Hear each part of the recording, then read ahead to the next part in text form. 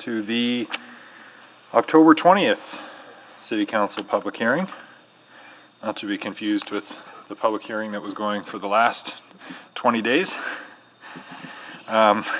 which finished last night at sometime after 9 o'clock. So welcome back for those of you who were there for that. I will begin by recognizing that the land that we're talking about here today is Treaty 6 territory, one of the ancient gathering places and homes of the Cree, the Dene, the Saulteaux, the Blackfoot, and Nakota Sioux peoples, as well as one of the long-standing homelands of the Métis Nation as well.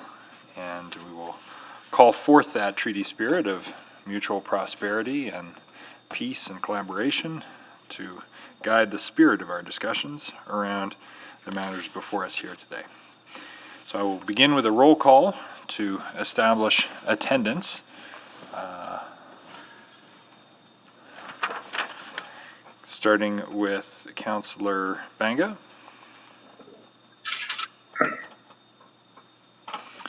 He had indicated he might be in and out of the meeting today for medical reasons, so hopefully he's able to join us in a bit. Councillor Cartmel. Good afternoon. Good afternoon. Councillor Katarina.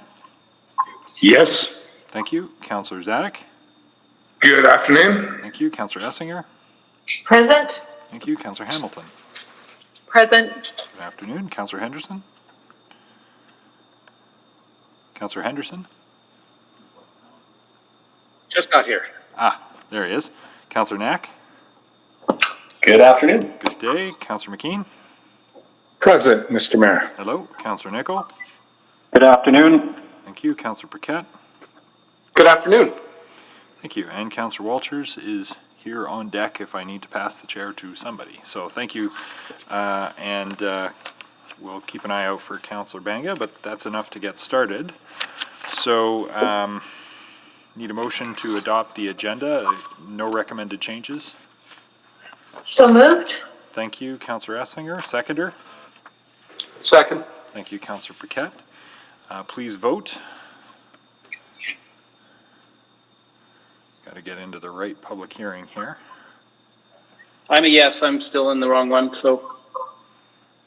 You and me both, Benny.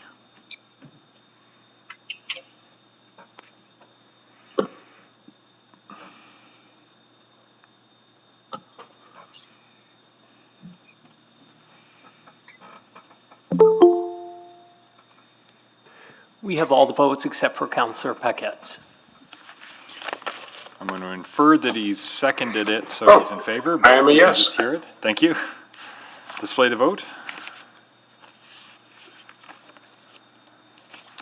Carried unanimously among those present. Okay. Well, I don't have the. Oh, yeah, I do. So I don't think there are any protocol items today. So then I will briefly highlight the procedures for today's hearing. The clerk will call out the bylaws to be dealt with, and I will call out the names of people we have registered to speak to each bylaw. Next, council will select the bylaws that we wish to discuss and vote on any bylaws that have not been selected for discussion. Council will then listen to each of the bylaws that were selected for discussion and debate. And for each item, administration will first provide an overview of the bylaw. Then members of the public will be invited to speak either in person or virtually using Google Meet. Those in favor will speak first, followed by those opposed. Each will have 5 minutes to make your comments. The clerk will run the official timer in the room here. However, those attendees participating virtually may wish to use a timer at home too, to stay within the 5 minutes. When the speaker is finished, please stay at the microphone or on the line, as councillors may wish to ask you questions. After comments from the public, council may ask questions of city administration, and after all the speakers have concluded, the chair, which is me, will then ask each speaker if they wish to speak to new information which arose during the public hearing. This requires a bit of patience to ensure that anyone who does wish to address council has an appropriate opportunity. And thereafter, once we've heard all the new information, council may close the public hearing and debate the bylaw. For those participating virtually, however, I should note, please refrain from using the chat function in Google Meet during the meeting, as it creates issues of decorum. It can provide unfair advantage, and it can even technically interfere with the live stream. Additionally, remember please to mute yourself when you're not presenting or answering questions. If you're experiencing any difficulties, the Office of City Clerk has resources available to facilitate communication with those participating in the statutory public hearing process. Please reach out using the contact information provided in your registration or at city.clerk@edmonton.ca. And finally, for those of us here in person, please remember that the temporary mandatory face coverings bylaw 19408 is in effect. We ask that you keep your mask on at all times, including while making your remarks to City Council. You may notice that members of Council and City Administration may take off our masks from time to time when we are behind the plexiglass barriers, but we'll put them back on when moving about the room and talking with each other during the meeting. We appreciate your understanding and participation in helping to keep everyone safe. Mr. Clerk. Thank you, Mr. Mayor. Is there anyone here to speak to Charter Bylaw 19428 to allow for small-scale infill development, Calder? Yes, I have David Kozak. Yes, I'm present.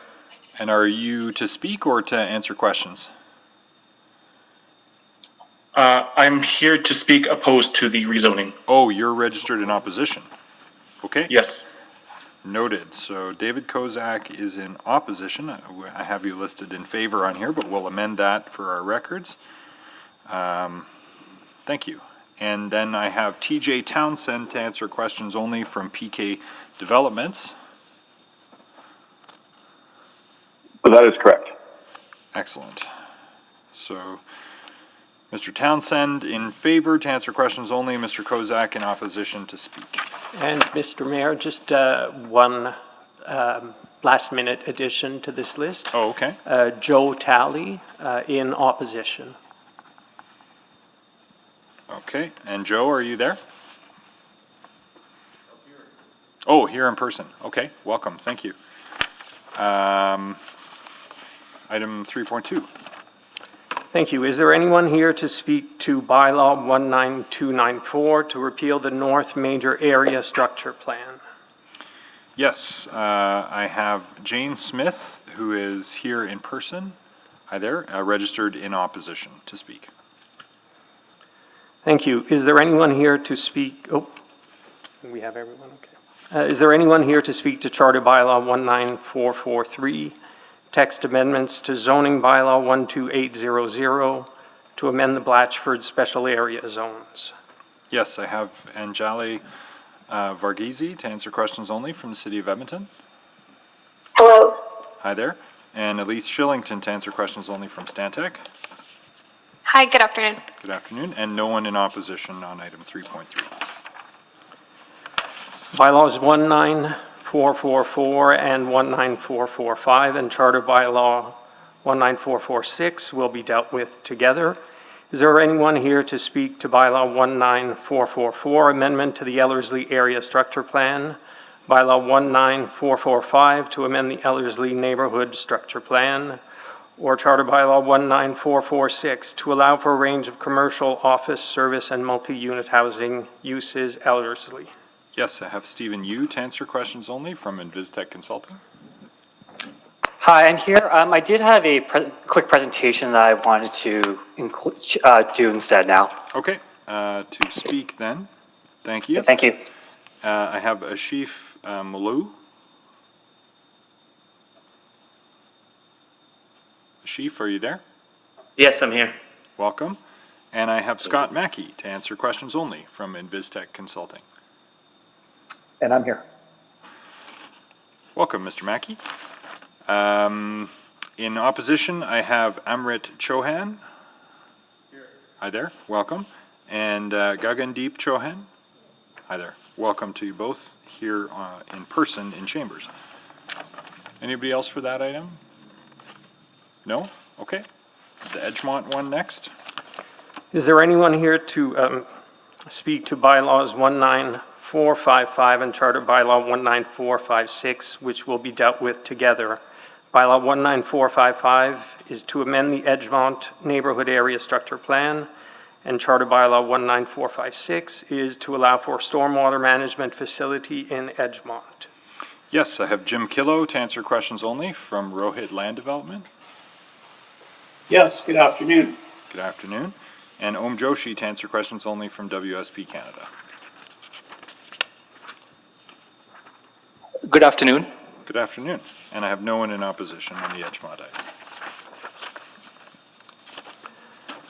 Thank you. Is there anyone here to speak to the following bylaws which will be dealt with together? Bylaw 19453, amendment to the Aurum Industrial Business Park Area Structure Plan, or Charter Bylaw 19454 to allow for medium industrial uses Clover Bar area. Yes, I have Chris Reeder to answer questions only from Focus Equities. Yeah, I'm here. Welcome. And Elise Shillington, who we heard from earlier from Stantec to answer questions only. And no one in opposition. Yes, I'm here. Thanks. Thank you. Bylaws 19274 and 19439 and Charter Bylaw 19440 will be dealt with together. Is there anyone here to speak to Bylaw 19274 to allow for the closure of a lane to be consolidated with adjacent properties, Oliver? Bylaw 19439, amendment to the Oliver Area Redevelopment Plan, or Charter Bylaw 19440 to allow for a mid-rise residential building, Oliver. Yes, I have Richie Lamb.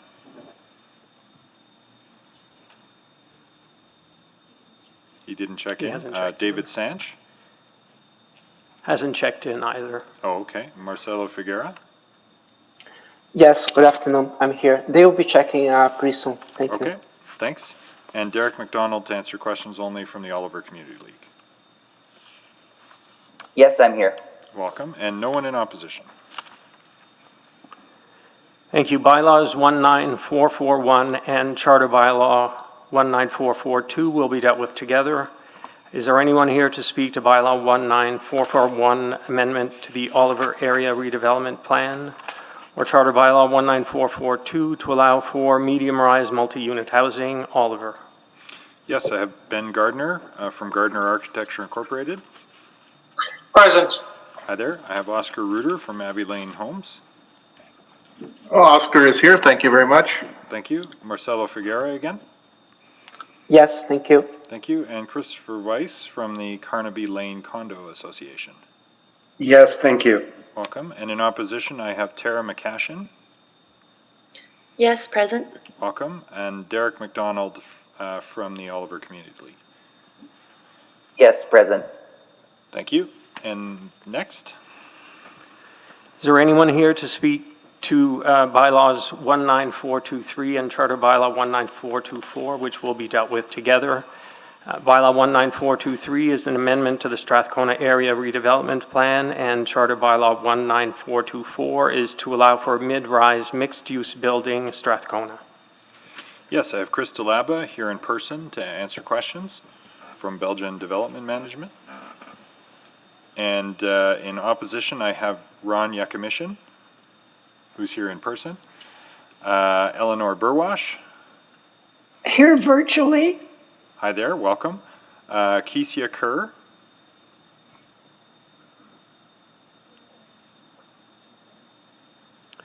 She is here on the chat.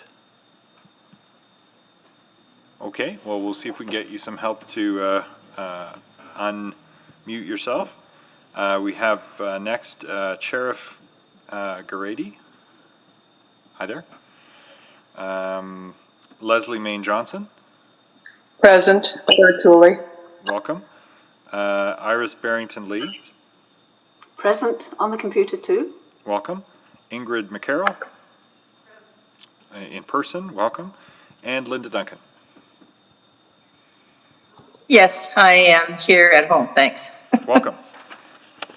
Anybody else that we missed? Not hearing any, then we will move to selection of items for debate, which will be most of them. But we'll allow councillors to click in and select their items.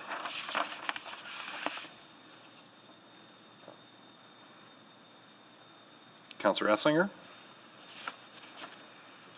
I would like item 3.1.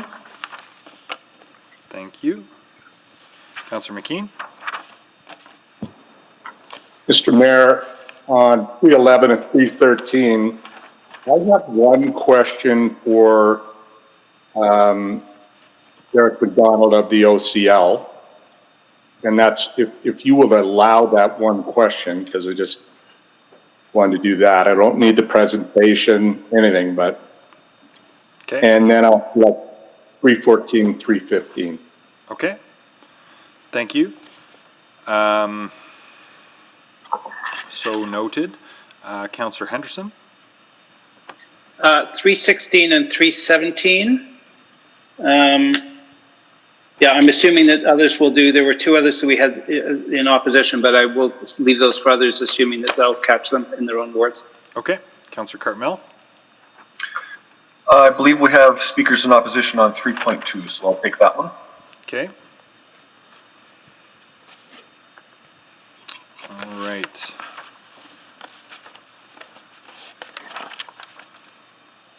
We had speakers in opposition on 3, 4, 5, and 6, the Ellersly item, but since Councillor Benga's not here, I'm going to grab that for him. And we'll just check to see if there are any other selections. Going once, going twice. Councillor Katarina? Mr. Mayor, I'll move closure of what's to be known as the omnibus on 3.3, 3.7, 3.8, 3.9, and 3.10. Seconder? Second. Second. I didn't catch who that was. Andrew Knack. Oh, Councillor Knack, okay. You sound a little different today for some reason. But anyway, that's fine. We'll take the motion to close public hearing on those items not selected for debate, which form the omnibus. Please vote.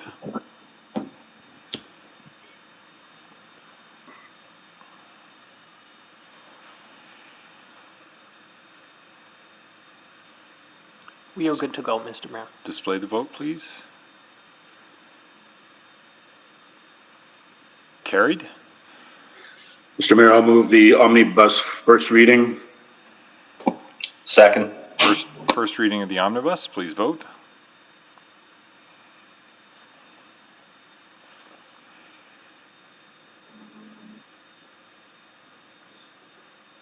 Display the vote.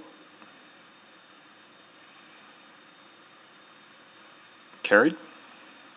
I'll move second reading of the omnibus, Mr. Mayor. Second. On second reading of the omnibus bylaws, please vote.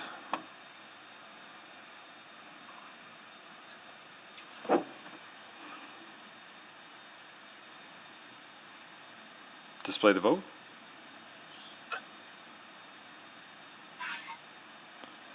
Carried.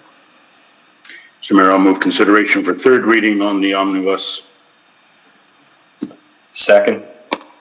I'll just check, is there unanimous consent to allow third reading to proceed? Any objections? Not hearing any, then we'll proceed with third reading. Yeah, I'll move third reading of bylaw 19443, 19455, 19456, 19453, and 19454. Second. Thank you. Please vote.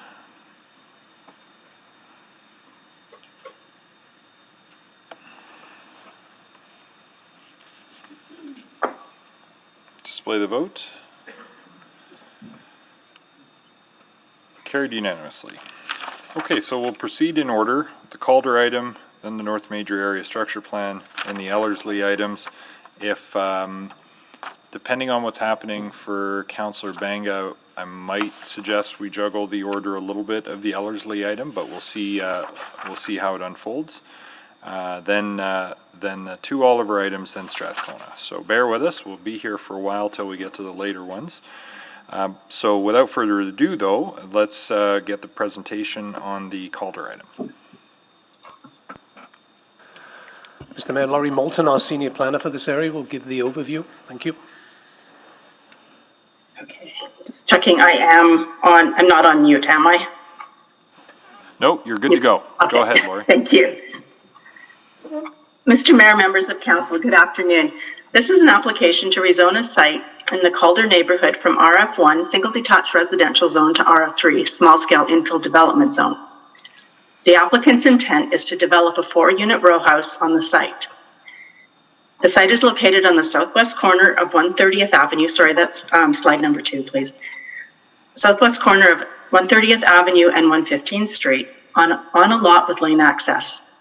The surrounding area is generally developed with older single detached housing, except for the properties to the west, immediately to the west, which contain 2 new narrow lot homes. A neighborhood improvement plan, or NIP, was adopted for Calder in 1977. This area of the NIP is identified as single-family district, which encourages the retention of modest, older single-family housing stock capable of economic rehabilitation and permits economic replacement of badly deteriorating housing. The purpose of the neighborhood improvement plans was for the revitalization of older neighborhoods, which allowed for access to federal funding for the rehabilitation of single-family housing stock. The program ended in the late 1970s. The proposed rezoning supports the neighborhood revitalization and renewal and will contribute to the provision of varied housing types within the community. Although not in conformance with the residential infill guidelines that suggest row housing should be located fronting or flanking an arterial or service road or fronting a school or park site, this site is in very close proximity to 2 arterial roads, school and park site, and is on a corner lot. Administration is generally supportive of situating row housing on corner lots, and the recently updated RF3 zone does a very good job of ensuring compatibility with row housing with single-family housing. The transit-oriented development guideline supports infill development, including 2-story townhouses, in proximity to neighborhood stations. This site is within the 400-meter radius of the proposed Grand Trunk station. The proposed rezoning supports the intensification with low-intensity residential development that is desired in proximity to significant transit infrastructure. As part of the technical review, it is noted that the Calder neighborhood is scheduled for neighborhood renewal in 2021 to 2023. The future LRT stop is located along 113th Street. Advance notice of this application was sent to surrounding property owners, the Community League, and Area Council. 5 comments were received in objections. Those who responded expressed concerns about the proposal not being consistent with the area's single detached nature, too much density, and concerns about parking and traffic, specifically on-street parking and snow removal. Respondents were advised of the city's residential intensification policies in mature neighborhoods and the applicant's intention to build garages, although no longer a requirement in the zoning bylaw. To conclude, the proposed RF3 zone is an appropriate zone for creating the opportunity for new low-density residential development on this site. Infill on the site is supported by the transit-oriented development guidelines and the updated RF3 zone that ensures a sensitive built form transition to the surrounding single detached housing. Administration supports this application. Thank you. Thanks, Ms. Moulton. We'll now hear from, Lord, let me check and see if there are any questions of Mr. Townsend on behalf of the applicant.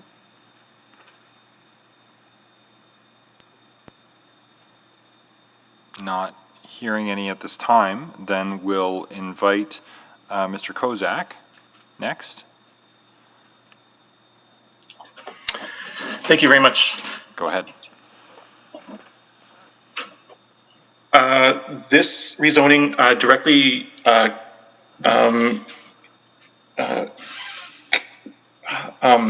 affects me and my family. We live directly north of the parcel that is proposed for rezoning. We've been here for 11 years. First of all, it was just me and my wife, and now we have 4 kids just right across the street from this rezoning parcel. We feel that the neighborhood has changed for the better in the 11 years that we've been here. When we first came here, it was closed off. No one was walking around.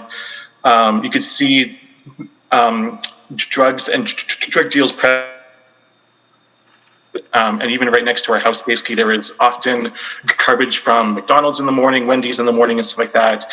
And it was just a really strange place to live when we came here. Over the years, for the past 11 years, new homes have been built by 4 families, and a lot of families have moved into this. We've slowly met our neighbors as they've kind of slowly come out of their house. A lot of new families. We have wonderful Muslim neighbors next to us. They have been absolutely excellent, and I know that they are grossly opposed to this as well. I can't really speak more for that, but I just know that they have said that for me. We've had new families, new couples head in, a lot of dog walkers in the neighborhood and stuff like that, and we feel that this has really improved the feel of this neighborhood. The second thing is that a lot of stability has come from less renters in the neighborhood and more homeowners that are really invested in this area and really invested in making sure that people feel safe in this neighborhood. We feel that the 2 infills that went up just to the west of this parcel are good, and we would like to encourage more of that in this neighborhood. We also noticed that there's 2 skinny houses, also 1 block to the west of this parcel as well, and we don't have a problem with that either. Again, they were just skinny houses, and I believe that there's renters in the basement of those as well. We feel that we will be negatively affected by this rezone here. Again, more people, because the rezoning calls for a 4-plex with 4 units up and 4 down, and I understand that all 8 of these units will be rented out. We don't think that this will be a good fit in this location, in this neighborhood. We feel that we will be negatively affected by this tense row housing and the rentals of it. Also, the odds are not in our favor. We feel that there's going to be more abuse. Sorry, if we have more people in this neighborhood in a very small area, we're going to have more abuse or alcoholism, etc. This is not what me and my family want to be seeing across the street from us as well. We also don't want to see more parked cars and also people living without basically a backyard. I don't think this is going to be a good fit and a good feel in this neighborhood at this time. Again, I don't want my kids to see the effects of what these people might bring. So we are not in favor of the rezoning at this time, but instead we do welcome, though, a duplex on the site with rentals in the basement to satisfy the current RF1 zoning on the site right now. Thank you, Councillor and Mr. Mayor. Thank you. Questions for Mr. Kozak? Councillor Essinger, go ahead.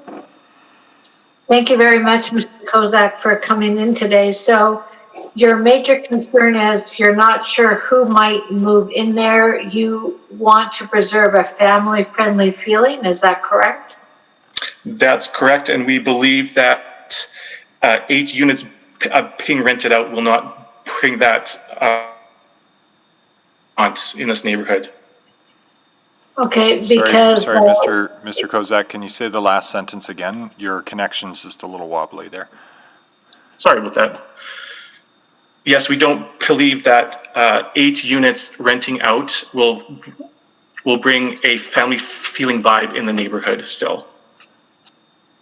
Okay, so your major concern is on the number of units, and we really can't just make a decision on land use, whether they're rented or owned, but your concern is that it's too many units. And you also mentioned something about parking. Can you just clarify what your concern was there? Well, we have Muslim neighbors in the area. They have a lot of family and stuff like that, and we have a really good relationship with our Muslim neighbors. They tell us when their family is coming over, so we park on the side and stuff like that. Right now, there's not a lot of parking even right now on the street, and with the infill coming to the west of this parcel, it's going to get even less. So we're not going to have a lot of parking on the street for these people who are coming in, and we don't know where they're going to park. Okay. Thank you. I think I understand your concerns. Thank you. I'll ask administration about the parking. Thank you. Thank you, Councillor. Any other questions for Mr. Kozak? Not seeing any. Thank you for your presentation. Next, we'll go to Joe Talley.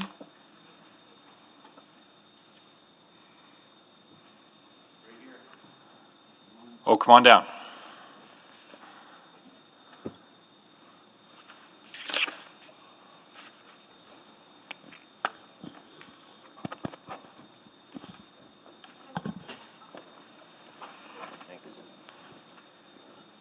Hi, glad to take this time with you.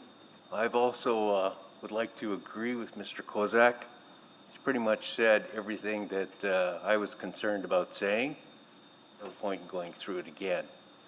Just like to add that I live right next door to this huge structure that's going to be built, and parking was a very big concern for me. I've raised a family there. I'm approaching retirement now, and I know everybody in the neighborhood. Doesn't matter, you go 6 blocks any direction. I like my neighbors. I like the feeling of being able to trust and walk down the street, see the people walking their animals, everybody says hi, everyone's friendly. Renters are a problem. Renters belong in a certain neighborhood, apartments, I don't mind. I do this type of, well, that doesn't matter. I see how renters are. They don't take the same pride, they don't take the same care as a homeowner. I'm not against renters, it's just that I don't want a large structure across from my house. I'm not comfortable with it. I don't mind development, it's great. Like in the 30 years I've been there, I have the same street, same sidewalk, my taxes go up, and I see everything change around me, but not in Calder. Calder's one of the oldest neighborhoods around. We used to be our own little city, and I've seen it change, and it changes in a good way, it changes in a bad way. But when you have homeowners in a certain neighborhood, it adds value, a lot of value. I mean, I like living there. If I start getting these large structures with renters, you know, what am I going to do? It's going to force me to make decisions that I don't want to. I've just got my place the way I like it, so I can settle down. So hopefully, you know, it's not going to change too much. If it's a positive, it's a good thing. I like change. But in a negative way, I don't want an apartment building next door to my house. That's pretty much all I had to say. Thank you, sir. I'll go to the ward councillor first, if you don't mind. Councillor Essinger, go ahead. Thank you very much, and thank you, Mr. Telly, for coming in, and I'm glad that you enjoy your neighborhood. And Calder is changing, and I think we heard that there is a number of new people in the area that have brought some positive change. Would you agree? Yes, definitely. There's some really good people in the neighborhood. Is your microphone still on, Mr. Talley? Yeah, sorry, I guess I'm too far away. There we go. There's a lot of good people in the neighborhood that have come and go. Well, I guess we're talking about this fourplex by row housing. It's not a tall apartment building. Well, if you see what I see, over on the adjacent street, 116th Street, there's a fourplex right there that they're still in the process of building. And it's a large building. It takes up the entire property level. You know, that's too much. So you're concerned about the height of the building, would you say, or the overall mass? I'm concerned about a large structure being built where a beautiful home or two homes could be built. You know, I just watched 2 homes being built right across the alleyway, and yeah, they look great, and they take up the whole property. There's no yard, there's no parking for them. So I can just imagine, you know, this fourplex, as you want to just look at it in a smaller way, but there's no way to look at it besides a very large structure with no parking. Okay, you also mentioned concerns about who would live there, and that's not really a land consideration. And No, it's not. I'm not going to focus on renters. I just express, you know, that homeowners are a different breed of people. They take more pride. They're more responsible. Renters are renters. They come, they go. That's just how that is. You know, it's not their problem. It's the owner's problem, and that can, you know, go either way. Now, my problem is I'm looking at a big structure that's probably going to block out the sun in my yard, and then I won't be able to park in front of my house. That kind of, it just doesn't interest me at all. It's not welcome in the neighborhood. Well, Mr. Tilley, I guess I'm a little concerned about your comments about renters because my mother lived in Calder and rented there for many years and took very good care of her property. So I want us to be very careful that we're not casting negative aspirations on renters. No, we're not going to focus on renters. I mean, I'm not happy about the idea of a large, and I'm going to call it an apartment because that's what it looks like. You know, you get 2 people per unit, so we're looking at what, 16, 18 vehicles? Where are you going to put all them cars? In front of my house? In front of the guy across the street? Is there going to be a parkade built for them? Like, I don't want to blow this out of proportion. However, I want to stress that this is a very large structure in the wrong neighborhood. I mean, there's lots of apartments around. You can put it somewhere else. If it's all right. a single family home, you know, like the sheet says, that'd be fine, but it's not. Okay, so I understand your concerns were about the parking and the size of the complex. So I will ask administration those questions. Thank you. Yeah, not to drag this too long, but like when they were building the 2 houses all year long, the contractors, they don't clean up. And who's going to suffer for that? Whoever lives right beside them or around that area. And that's what I've been going through, and it's very uncomfortable. And you're put in a position where you don't want to be. You know, you want to be polite, you want to be helpful, you want to be positive, and there's so many negatives that come along with this, you know. Structures being built are an inconvenience. And when it's that big of a structure, it's going to go on for a long time. So I'll keep my peace now. Thank you. My time's up. Councillor McKean, go ahead with questions. Yeah, sir, you raised questions about parking, and I wanted to just dig into that quickly because we hear about parking issues quite often. Do you come home often and somebody else is parked in front of your house? People don't park in front of my house. Everybody knows me, so we all respect each other. So that's a no. Yeah. No one parks in front of my house but me. Okay. And do you use the front curb quite a bit, or do you have a garage? I have everything. Do you use your garage? I have everything, sir. And my garage is my hobby shop. I don't park my car in there. Okay. Just want to check on that. Thank you. See no further questions for you, Mr. Talley. Thank you very much. Thank you very much. Questions of administration? Councillor Essinger? Yes, thank you very much. The first question is, could you speak to me about the size of the complex that's proposed under RF3 and how it compares to RF1?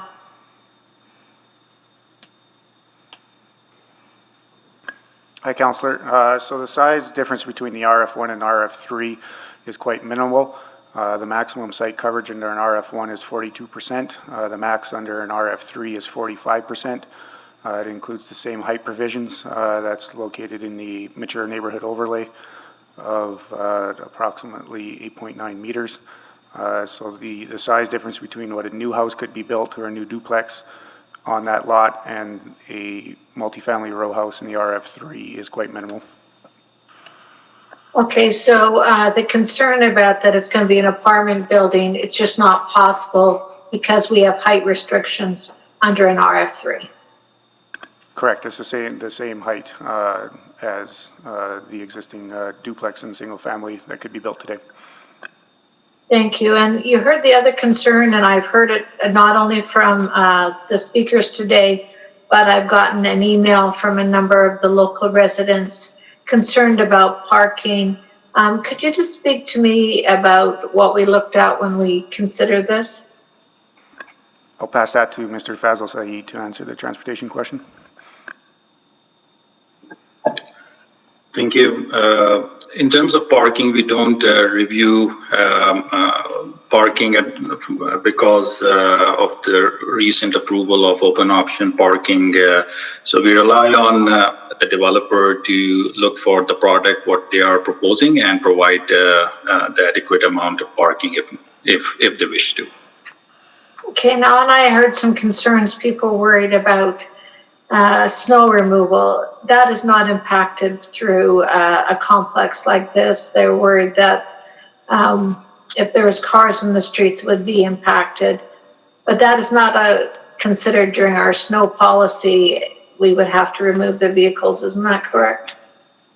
Yeah, snow policy is very clear in terms of prioritizing which roadways get the snow clearing first. This is a local roadway, so this falls a little bit obviously after the collectors which carry transit. So nothing in terms of any changes to that in regards as we look at this zoning. Okay. And I just wanted some clarification on the administration report that we have, because it talks about this fronting 129th Avenue, and I believe it fronts, or the side is at 130th Avenue, but that's the photo and the explanation on page 3 talks about that. I just want clarity.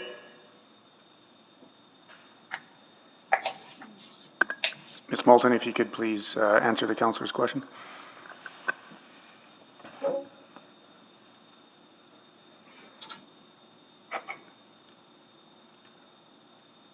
Apologies, I'm just getting my computer working again here. No, it is 130. My apologies if there's the wrong address mentioned. I'm just looking at the report. We're trying to find the report here. It's the minimum report, page 3. It talks about a view of a site is from 129th Avenue. I believe that should be 130th. And then the following paragraph talks about it. I just think it's a wrong description. I'm sorry, I can't even pull up the report here on my computer for whatever reason. If I can confirm, Councillor Slinger, yes, you are right. It's a typo. Okay. I just want to make sure that we all understand we really are looking at 130th Avenue and 115th Street there on the corner. And it's in the administration report. So I just want to make sure that, we understand that. I think those are all my questions at this time. Thank you very much. Thank you. Councillor Henderson? Yeah, no, understanding this is standard zoning, I'm just curious, when it does say townhouses, the intention is townhouses and secondary suites with them.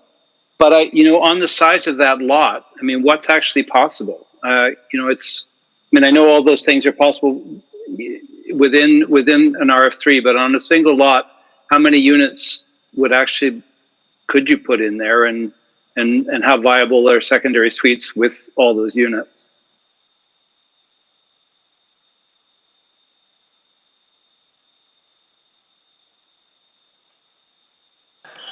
Hi, this is TJ with PK Developments. I'm not sure if that was directed towards myself or not. No, it was a zoning question, so it was administration. If that's okay. Under new information, if you've got some comments, we can come back to you, Mr. Townsend. But for now, we're just doing questions of administration. Thanks, though. Councillor Henderson, we run into this quite often when we have these RF3s, and the likelihood of getting 8 units in there is very, very small, as you've suggested. Yeah, I would have guessed 3 or 4, depending on what they can, what the market would allow, and what the size of the units will be. Right. So 3 or 4 though would be the number of row houses, and you could theoretically do a secondary suite with each of those, correct? You could, yes. But again, but now you've got Yeah, because the R3 used to limit to 4 units. So with the addition of of allowing for secondary suites, this is still essentially 4 units. I think that's my memory of it.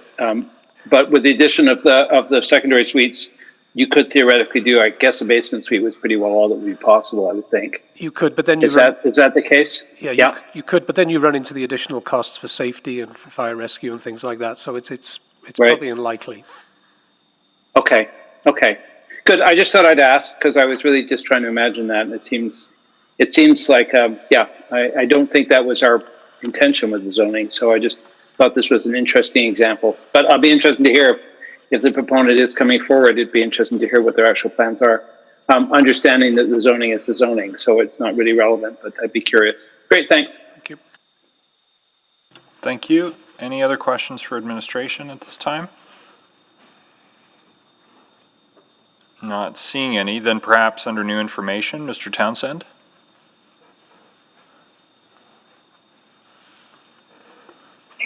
Hi, yes, thank you.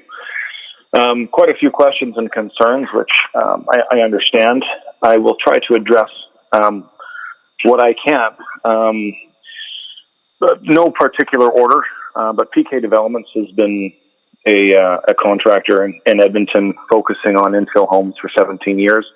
We've built over 75 infill developments. We do take pride in that. I know there was a concern with timing of construction and the consideration of the contractors and cleanup and all that. I assure you that's one thing that we do take very seriously, being that we have done this many times before without too many concerns. Our timelines of constructing this would be pretty quick. We've completed one in High Park recently. Our concept with this is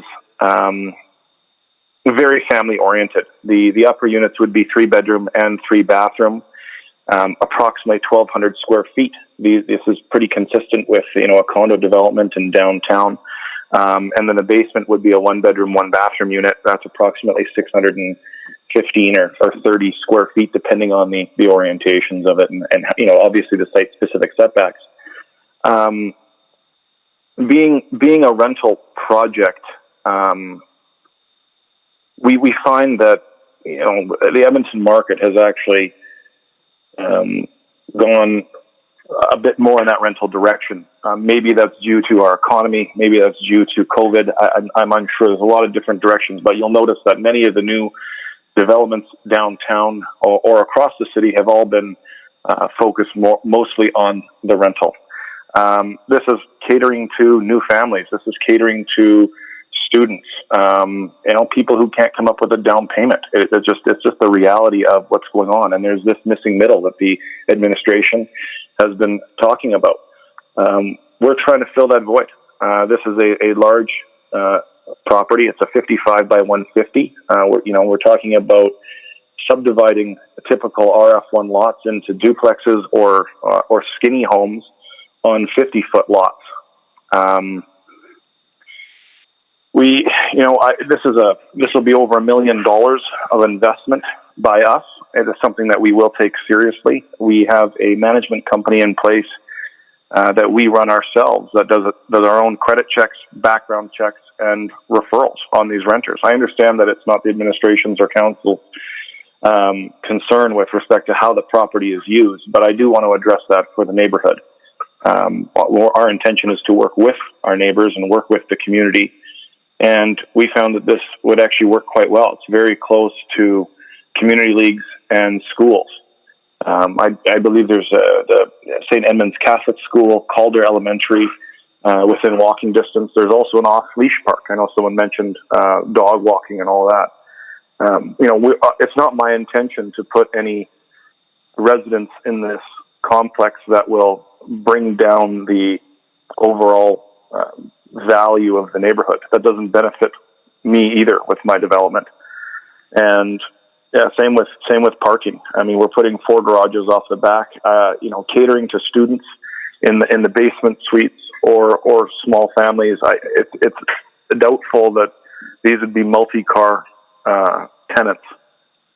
And we would be focusing on long-term rentals. That is that is our goal. It's not cost effective for me to be moving people in and out like an Airbnb concept style. You know, I want to move someone in. I want them to stay there. Frankly, I'd prefer them to stay there for longer than 1 year because it makes things a lot easier on me as well. The other concept of a development like this, there's a dilapidated old home on this property. The rental portion of this, to just keep that as a house, I think you'd actually have a worse tenant in that than a brand new construction in what we're proposing. And the proximity to public transport is also a benefit for a rental project. I believe that I've touched on most concepts on there. I don't know if either the other administration or anyone else has any other concerns. I guess the only other topic would be the size. I think that was already addressed with respect to an RF3 versus RF1 zoning. It's only 3% difference. And most of the time with administration, they have an unwritten 2% rule anyway, where you can extend over your site coverage by 2% without necessarily needing a formal variance. So I don't believe that the size of the structure would be relatively different to what could be constructed under the current zoning as it is. Thank you, Mr. Townsend. Questions on that? Councillor Essinger? Thank you very much for those comments. And I just wanted to confirm, because I think you said you were looking at 4 units and 4 garages. Is that correct? Yes, that is correct. Okay, and your intent was to have family 3-bedroom units and then the smaller units. So your intent was long-term community members. I just wanted to confirm that was your intent.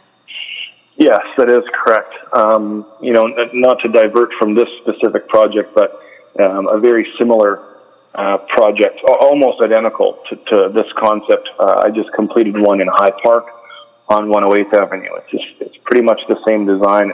It's 4 units, 4 principal dwellings that are 2 stories from the grade up, and then a single bedroom secondary suite in the basement with 4 garages. I have 4 long-term, I should say 8 actually long-term, year-long renters in that. That is a mix of either a young couple or maybe a foreign family that have come to town and want to be relatively central as opposed to moving, you know, deep south in Chappelle or some of these other areas. And they've all signed long-term leases and have been wonderful tenants so far. They do take care of the property.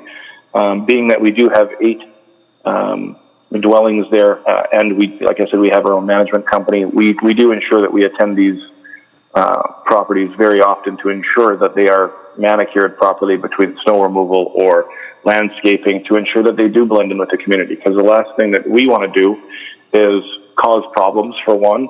2, have our investment not look good. You know, there's always a benefit to renting it out if the snow's removed and the trees are manicured and the grass is cut and there's no weeds. It provides a much better renter for myself as well. Thank you. I'm sure the community will take comfort in that. Thank you. Thank you. Any other questions for Mr. Townsend? Any other new information?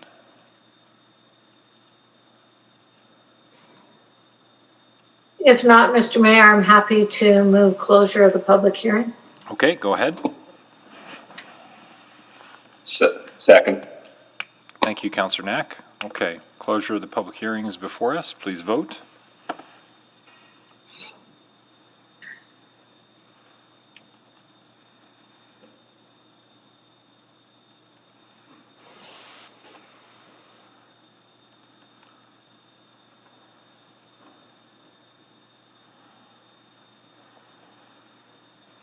Display the vote.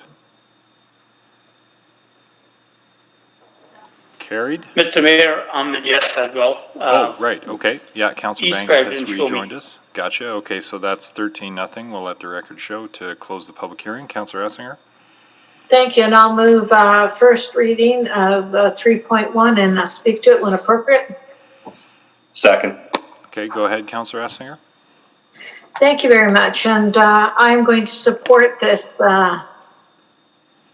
change from RF1 to RF3. I think we heard from the community concern about the height, and on RF1 to RF3 it was 3%, and I think that's what the community wants, to keep it that community feel. It's an appropriate use at this point.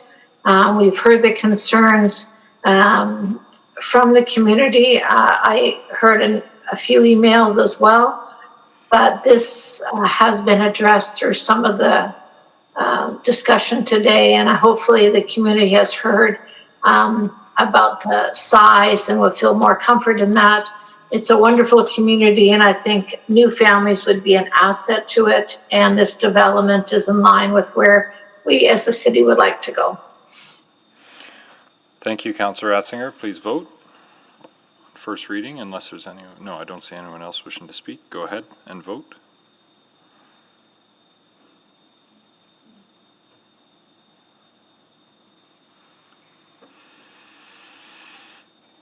Display the vote. And that's carried unanimously. Second reading. I will move second reading of item 3.1. Second. Second reading, please vote.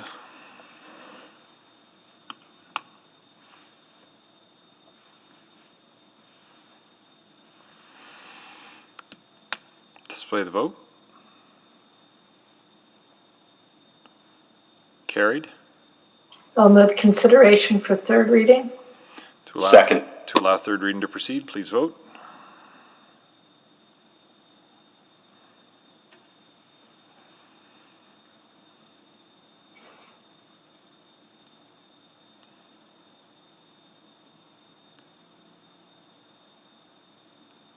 Display the vote.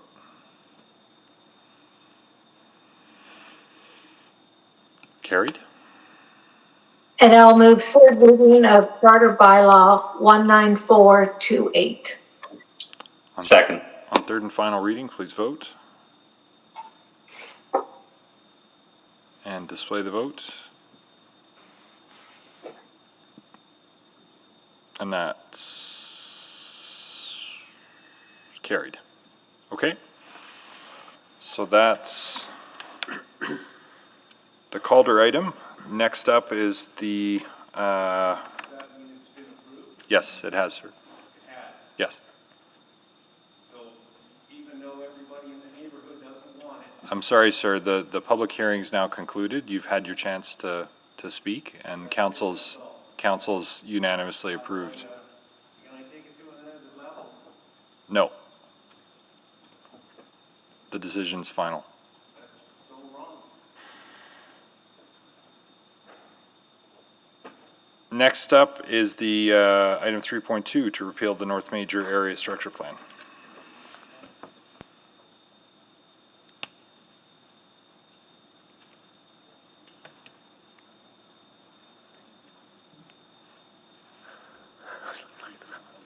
Good afternoon, Mayor and Council. Bylaw 19294 will repeal those sections of the North Major Area Structure Plan that were annexed by the City of Edmonton in January 2019. This plan was prepared by Leduc County in 2004 and was adopted by the City of Edmonton through the annexation process. Administration has reviewed this plan and found that it does not meet the City of Edmonton standards for area structure plans. Area structure plans are prepared for the City of Edmonton, typically in collaboration with the development industry, who are preparing the land for subsequent development steps, including neighbourhood structure plans and rezoning. These plans must provide, among other things, information on servicing, population projections, and neighbourhood design. The North Major Area Structure Plan does not provide this information and is essentially a holding plan for the area in anticipation of future development interest. Without this level of detail, the North Major Plan does not adequately prepare the area for the preparation of neighbourhood structure plans. By repealing this plan, the preparation of any new plans for this area will follow the standard course, beginning with a new area structure plan. The city plan identified all of the area covered by the North Major Area Structure Plan as a future growth area and directs that developing areas should be substantially complete prior to preparing new plans in this area. It also directs that the preparation of new plans for future growth areas be authorised by Council. While the city plan does not anticipate urban growth in this area for some time, eventually these lands will undergo planning for development.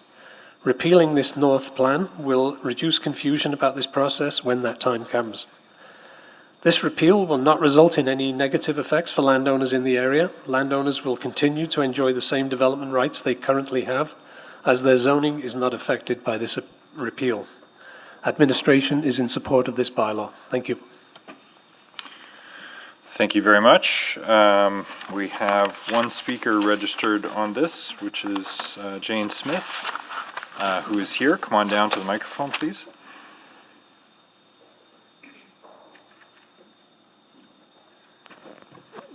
Good afternoon. My name is Jane Smith, and I have lived in this location for over 10 years, and it's been a very frustrating time since the city of Edmonton has annexed us into the city. From address issues, tax increases, garbage issues, licensing issues, and the big one is our 17th Street road concerns. All these concerns are still outstanding. I am here today to indicate that I'm kind of opposed. I was more opposed for the whole thing, but as I've been listening to the introduction of it, I guess the thing that I'm most opposed is the road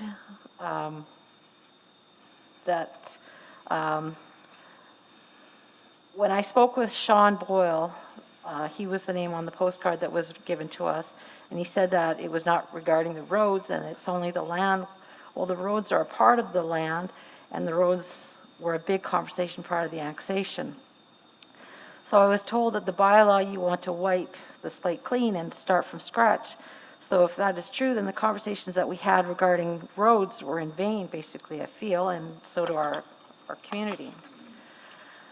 I'm very frustrated alongside of with other neighbors that are feeling the same regarding 17th Street between 41st Avenue Southwest to 73rd Avenue Southwest, previously known as Range Road 235, and between 41st Avenue Southwest to Township 510.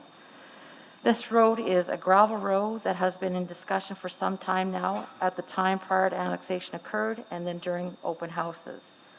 I never took mind to know the people I spoke to back then, and it was indicated that 17th Street and 34th Street from 41st Avenue Southwest to Township 510 would be costing $3 million to have both roads paved.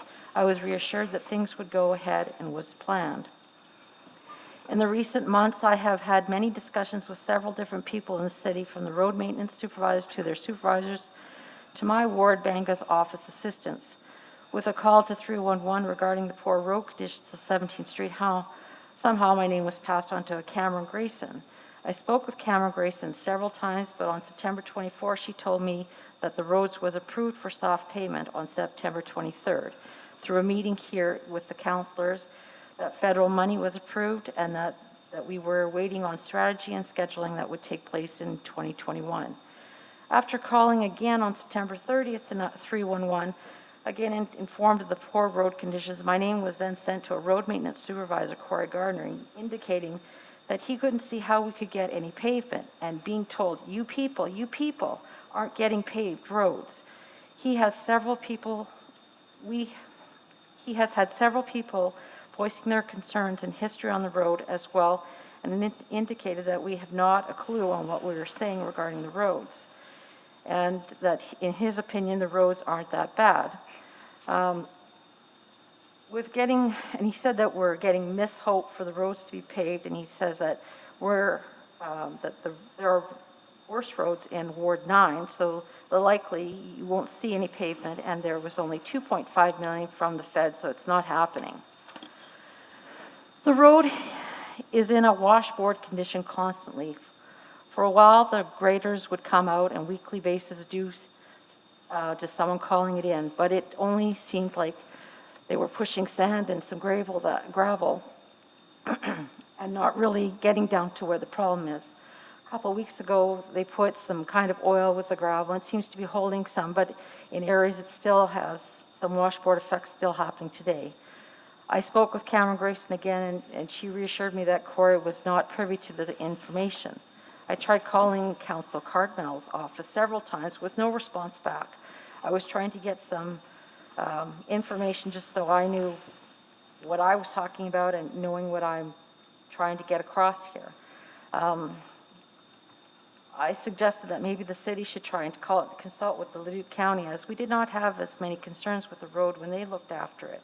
I was told by Corey that it's not his guys' fault. They have been doing roads for several years, and they know what they're doing. In conjunction of the 17th Street road problems, last year, the 17th Street portion between Ellersly and 41st Avenue Southwest, adjacent to my road in question, was repaved over a couple weeks, which in my opinion wasn't necessary.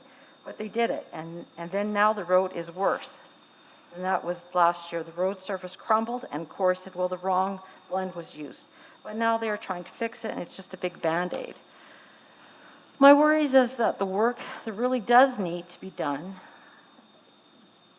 gets done, and then it's worse. And then if that's the case, whose opinion is really the proper one on our roads? In conclusion, I wish that we would have more clarity, more information, more consultation happening on our road.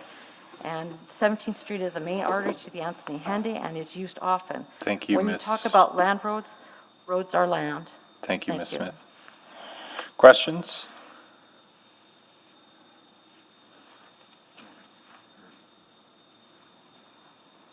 Councillor Walters? Thank you for taking the time to come down here. So your concerns, as I'm sure you're aware, as important as they are, need to be addressed, wouldn't be affected either way by what we are here to do today, which is just to repeal that, Yes. that old Leduc County plan as we begin to prepare for planning down the road. So what you're asking for is just some follow-up and some support. action on the road maintenance and road construction issues. It seems like there's a lot of work that's being done unnecessarily, that they don't know what they're doing, because what was done prior from the county, they came out and we were good for a couple of months and good to go. And in the last couple of months, I've seen so many things from the city doing things you think, why would you whippersnipper a ditchway for a week and you can't even see somebody was there, and there's money, and we're all talking about how money is so tight. And you look at these, and I've addressed them to supervisors, and I don't get any response back to why they're doing what they're doing. But I'm concerned that we're always looking at money, and they're saying, there's no way that I would have known $3 million was set for two roads, and then now to make up the story. And then I'm just kind of concerned that the conditions on the roads aren't looked as part of the land. Because now I've been told that December 1st, there's another meeting about this motion that was put forward, but Okay. I'm going in circles. Well, I understand, and we'll deal with the land use, like the zoning on the land, and or removing this plan on the land today, likely, and then somebody needs to follow up with you for sure. And you said you live on the east side of QE2, right? So you're talking about 17th Street. So I'm on a subdivision that's just off of 17th Street between Okay. 41st Avenue Southwest. okay, so whether it's someone from administration here today who can help you get connected to the right folks, or the counselor in that area, who I know has been off and on the call. I'm not sure if he's. I went on, Mo, because you weren't coming on, and I wanted someone to respond. So I'll step back and let Councillor Banga address you and ask your questions. But thanks for coming. Councillor Banga? Thank you very much. Ms. Smith, my office had a few pieces of communication from you, and we were trying to connect you to those folks. But when you commented on the condition of the roads, is it the only condition of the roads that you feel is different now than it used to be under the Duke County? Yes, the road is different. It just seems like when they grade, they don't grade like they used to. And just the promise that there was going to be, and then now it's like, I need to get the road condition brought to somebody's attention, because the supervisor of the road he just thinks, he's already put a stamp that, no, it's not happening, and you can't even talk to him. Okay, and when you're talking about promise, whose promise are you talking about?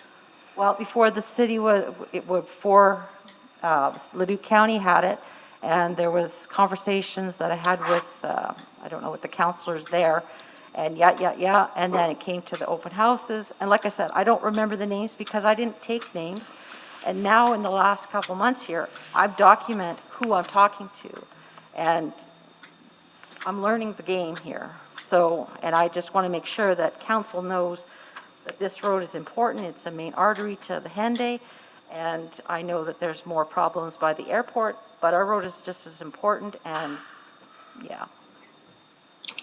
Yeah, some of those questions you were asking, we will ask administration for sure. And hopefully that answers some of your questions. But again, as Councilor Walter said, this is not about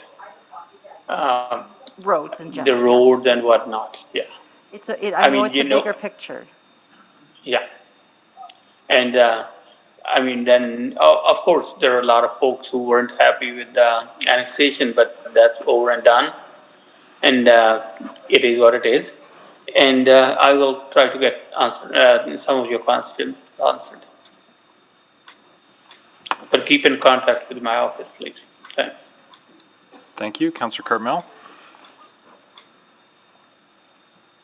Thank you, Mr. Mayor. Thank you, Ms. Smith, for attending today. I'm sorry if you've made inquiries with my office and we've missed those. I apologize for that. It's not usually our way. You have several questions around the condition of the roads in the annexed areas generally. And I just wanted to ask if you're aware of a report coming to Urban Planning Committee in December of this year, which is in response to a motion that I made and was passed asking administration to respond with their maintenance and renewal procedures on roads. Yes, as of yesterday. All right, and so, and maybe just so you know, there will be the opportunity to attend that committee and raise your concerns about those roads and about the information contained in that report at that time. So I'm sure if you stay in touch with Councillor Banga's office, he'll tell you the exact date of that report. Okay.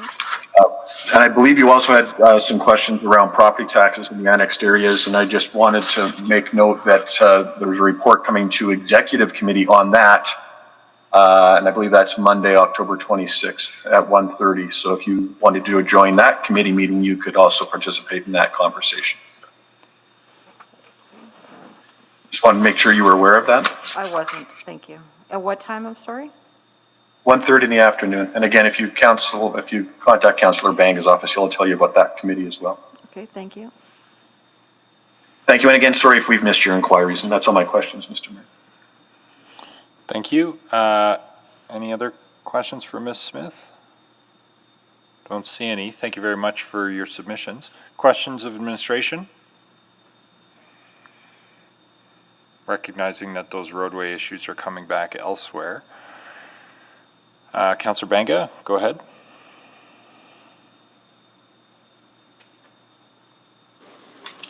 Thank you, Mr. Mayor. The question for the administration are, you heard the question from Ms. Smith here. When are we repealing this thing until something further comes along the neighborhood structure plan? What happens in the meantime to the roads, to the other infrastructure, ditches, whatnot? Councillor Banga, this is simply just to repeal the plan. I think it's business as usual, as we say, until that time as new plans come in. We have been in contact with the roadways maintenance, not only here but in a number of other areas, and they're really aware of the issues that they're facing out here. So they're doing their best to maintain the roads as they were, at least up to the standards prior to annexation. And I think they've taken most of the inquiries on this to this point. Okay. So you said you've been in constant contact with road maintenance. It, like, could you give any sense of like what is going to be done to the roads? No, not at this time. Well, either you or somebody else on administration, because these people, they have concerns. They keep calling and sending emails. Obviously, there is a problem, and they can't just live with the problem day in and day out. I mean, if things weren't going to get better, they shouldn't be getting worse. Yeah.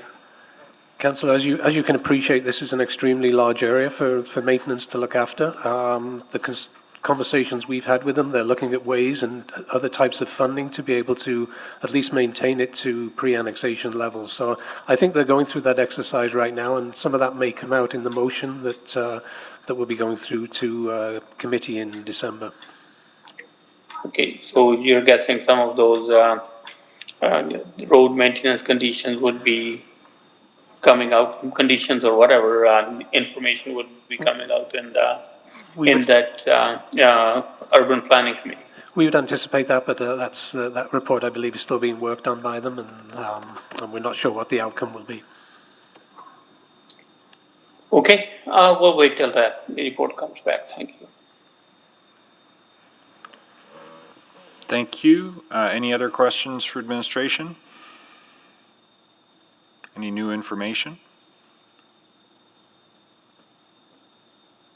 Not seeing any. Mr. Mayor, I'll move closure. I'll move the closure of the public hearing. On item 3.2, seconder? 3.2. Second. Thank you, Councillor Walters. Please vote on closure of the public hearing.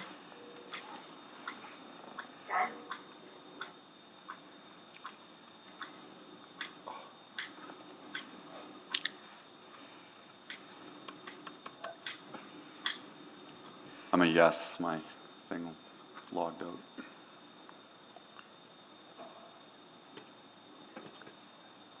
Mr. Mayor, we have all the votes except for yours. It says I'm abstaining? No, okay, there it goes. Hard as I might try. Display the vote. Carried unanimously. First reading, Councillor Banga? Mr. Mayor, I would. Oh, wait a second. Is it readings? Yes, it's readings to repeal. Yeah. Okay, go ahead. I moved the first reading of bylaw 19294. Second. Please vote on first reading.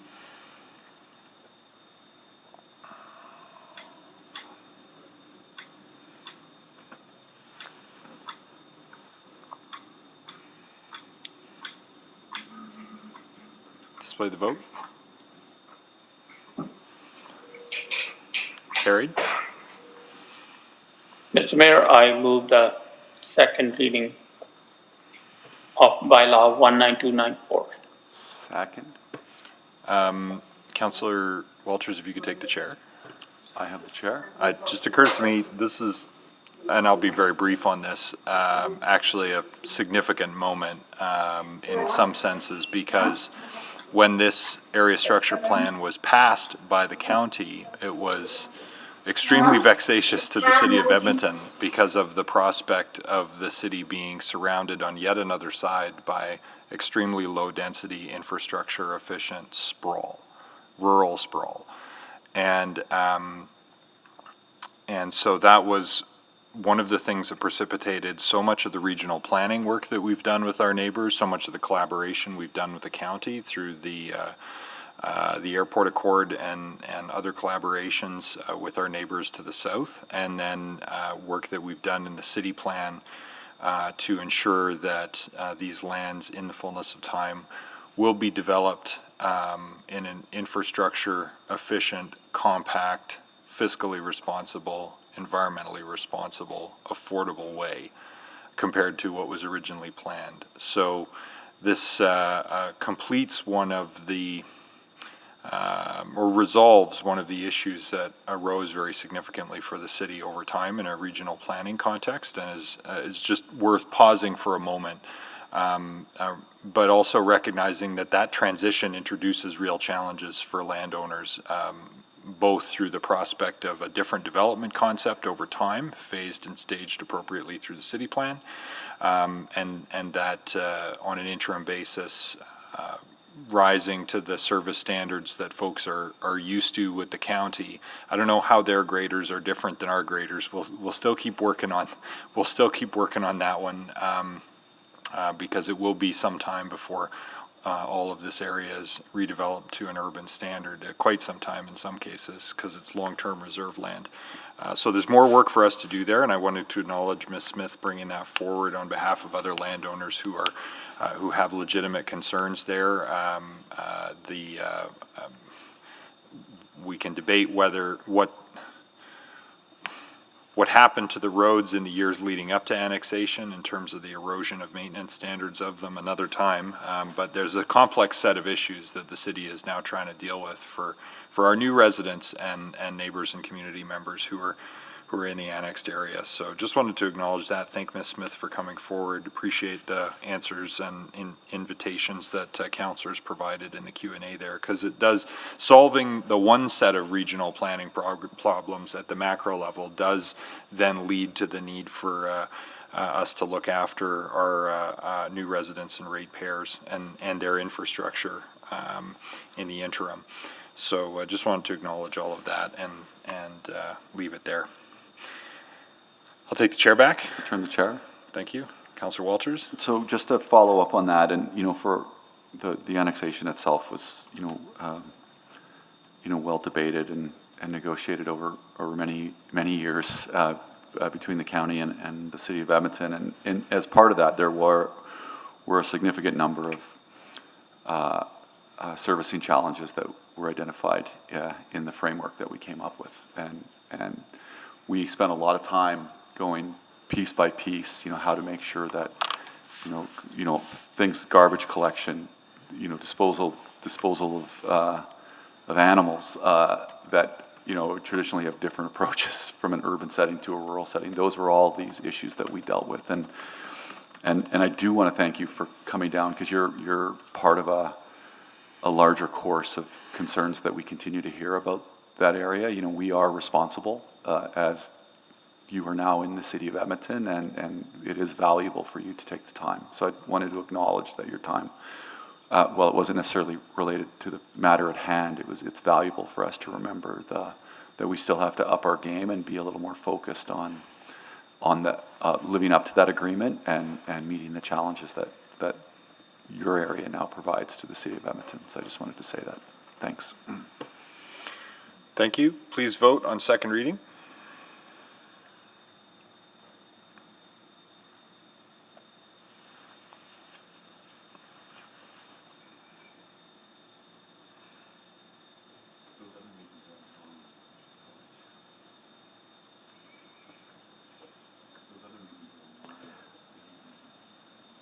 We have all the votes, Mr. Mayor. Display the vote. Carried. Consideration for third. Mr. Mayor, this was for 2 readings only. Does it have to go through the board? That's correct, yeah, Mr. Mayor. Oh, okay. That should be fun. All right, I missed that. Thank you. Okay, so then we're on to the Ellersly Neighborhood Structure Plan and ASP changes and zoning. So let's get the presentation on that since we have speakers. Okay, Mayor Iveson, Rod Heinrich, Senior Planner for this area, will be giving the presentation. Thank you very much. Good afternoon, Mr. Mayor and members of council.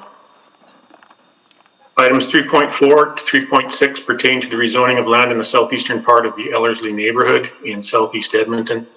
The application is composed of 3 parts. Firstly, an amendment to the text maps and statistics of the Ellersly area structure plan. Secondly, an amendment to the text maps and statistics of the Ellersly neighborhood structure plan. And lastly, the rezoning of the affected land. Slide number 1 shows the land in context of the ASP. The subject lands are located in the northeast corner of the plan area, with the residential acreage area commonly known as Wernerville. Most of these properties were developed in the early 1970s, and the area was inherited by the city as part of the 1982 annexation. The proposed change to the ASP will exempt the subject site from the special study area status in the ASP and will redesignate the land use from residential to commercial use. Slide number 2 shows the subject lands in the context of the neighborhood structure plan, which contains more details specific to the neighborhood. The site is located along the southern edge of the neighborhood, fronting onto Ellersly Road, and is located within the special study area that encompasses the residential acreages. The purpose of the application is to facilitate the development of commercial land uses.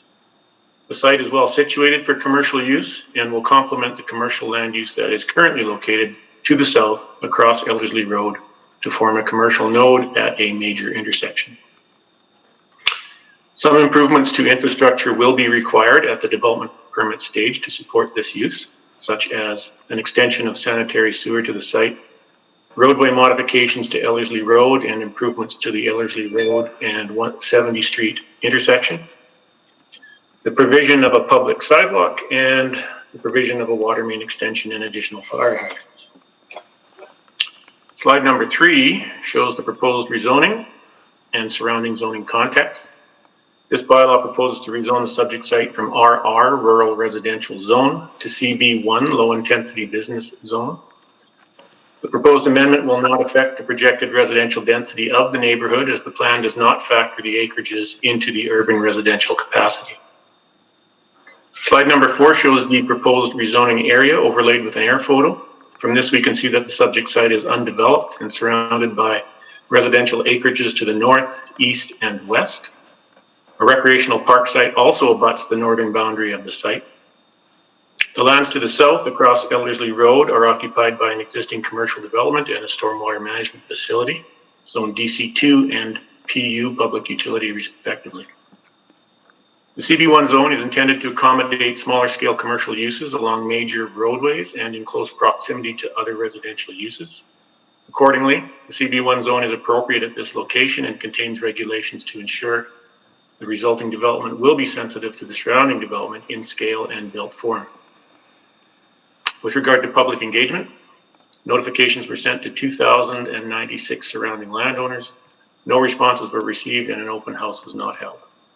Administration supports this application as an appropriate use of land at this location and recommends that City Council approve these bylaws. This concludes my presentation. Thank you very much, Mr. Heinrichs. Sorry, let me just get to the right page here. Stephen Yu will now offer a presentation. In favor? That's correct. Go ahead. Okay. Good afternoon, Your Worship and members of Council. My name is Stephen Yu, and I'm a planner with Invista Consulting. I am speaking here today in regards to the Council correspondence and some of the concerns we've heard from our neighbors on this item. To provide some background on this application, we had originally submitted the application to the City in October 2019, where notices were sent out to landowners on November 7th, 2019. Notices for this public hearing were sent out to landowners on September 24th, 2020. Yesterday, we were contacted by our neighbors to the east of their desire of a mutual access agreement through our lands. This is one of the letters that Council had received as part of your package. Our understanding is that the intent of the access is to facilitate future development of their lands. We have since spoken with our neighbors and provided them with a letter indicating our interest in continuing to discuss and work together on this. However, the details of a mutual access agreement is typically dealt with at the subdivision phase. It is our intent to work together with the city and our neighbors through the subdivision process.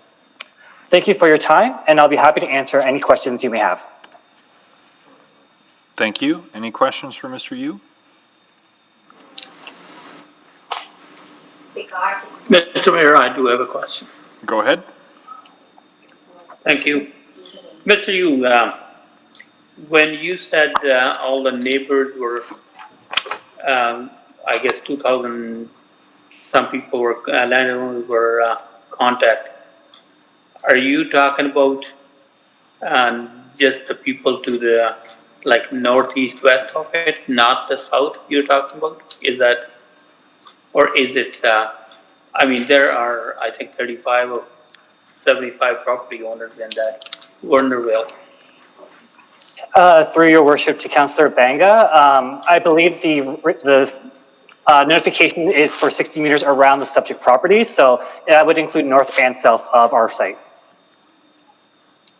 Okay, the concern about that property owner to the east there, about the mutual access. Could you explain a little more to me, like what are they wanting? Through your worship to Councillor Banga, our understanding, and I believe they are here today as well, is they are looking for a mutual access agreement through our property to access their land, because they're at the corner of 66 and Ellersly, but they can probably better answer that question. Okay, I'll probably ask administration later. Thank you. Thank you. Any other questions for Mr. Yu? Not seeing any. The next up is Ashif Maloo.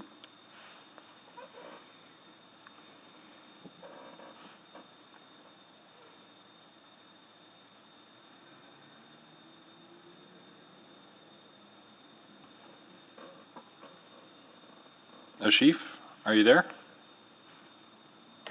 Hi, yes, I am. Go ahead. No, I'm in agreement. I'll keep this short and simple. I hope the same consideration is given to other properties around the perimeter. There are a lot of abandoned old homes in this area, and these properties would benefit from a commercial revitalization. And I think it would give it a much needed relevance and facelift. That's all I have to say. Thank you. Questions for Mr. Maloo? Not seeing any. Next then is Mr. Mackey. Did you have comments or questions only? Just questions only. Any questions for Mr. Mackey?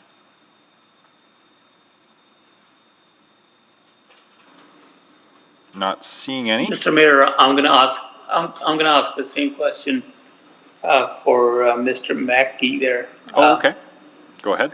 This mutual access, like I am still having trouble understanding it. Like is it from your property to their property, or like what is it?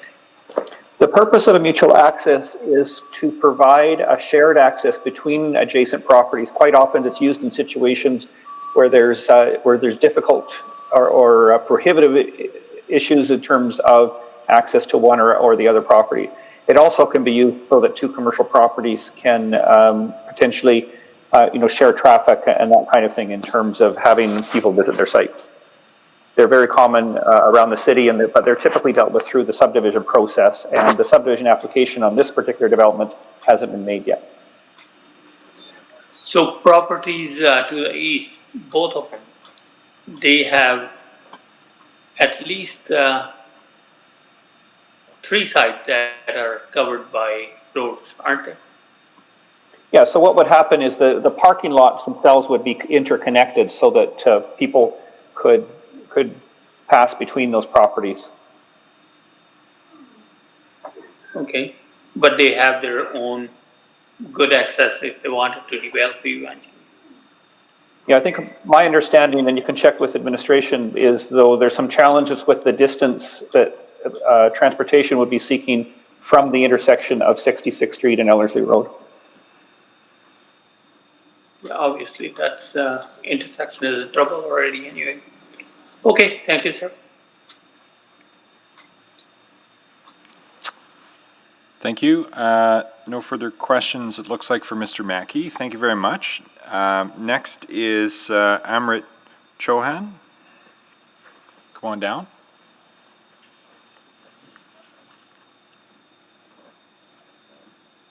And Ms. Chohan, you can come on down too, just to be close by when your time comes. Thank you. Thank you. Ms. Chohan, can you head down too, just so you're ready to go as soon as it's your time? Great, thank you. Okay. Go ahead, sir. The floor is yours for the next 5 minutes.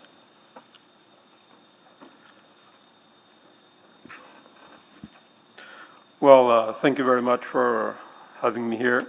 So good afternoon to you, Mr. Mayor, and the respected council members. I think this particular application requires some background, and for your information, I'm going to provide you some of that.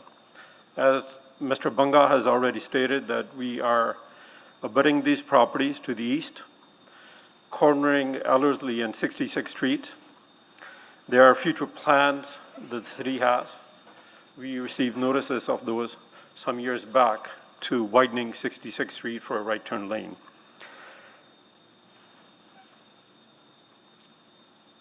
So for your information, I will refer to the properties to the east as lots A and B, as per legal address. So we had made a similar application going back to 2009 that kind of went on for about 3 years. The original application was for CNC. The city requested that this be, in fact, amended to DC2, and at their request, we then went through a whole gamut of exercises, including consultation with the transportation department, etc., planning, engineering. To make this short, this went before the hearing, council hearing, just like here we're today. The city then decided that they were not going to support this. So it fell short. Now, one of the conditions that the city had made at the time of us was, and I'll quote that, was that the city, and I'm quoting this, the city of Edmonton, as a condition of redevelopment of the area, requires that the existing accesses from lots A, B, and C, which is further north, with 66th Street be consolidated into one access such that a portion of such access shall be located on each of Lot B and Lot C. It was a condition precedent. So this matter, at the time of our application, it was spearheaded by Stantec. We had sent numerous letters out, just like Invisitec has done. And we did receive responses, some against, some for. So I'm really befuddled by the fact that they're saying that there were no responses. I can tell you that there was a public hearing held in one of the schools opposite.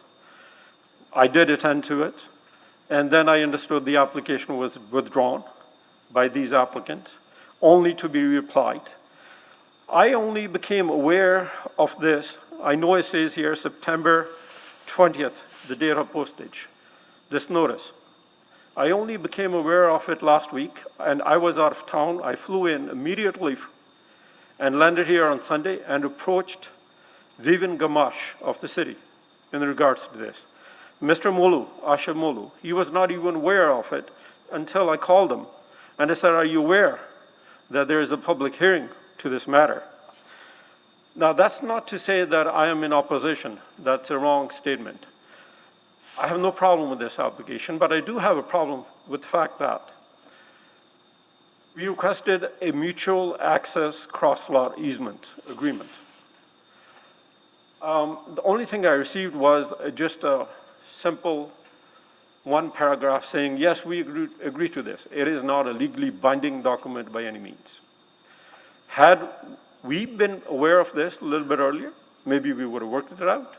If I had not brought this, they would have not entered into this, or would have not even entertained such an idea.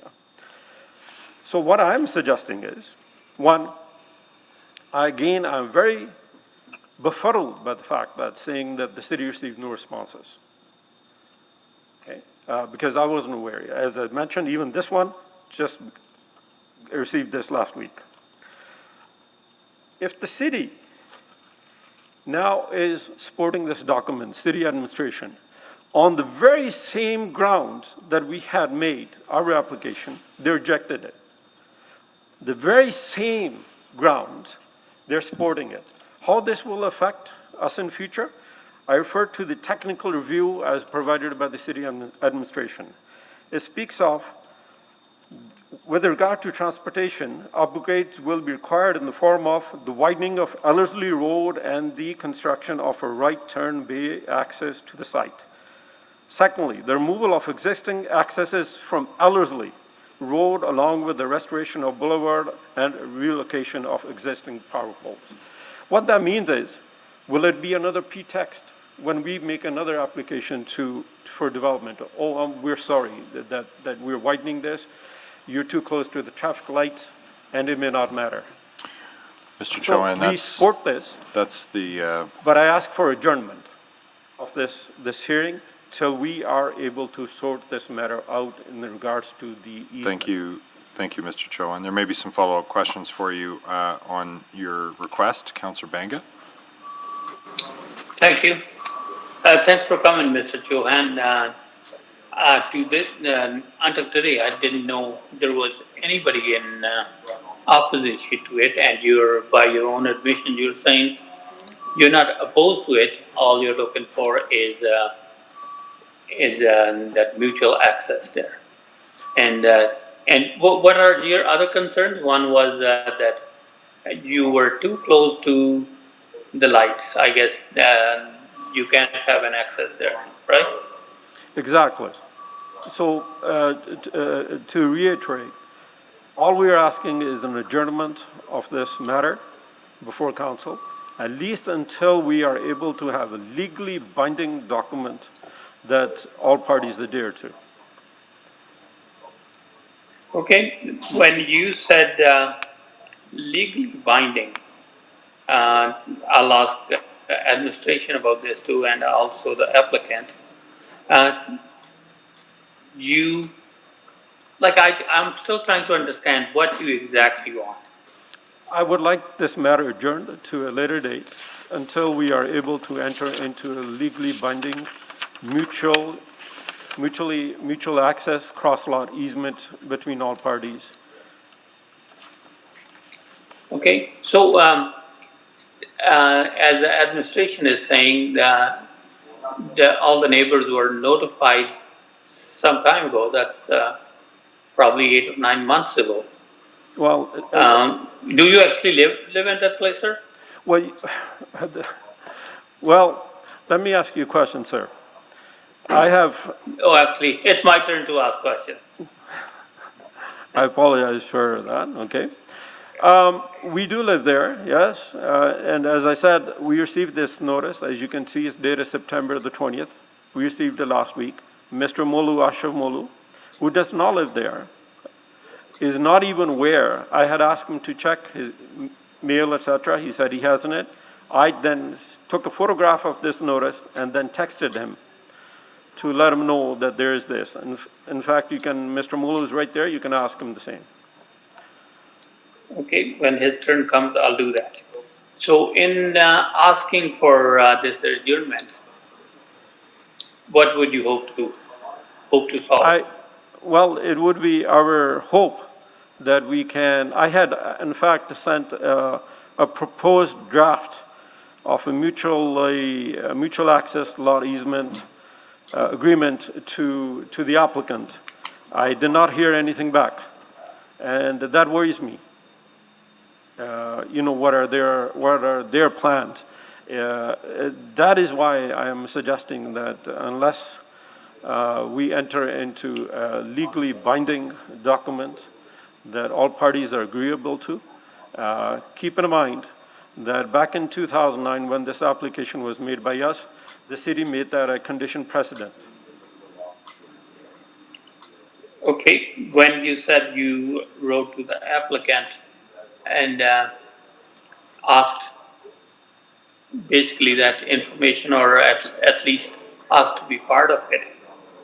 When was that sent to them? Only, as I said, only it was yesterday that I came here on Sunday. Only yesterday I got hold of Vivian Gamache. From her, I got the name of Mr. Stephen Yu, and from him I got the name of the actual developers of this property. I contacted them. I emailed them. I said, "This is what I'm looking for all parties' benefit." And what I received towards the end of the day was a very simple document saying, yes, we should work towards this. But, and then I said, well, I was expecting a legally binding document that your lawyers might have prepared in anticipation of this hearing, or at least of what you're doing. They did not answer. Then I had one prepared immediately, and I sent one to them early this morning after working on it all night, basically. And I was hoping to hear something, say, yes, you know, this is, and I asked for comments back. I have not heard anything back. Okay, we'll ask that information under new information from our applicant. Thank you. Thank you. Are there any other questions for Mr. Chauhan? Not seeing any at this time. Thank you for your comments, sir. We'll now hear from Gagandeep Chauhan.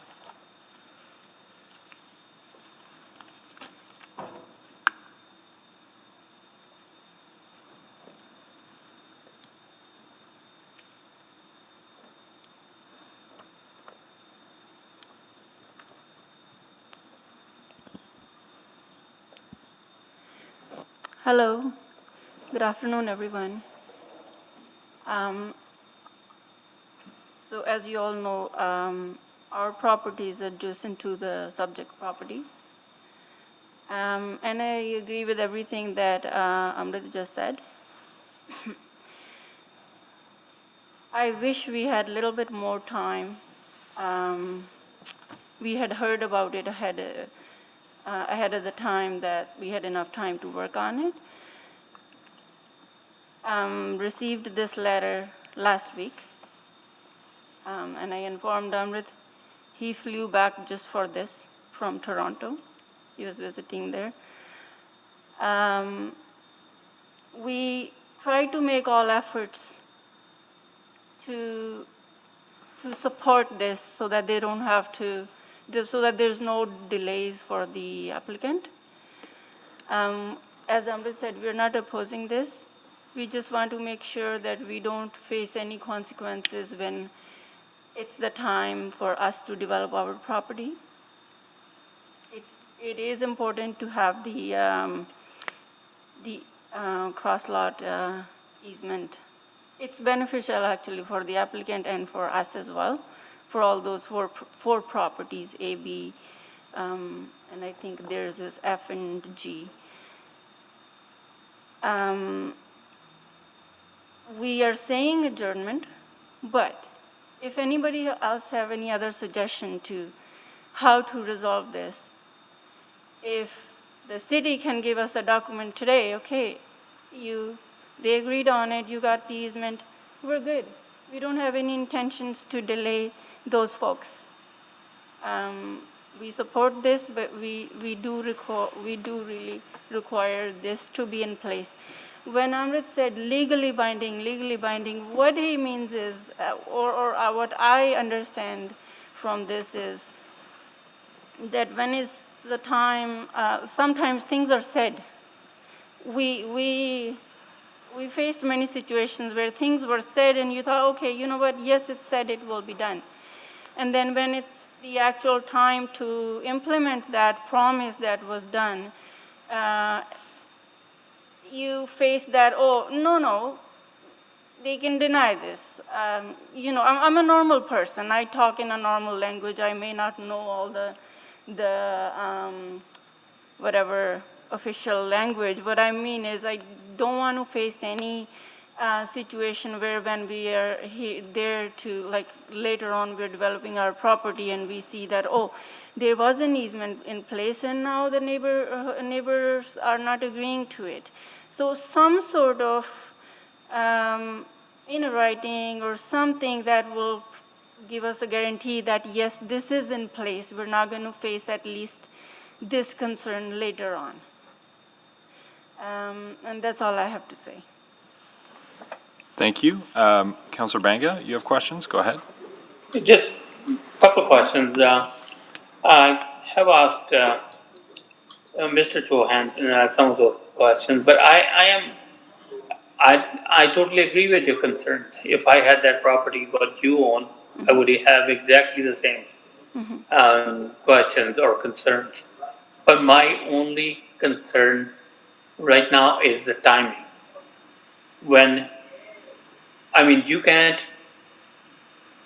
How can you expect somebody to produce a legally binding document without talking to them before yesterday? I completely understand, and it's not in my hands. I checked the mail last week, and there was a mail. I do check mail every week. I don't check my mail every day, but I received this letter last week, and quickly we informed our neighbor Ashif, and he still, up to this date, he still doesn't have the letter yet. So it's not even my fault. As I said, Mr. Banga, we have no intentions to delay these folks. We're not against this, and it was not even in our hands. I wish we had received this letter earlier, and we would have worked with these folks. And they seem to be agreeing to this because they said, okay, we will work with you, and that is positive to us. But again, as I said, I do want to see something. Some guarantee that yes, if it is in place, it's in writing, it will be effective in future when we are at the point of developing our property. It wasn't in our hands. We would have really worked on it if we had an advance notice, more advance notice than what we had. Thank you, Mr. Chauhan. Mm-hmm. Well, thank you all for your presentations on this one. I think now is probably a good time to take the 15-minute break and digest, and then we'll come back with questions of administration at 3:45. So thank you all. We're in recess for the next 15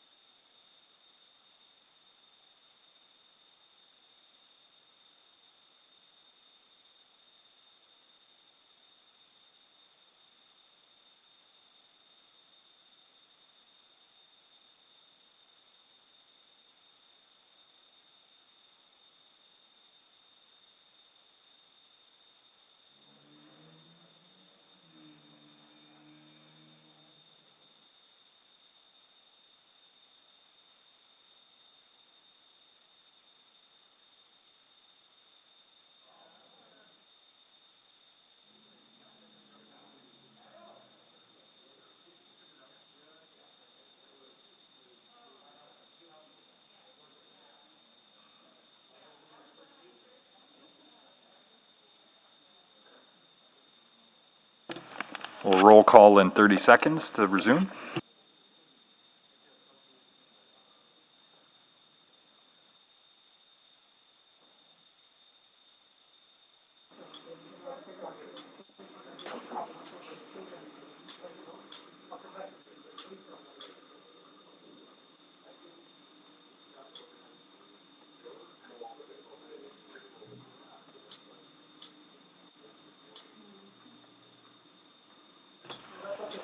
Okay. Councillor Cartmel. Good afternoon again. Welcome back. Councillor Katarina. Yes, Thank you. Councillor Zadok. I'm here. Welcome back. Councillor Esslinger. Good afternoon. Hello. Councillor Hamilton. Good afternoon. Hello. Councillor Henderson. Yep, still here. Great. Councillor Knack. Good afternoon again. Thank you. Councillor McKean. Here. Thank you. Councillor Nickel. Thank you. Councillor Paquette. Councillor Paquette. Good afternoon. There you are. Welcome. Councillor Walters. I'm here. Welcome back. And Councillor Banga. I'm here, Mr. Mayor. I sent you a text. See if you can have a look at it, please.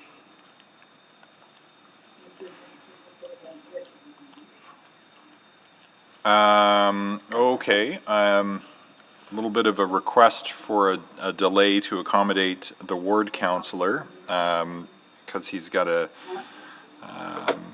take care of something. So I'm just wondering, Councillor McKean had said he just had quick questions on the next item. So since Councillor Banga is going to be indisposed for a few minutes here, with the indulgence of the applicants and the other speakers, I'm going to suggest that we just bring forward the first Oliver item. I'm happy to move that, Mr. Mayor. 311, 312, and 313. Yeah, thank you, Councillor Henderson. Second. Seconded by Councillor Walters. Okay, so yeah, Councillor Banga, take care of what you got to take care of there. Well, I'll just seek unanimous consent. Is there any objection to bringing this other quick item forward? Not hearing any. Then let's shift gears for a moment to that Oliver item. The first one. Why don't we, just for context, get the presentation quickly, and then we'll see if there are questions. It sounded like Councillor McKean had one. Mr. Mayor, this has been up before us before, so I really don't need the presentation. I was just keen to hear from the community league. Oh, okay. All right. Well, we can, if no one else wants the presentation, then what we can do is, did you have any questions for, or we had presentations registered, I think, then, from Richie Lamb, David Sanch, and Marcelo Figuera. So we'll need to hear those first and then come to questions of Mr. McDonald. Was Mr. Lamb able to join us? Yeah. Go ahead. Richie's here. No presentation on my side, just answering any questions. Oh, okay. Questions only. And David? No? Okay. I don't believe he's on. Okay. Marcelo?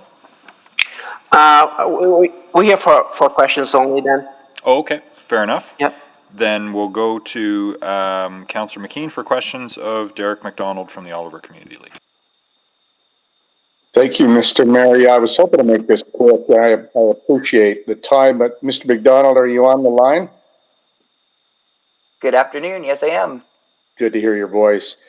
There are, I believe, 4 towers that are under construction or approved in that area. This is much more of a missing middle development, but I wanted to ask you.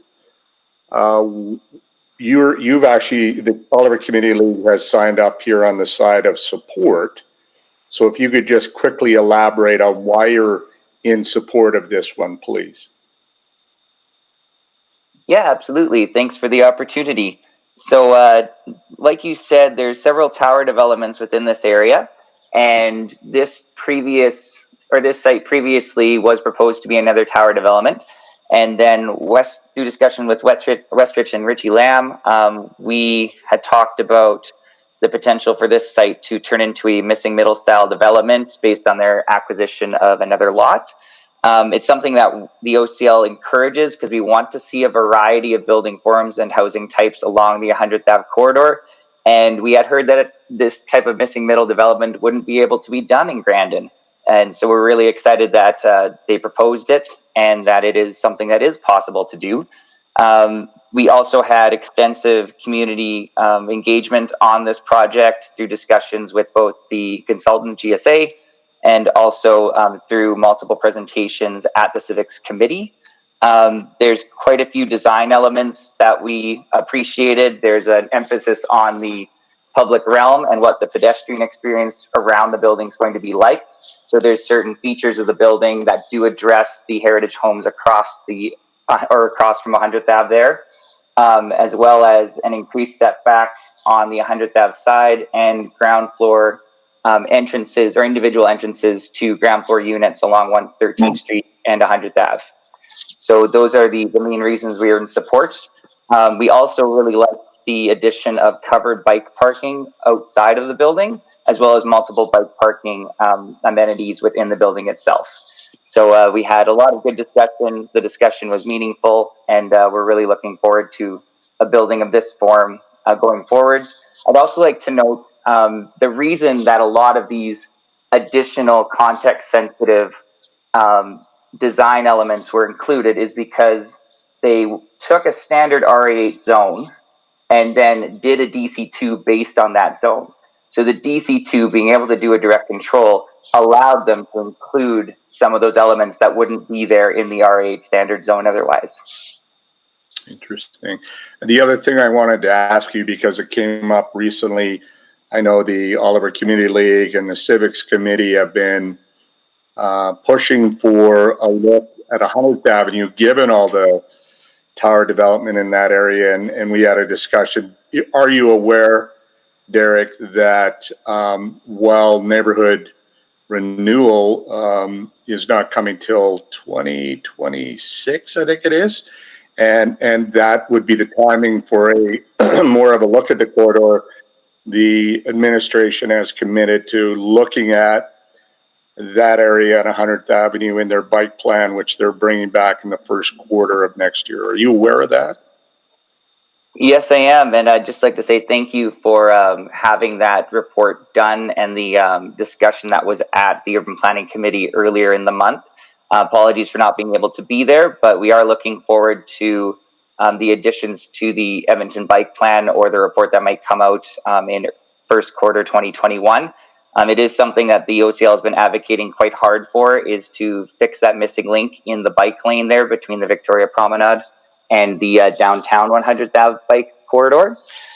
So that's something, there's a lot of public realm improvements that we think can be done ahead of time prior to the neighborhood renewal. We are excited to hear that neighborhood renewal will include arterials like 100th Ave. So that's something that I think, based on the amount of development in that area on the private side, it just makes sense for the public investment to match it. So yeah, we're really looking forward to whatever that ends up being, and they're looking forward to the report in 2021.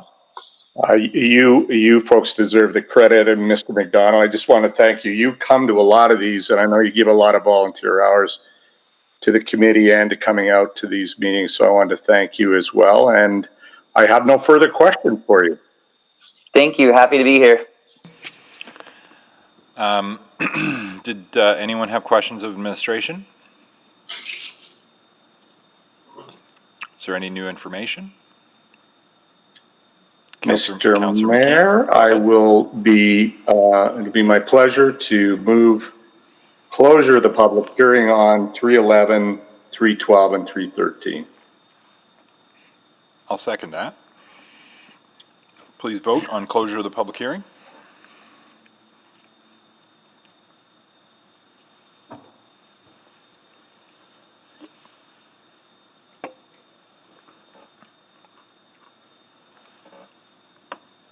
Display the vote. Carried unanimously. Mr. Mayor, I'll move first reading and speak briefly. I'll second it. Go ahead. Yeah, thanks. And I want to thank Richie and others at Westridge for this project. I think, you've all heard me whine a little bit about towers and the need for some housing diversity in Oliver. And it's, I don't know, it's we've had a lot of projects come into Oliver, and this one is one that I know the OCL was really happy with too. So I just wanted to highlight that, to be honest, that this community is open to development, and they're really pleased with council and its commitment to things like looking at recreation as well as active transportation in a community that I think maybe more than many, for sure, people move into with the idea that they can use their car far less. So I'm really pleased with what we've done in past, and I suspect we will all support this today, but that's what I'm hoping. Thank you. Thank you. Please vote on first reading.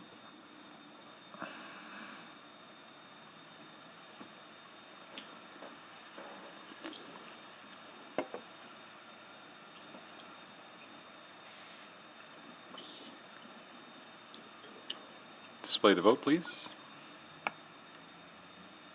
Carried unanimously. Mr. Mayor, I'll move second reading on the aforementioned bylaws. Second.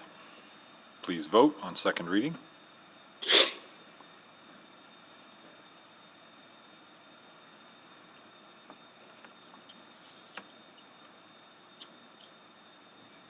Display the vote. Carried. And I'll move consideration of third reading on the bylaws. I'll second that and just check. Any objection to proceeding with third reading today? Then with unanimous consent, go ahead and move third reading. I will move third reading, Mr. Mayor, of bylaws 19274, 19439, and charter bylaw 19440. I'll second that. Please vote.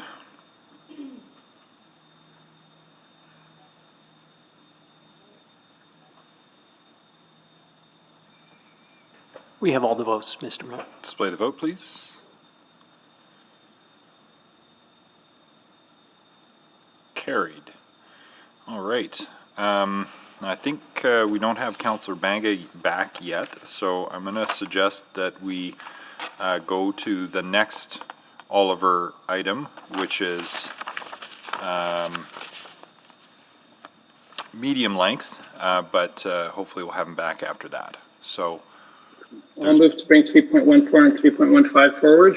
Okay, thank you. Second. Is there any objection to bringing it forward? Not seeing any, then let's get the presentation on the second Oliver item,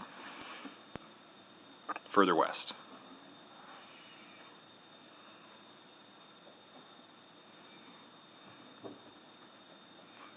And if I could just get the presentation up on the screen, please. North of the Oliverbahn.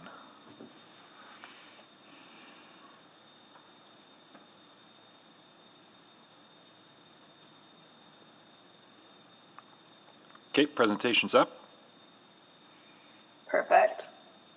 Good afternoon. This application proposes to rezone the former St. John's School site on 120th Street, south of Peace Garden Park, on 103rd Avenue from the U.S. Urban Services Zone to RE8 Medium Rise Apartment Zone.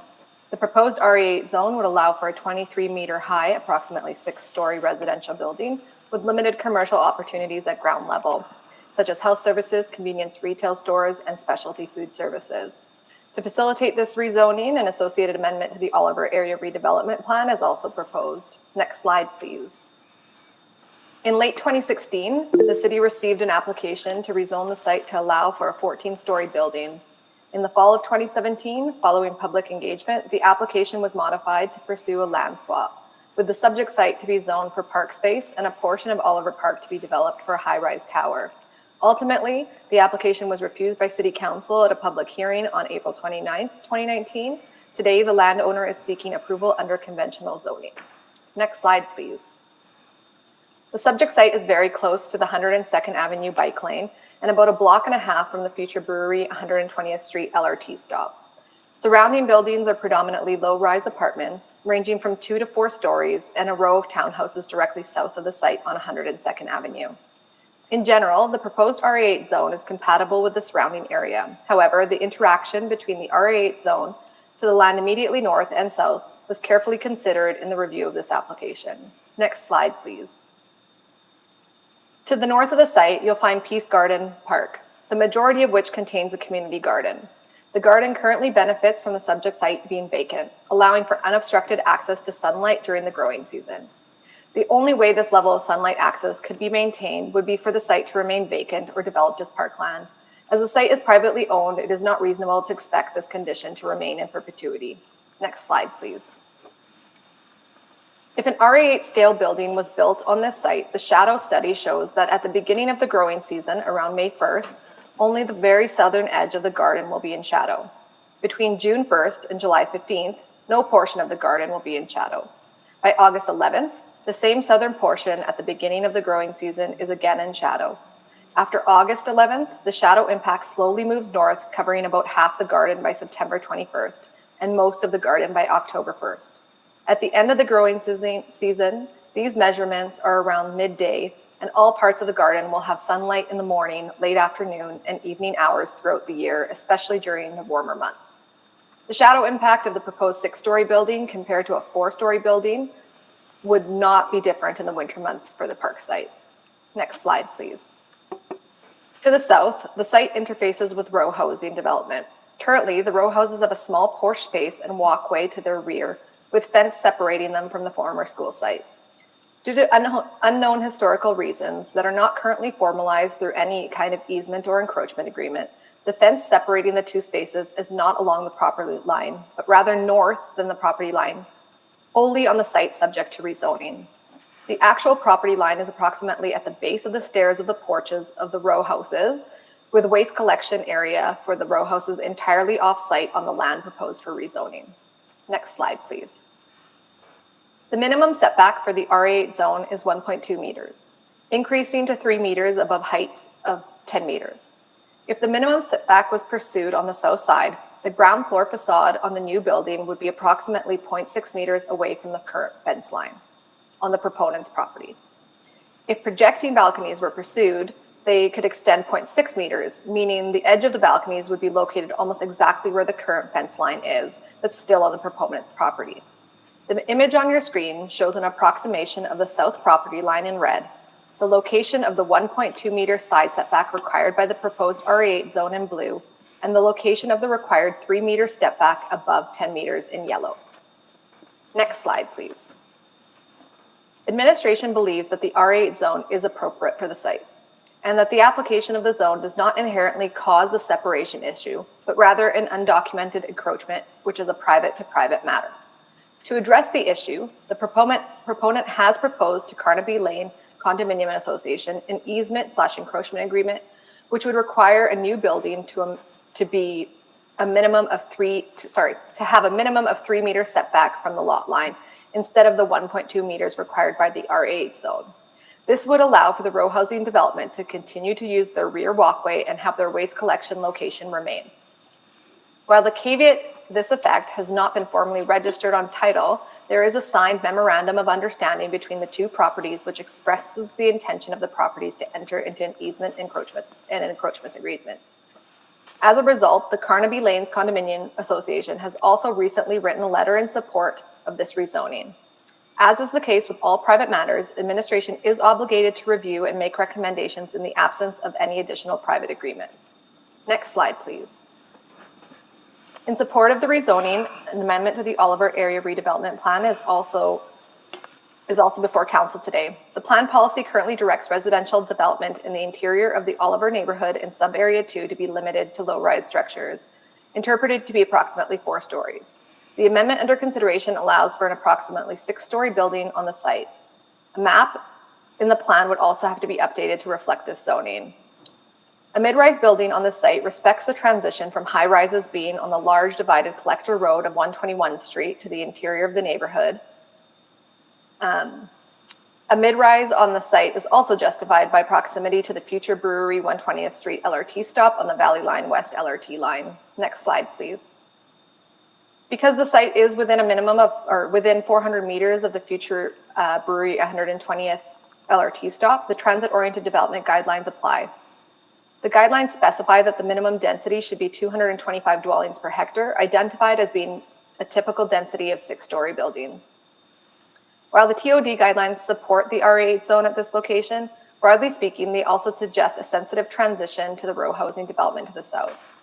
On sites abutting a single detached, semi-detached, or row housing zone, the height of the abutting facade should be stepped down to a maximum height permitted in the adjacent zones. Step back should also be incorporated into the building so that the bulk of the building is located away from the shared property lines. The maximum height in the RF6 zone, which is abutting the proposed site, is 14.5 to 16 meters depending on the roof design. The R8 zone requires a step back at the height of 10 meters in height. Next slide, please. On September 16th, 2020, City Council gave second reading to the City Plan, Edmonton's new municipal development plan. The high-level policy document describes the strategic goals, values, and intentions that direct Edmonton's growth from 1 million to 2 million people within its existing boundaries, and 50% of all new residential units created at infill locations, focusing on key nodes and corridors. The entire neighborhood of Oliver is considered part of Centre City in the new city plan.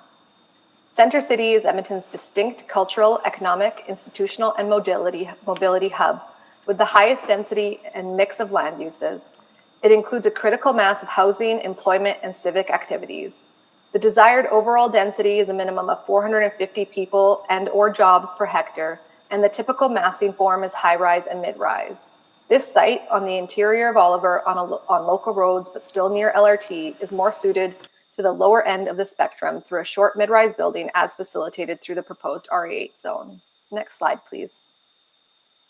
Public consultation for this application took place in the form of advance notification when the application was received and accepted by the city, as well as an interactive Engaged Edmonton website. The site was up for 21 days with over 500 visits and engagement with 36 citizens. Of those touch points, 5 people indicated their support to the rezoning, 6 supported it with conditions, and 20 were opposed, and 5 indicated no position. Common topics raised included traffic and parking, relationship to previous zoning application, impacts on Peace Garden Park, parks and open space needs in Oliver, impacts on row housing to the south, building design, policy context and conformance to the ARP, and broader neighborhood impacts. Next slide, please. In closing, administration recommends approval of this application. The proposal meets key goals and objectives outlined in Edmonton's policy and growth context. Its location in Centre City and a block and a half from a future enhanced neighborhood LRT station supports the proposal, providing increased density and housing options using conventional zoning on a suitable site. Thank you. Thank you. We will now hear from Ben Gardner from Gardner Architecture. Would it be possible for Marcelo to present first? Sure, yeah, if you'd like to change the order among the applicant representatives, we can go with Marcelo first. Thank you, Ben. Can I go, Mr. Mayor? Go ahead. Okay, good afternoon, Mr. Mayor and Council. Thank you for the opportunity to present today. My presentation will focus on the proposed building height from a conventional zoning perspective. Next slide, please.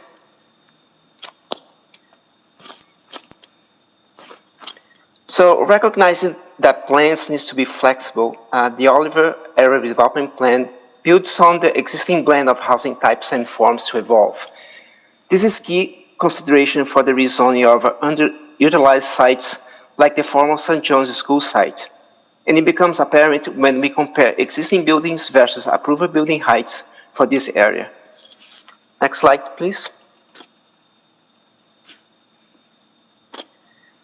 So, as shown on the screen, properties around the site have already been upzoned to prepare the area for future development.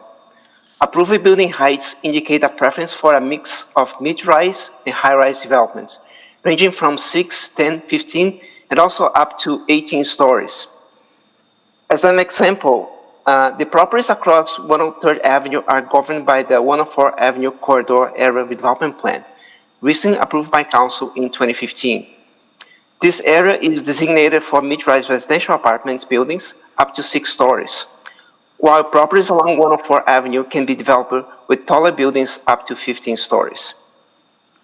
In addition, the TOD guidelines provide direction to development on the subject site to note that the appropriate build form for development at this proximity to the LRT station is 6 stories. They also provide recommendations on building design. Transit-oriented developments are expected to include street frontage, ground-oriented units, underground parking, and street entries for all ground-level units fronting onto a street. Next slide, please.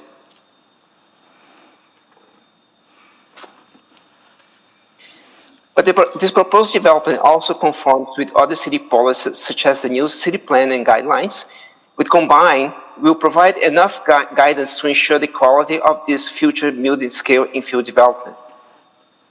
The city's infill roadmap articulates a series of revisions to the zoning bylaw to enable medium-scale infill. Revisions to the R8 zone were approved by Council recently in August 2019. Those revisions have triggered a high demand for the R8 zone, making 6 stories mid-rise development a preferred and reasonable missing middle build form in Edmonton. The R8 zone will implement a highly desirable build form and will incorporate design criteria to provide an appropriate interface to adjacent developments and public areas without the need to apply the direct control rezoning framework. As you're aware, the purpose of the DC2 is to provide for direct control over a specific proposed development where any other zone would be inappropriate or inadequate. We think the new R8 zone comprises a robust and cleaner set of regulations for mid-rise development, thus avoiding the DC2 route. As my colleague Ben Gardner will explain in his next presentation, the resulting mass of the proposed development on this site is being informed by a careful sun-shadow study. This will ensure that the proposed development will contribute to the use of the Peace Garden Park without impacting its garden plots during Edmonton's growing season. In closing, I just wanted to emphasize that the infill roadmap was a long process with input from the public, designers, developers, and other stakeholder groups. The new RA zone is the outcome of that effort, so that's why we think it is the right tool to implement development on this site. Thank you. Thank you. Any questions for Mr. Figuera? Councillor McKean. Yeah, thanks, Mr. Mayor. Mr. Figuera, would it be you or the next speaker that I would ask about setbacks and step backs that respect the sensitivities to the north and south of this proposed project? To you, Mr. Mayor. Councillor McKean, I think my colleague Ben Gardner can speak a bit more about the setbacks to the north, and the owner from Abilene, Oscar Root, can talk about this agreement to provide more setbacks to the south. Okay, fair enough. Thank you. Yeah, thank you. Any other questions for Mr. Figuera? Not seeing any. We'll turn then next to Mr. Gardner.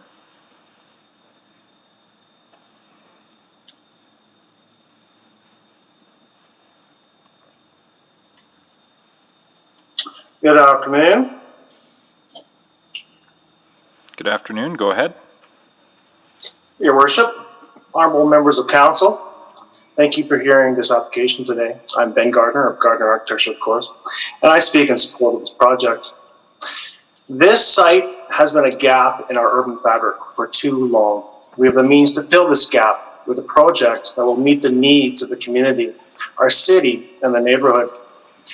We would like to build a 6-story wood frame multifamily apartments on this site.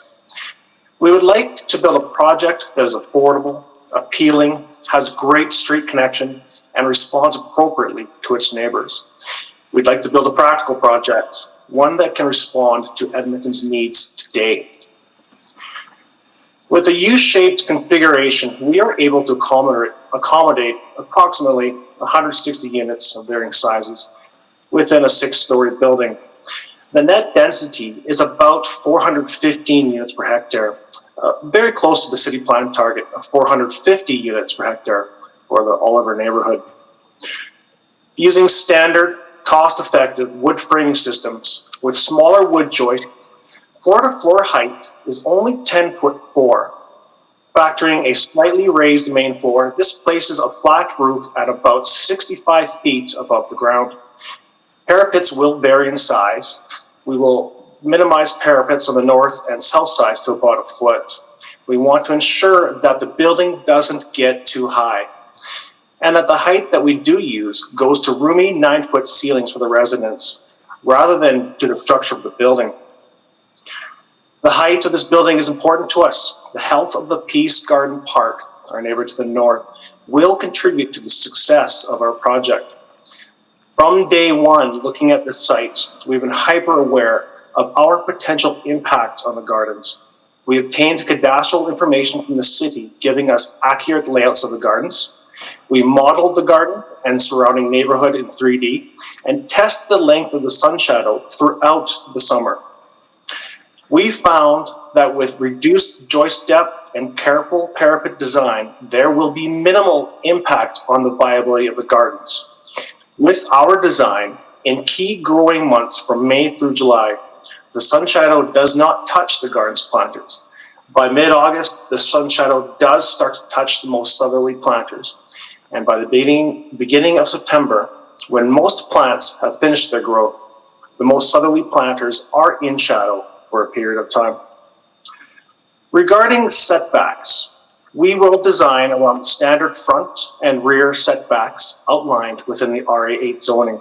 However, we will be increasing the north and south setbacks to 3 meters for all floors, rather than pushing the lower floors to the 1.2 meter setback that would be allowed within the RA8 zoning. We need the larger setback on the south side to accommodate this right of way for the benefit of the Carnaby Lane residents. And for the sake of simplicity, we will apply the same solution to the north side, facing the gardens. On parking, ample heated underground parking will be provided, as well as parking off of the alley. Parking, garbage collection, and electrical utilities will be on the alley side. Street side and garden side units will be ground oriented. The main floor will be raised by a foot or two to create privacy for ground floor units. This impacts height, but is important for the success of these units. Each ground floor oriented unit will have its own front door and approaching sidewalk, respecting best principles of crime prevention through environmental design and healthy community building. Shiny towers are nice, but this concept is practical and realistic. It is an appropriate response to the needs of the city for affordable infill market housing that contributes to our community now. Here at Gardner Architecture, we have a depth of experience in this building typology. Ivy Lane has done a few of these themselves, having been in this business for decades.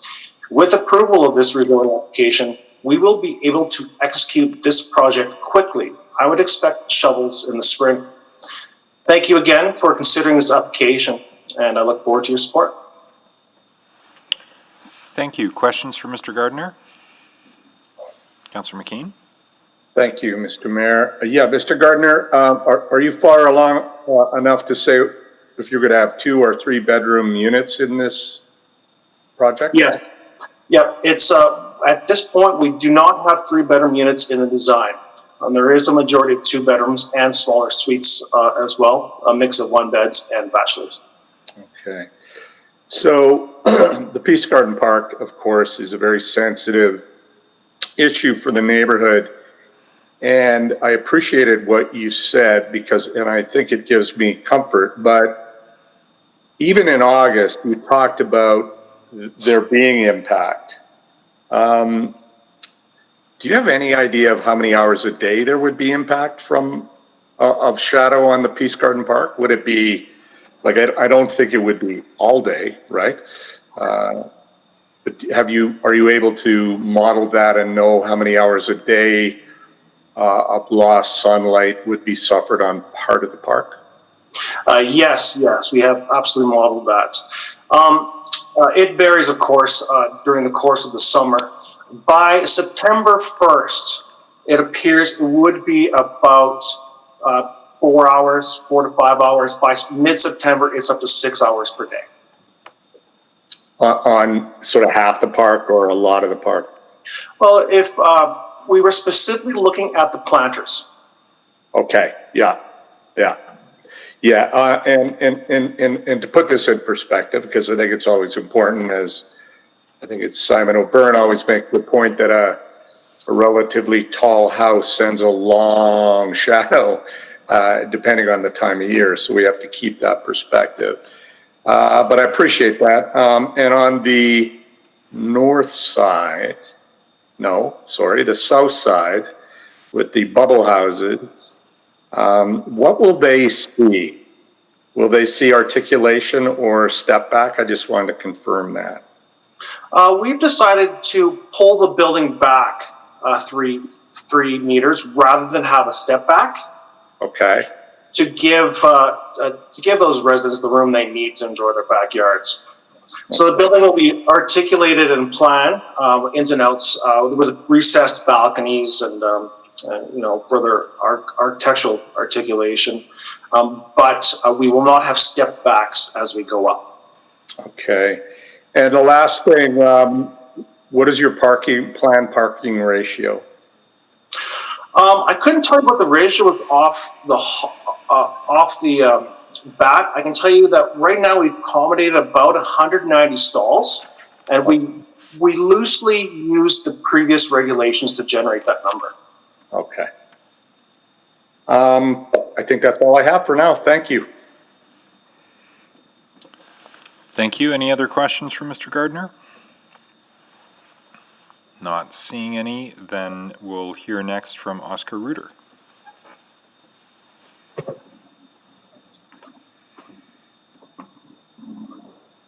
Can you hear me, please? Yes, go ahead.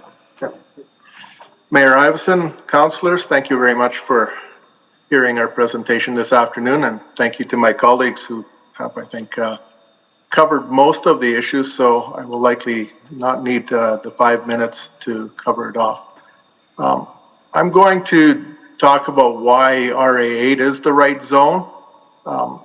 In your handout that I trust that you have in front of you, I've listed 8 reasons why RA8 makes sense. Bring your attention to that. And it's fairly self-explanatory in terms of what I say there, but 6 stories is the old 4 stories. The RA8 zoning, which was never used before, or rarely used before, is now become very popular because it encompasses 6-story wood frame construction. Wood frame construction, as I think most people know, but for the benefit of this presentation, is a lot quicker, it's more economical, more efficient, not to exclude very sustainable. So wood frame construction is very, is a popular methodology for developers, and RA8 covers, allows 6-story wood frame construction to be built. So there's the main reason why why it has changed in the last couple of years. RA zoning permits economical and allows us to build competitively.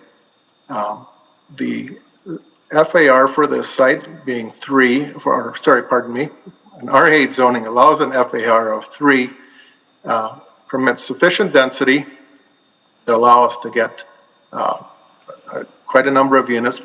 Approximately 160 units have been estimated to be achieved on this site, and at the same time still keeping our height to a minimal. We have, as Ben has pointed out, been very respectful of our neighbors to the south I think the next speaker will speak in support, but to reiterate, we have reached an agreement with them to keep a 3-meter setback from the property line, allowing their walkway and a new fence to be built between our properties, which will actually be on our property. To the north, I should point out that there is 7.5 meters of, I'll refer to it as no man's land, but an undeveloped city parcel between the existing south fence of the Peace Garden and actually our property line. Then we are another further 3 meters away from property line. So this buffer, if we want to call it that, minimizes the shadow onto the Peace Garden Park. But notwithstanding this undeveloped land, which I'm not sure how it will unfold to be developed, but I trust it will be developed into a green space, will be fronted by ground units facing in that direction. We want to maximize, the benefit of the Peace Garden Park. We want our residents that are living there to enjoy the Peace Garden Park as much as the existing residents of Oliver enjoy it now.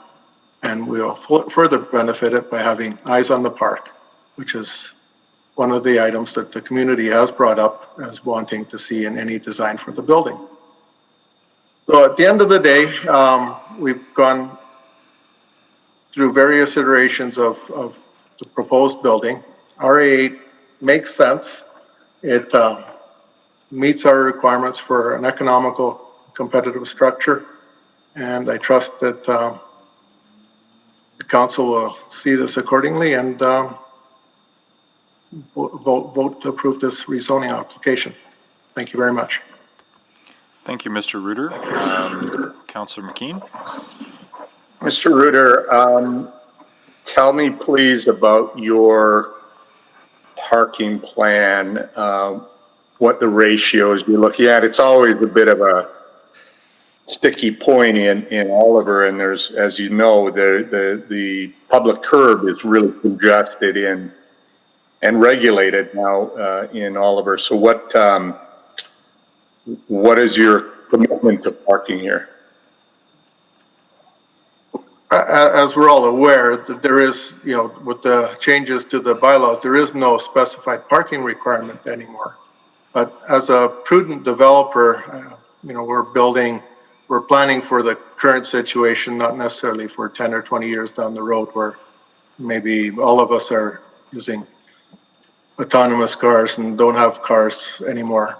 The target in my mind right now is that 1 parking stall per unit is still a necessity, which translates to about 160 parking stalls. We would also accommodate visitor parking on the east side of the property off of the lane, which will accommodate the parkade access, a loading zone, as well as the garbage pickup. But accommodating all that, we still expect to get 17 or 18 parking stalls, which would all be visitor parking stalls along the lane on the east side of the proposed building. You have signed or I guess got a letter of support from the bubble houses to the south, and you would have gone through setback, step back, balconies, all those articulation, all those issues with them and come to an agreement? Yes, we have, and it is a formal agreement. It will get registered on title. Some legal surveying, of course, has to be done to accommodate that. But we have a formal agreement with them. And I'll just add that that agreement is going to be in place whether council approves this rezoning today or not. We spent a lot of time hammering out an agreement. And I think both parties, I can certainly speak for us, that we're satisfied with it. I presume that Carnaby Lane is satisfied that they will still be able to maintain the walkway at the back. They'll end up with a new fence fairly close to where the existing chain link fence is, plus there'll be a little bit of setback to the balconies and to the building that we're proposing. Is it your understanding, and I may ask our lawyer this, is your understanding that the easement would be would stay with the zone. So if you were to have to sell the land, somebody came in to redevelop or to develop, they would be held to that unless they came back for a rezoning? Yes, the agreement, the end of the agreement is not predicated by what happens on the St. John site. It's predicated by what may happen on the Carnaby Lane site, which is there would have to be a major redevelopment of that site. Then the agreement would end. But as long as Carnaby Lane stays pretty much in their current state, the agreement stays in effect. Thank you. Appreciate your time. Thank you. Thank you. Other questions for Mr. Reuter? Not seeing any. Then we'll hear next from Christopher Weiss from the Carnaby Lane Condo Association. Thank you very much. I've been asked to speak on behalf of my neighbors at Carnaby Lane. I'm going to, based on Oscar's speech, I'm just going to let him do most of the talking in terms of setbacks and the agreement that we've come to. That being said, as an association, we agree with the general spirit of redeveloping the land to the north of us. As an association, we all choose to own and live in property in Oliver because of the high density of the neighborhood, and we support the further development of more housing, particularly housing that's family friendly. So in that case, you've had a long session today at council, and I'll leave it at that and let you know that as an association, we support the rezoning. Thank you. Thank you. Any questions for Mr. Weiss? Clearly that speaks for itself then. Thank you. We'll turn now to those registered in opposition, starting with Tara McCashin. And I just note Councillor Banga has rejoined us, and so we'll complete this item and then we'll turn back to the other one. So, first up is Tara McCashin. Hi, thank you. Can you guys hear me? Yes, we can. Go ahead. Okay, thank you for giving me the opportunity to speak. I am an intern architect. I'm a resident of Oliver and a member of the Civic Committee. I'm here, I'll say peacefully, not in support, because I'm a big supporter of density and development in general. These days, most residents in Oliver understand and celebrate that positive effect of density. So the R8 zone, strictly in density, I think is appropriate, but it might be more of a suburb zone in that it doesn't engage with the street necessarily. I don't think it actually says main floors have to have access to the road. Actually, the reason that I decided to speak today was from the lack of transparency on the part of the developer, because we volunteer our time and we've given many opportunities to hear about this development. And we just want to ensure that the development will interact well with the street. I'm glad to hear there's a bit of a mix of units and there's potentially main floor access on one side at least. But we've had a lot of really great developers that have elevated the neighborhood lately, and it's given us, they think holistically, they think long-term, and they're making a big effort to integrate and engage the context. And they can see that this is actually beneficial to everyone, and it's awesome. And we think that that should be the bar. That should be the bar, and we shouldn't be going to council when we have, just seeing that site plan, that was brand new information for the Civic Committee. And I'm also glad to see that there was a 3-meter setback. It was a little bit more positive than I was expecting, but I also think that it's a really awesome property with lots of potential. And from the lack of transparency of what they were going to do, I am concerned that the outlook was short-term, intended to make maximum profit, and that building is permanent, and the effect it has on the neighborhood is permanent. So my opposition was to the lack of communication, essentially. Yeah, and we just don't want a building that people are going to walk by to get to the other side, because if we allow that too much, we're not going to be creating human-centered design, which I think is what this city has been working hard towards, and I think they've been doing an awesome job. So every building contributes to the overall whole, and we want to see more engagement with the street. And like, honestly, it's a bit hard because I'm seeing brand new information today, but I think it could be more than what is actually there, and I wish there was a marker of success for the more qualitative and experiential aspects of the built environment, so that developers that are making that great effort and elevating the neighborhood and therefore the city should be more recognized. And I hope that this is one of those developments, but because we weren't able to see it, that is why I'm in non-support. So that's all. Thank you. Councillor McKean, go ahead. Yeah, thanks, Mr. Cash. I appreciate your comments.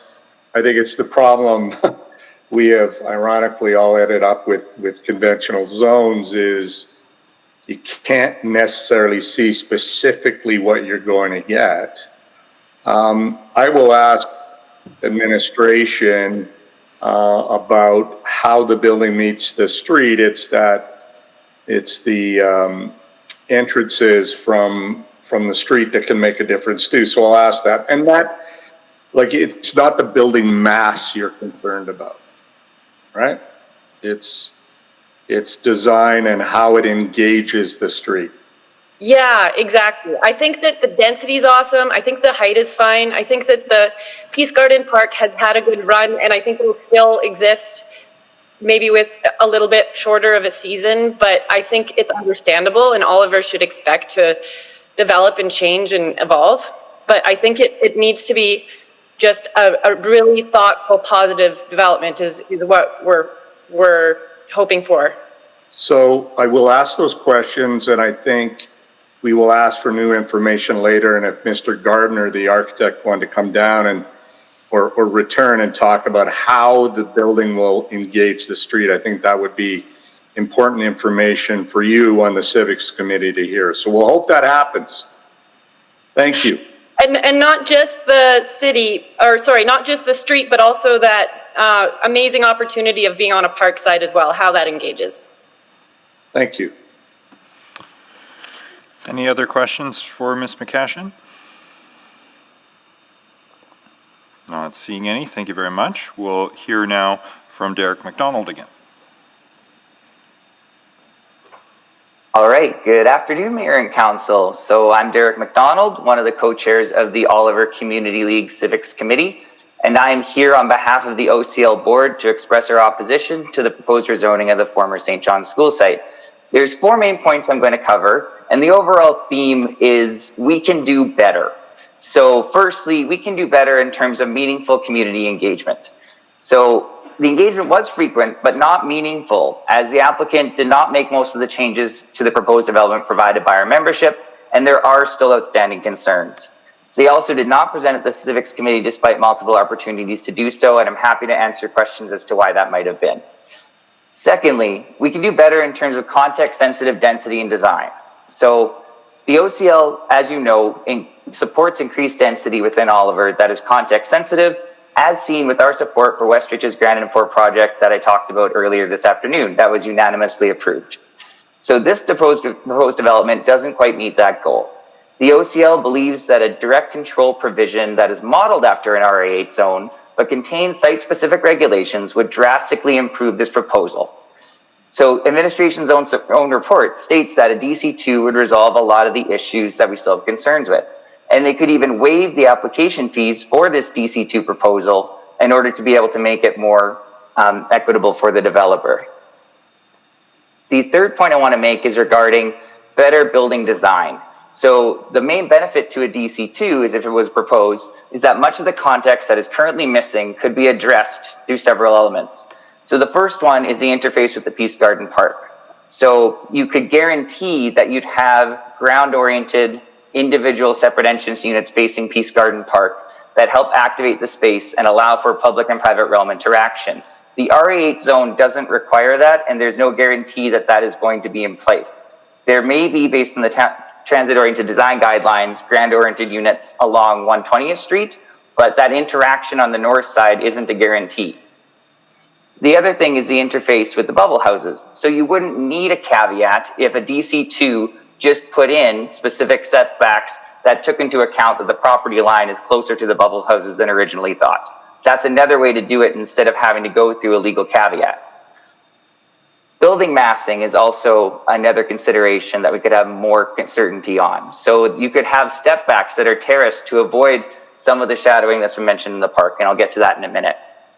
As well as the site layout. So the site layout that you saw today is not something that we've seen previously. We saw a different layout version, but it didn't have individual entrance suites along 120th Street or on the north side. There could be more of a guarantee as to what's actually going to be proposed and that some of the things you're hearing today are actually going to be followed through. That same thing goes with landscaping, the unit sizes, the type of units. You could potentially have a space that is residential but could be converted into commercial on the ground floor that faces the park and activates that space and really interacts with the Peace Garden Park in the future. It might not be feasible right now to do commercial, but 10, 20 years it could be, and that building's still going to be there. Community amenities, same thing. Community amenity contributions, a DC2 asks you to address that. There isn't a review from the Edmonton Design Committee that we can look at, which we had for Grand and 4, which is a 6-story building in that missing middle style that's very similar to what could be done here. So the RA8 zone has its place, but it really is more fit for a suburban context. There have been some changes that have improved that, but it's not the right zone for here. The last thing I want to talk about is the building better for sun shadow impacts and winter city design guidelines. So the OCL has major concerns over the potential for this development to shadow Peace Garden Park throughout the year. As you've heard, it could shadow up to 50 to 75%, I would say, of the Peace Garden Park garden plots after August 11th. So as Oliver continues to densify, the city needs to ensure that existing public park space is designed to maximize its benefits to the community. We have small parks in Oliver, and what we need to be able to do is maximize the utilization on those parks throughout as much of the year as we can.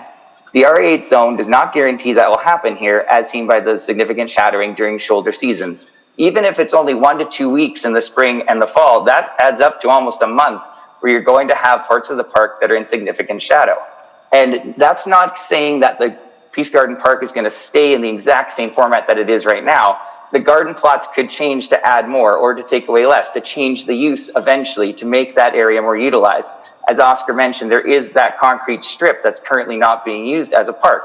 That's going to have to change eventually, and we don't want to have development that potentially limits people using that area. So one of the 5 main principles of the city's winter design guidelines is to maximize exposure to sunshine through orientation and design. And the standard R8 zone is just not going to ensure that that principle is going to be followed. The admin report even states that the site needs to be multifunctional over time. So overall, the OCL does not support the proposed application and encourages the applicant and the city to consider a direct control provision that is based on the R8 zone, literally copy paste the R8 zone and then just add the specific regulations that would add this context. Mr. McDonald. So that the development enhances the public realm. Mr. McDonald, I have to stop you there. You're well over the 5 minutes. Oh, sorry, thank you. It's okay.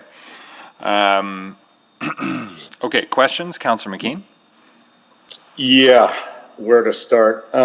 Thank you, Derek, for your submission. Very detailed and very deep.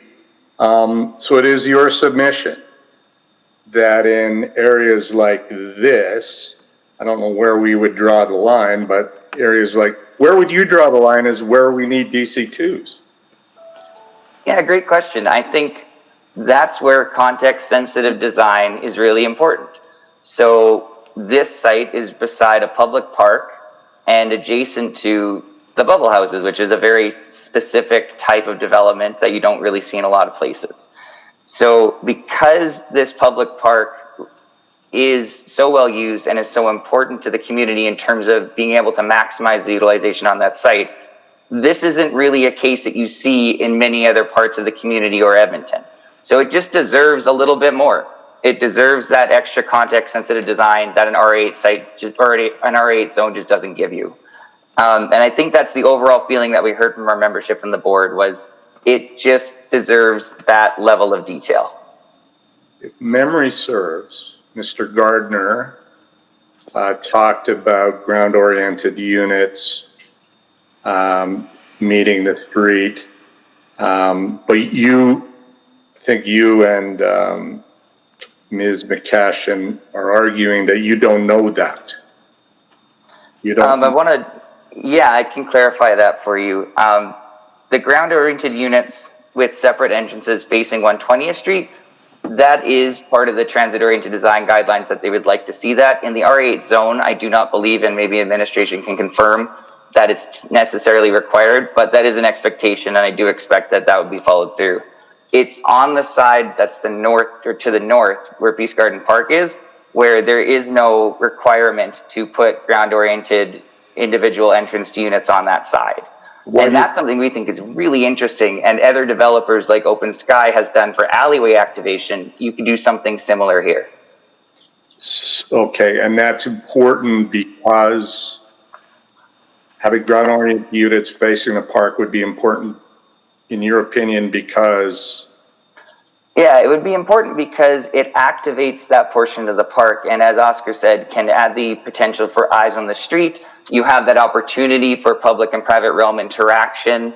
You're not creating as much of a blank space, which is one of the concerns with previous iterations of this development. So it's just adding that additional touch to make sure that that part of the park or the park and the development mesh as well as possible. Okay. Okay, thank you. Thank you. Any other questions for Mr. McDonald? Not seeing any. Let's turn back to administration.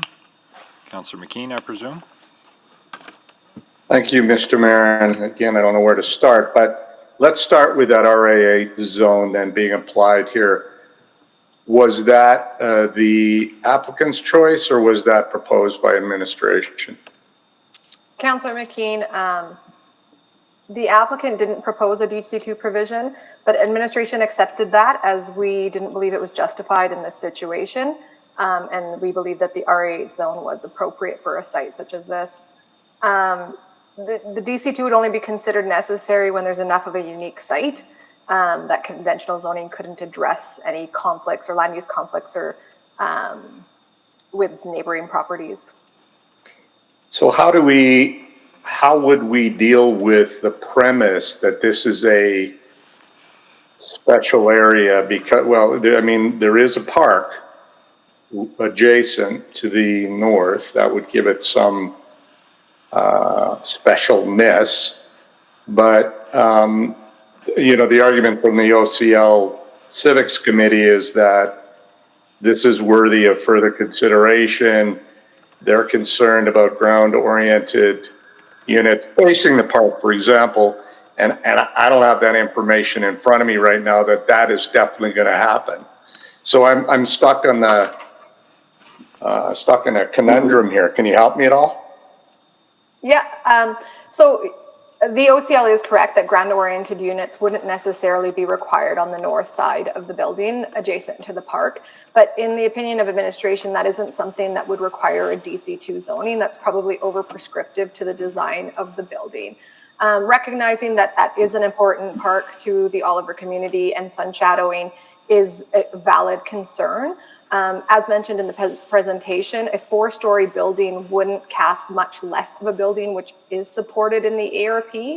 And then to address the ground-oriented units on the 120th Street frontage, so it's not only the TOD guidelines that would require that, the RA8 zone for any building facade that has a length greater than 12.2 meters. And in this case, the frontage on 120th is, or sorry, the site frontage on 120th is about 80 meters. so it's likely to happen. There needs to be front ground level entrances off that public roadway. So just to address that, that is in the RE8 zone. Off the street, but not the avenue facing north. No. We have no. It's not a public roadway, so no, it wouldn't be required. Okay. There may be balconies for eyes on the street, as Mr. Reuter mentioned, but what about, can you comment on the stickiness of the easement, on it being in stone? So the easement would be, and of course I'd look to our colleagues at law to add anything in if I missed something, but the easement would be registered on title. It wouldn't make it as part of the zoning, obviously, but it would be something that stays with the title even if the land was sold or was rezoned to something else. What Mr. Reuter explained was that there is specifics in the agreement that would say that unless Carnaby Lanes is significantly redeveloped,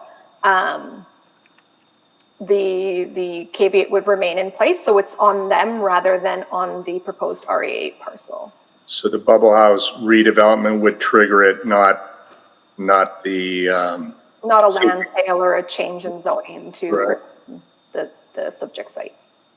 Okay. Thank you. That's all I have for now, Mr. Mayor, sort of hoping that Mr. Reuter or somebody else will come back for new information. Thank you.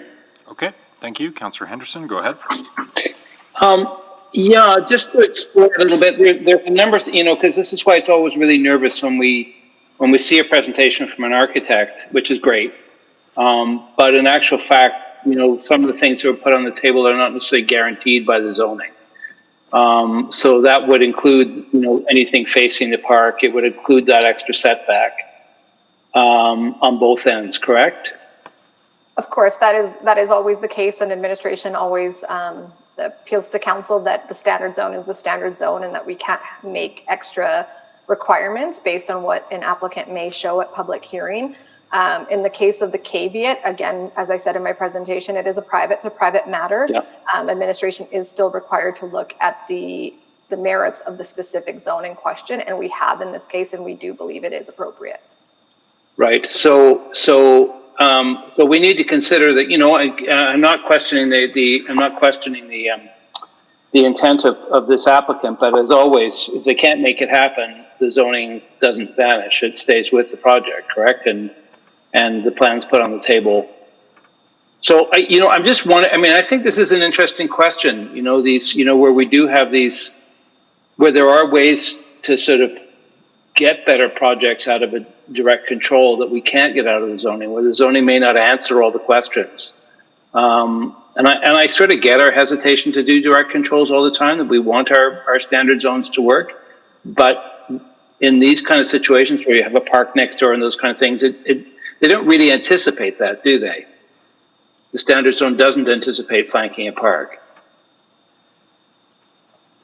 No, it doesn't necessarily anticipate it, and you can't, in the design of any building or the application of any zones, unless it's DC2, you cannot specifically control for every situation. No, understood. And the direct control can respond to that. So the flanking of a park, it's just interesting that the flanking of a park doesn't necessarily trigger our sense that it might be worth looking at a direct control. Because, understanding that I think the intentions of this architect and this builder are good, but that's not what we're actually approving. Where you have a park next door in that kind of condition, especially in a higher density neighborhood like this, where public realm and public space is so important, that wouldn't trigger the advantage of going to a direct control? I think in this case, specifically, that we do see developments adjacent to parks, and I think we have to stand behind the RE8 zone, which was recently amended last summer. creating an interface where there could be entrances onto the south side or the north side could also be problematic. So we've amended our R8 zone so that it could be used in these missing middle contexts and these infill contexts. And administration truly doesn't believe that the situation is unique enough that we would need an additional setback or step back at this location or other parks. Great. Now, and walk me through what happens from here, because although EDC doesn't weigh in on this because because we're using a standard zone, but they will weigh in at the development permit stage, will they not? Yes, that is correct. So EDC will have a look on this, and presumably the development officer would respond to the recommendations that came from EDC at the next stage. That is a possibility, yes. Okay, but they're not obligated to. Not necessarily, just because it is a standard zone. I think it's reasonable to expect with a site this size as well that we probably wouldn't see any variance requests with a site this size. So it's reasonable to assess the RA8 zone as is and kind of have the expectation that it would be developed within its regulations. Yeah, but EDC would be looking for another set of, would be looking beyond what would be variable, variance or not variance. That's not where they limit themselves. They actually look at other considerations as well, correct? Yeah, of course, yes. And they'd be looking at the design of the building and they would be making recommendations based on the design of the building. And our DOs are pretty good about giving respect to that, is my experience. Is that fair to say? Yes, it is. Yeah. Okay, thanks. I'm out of time. Thanks. Other questions for administration? Not seeing any. Then under new information, I heard Councillor McKean seeking something perhaps from Mr. Reuter. Mr. Reuter, you there?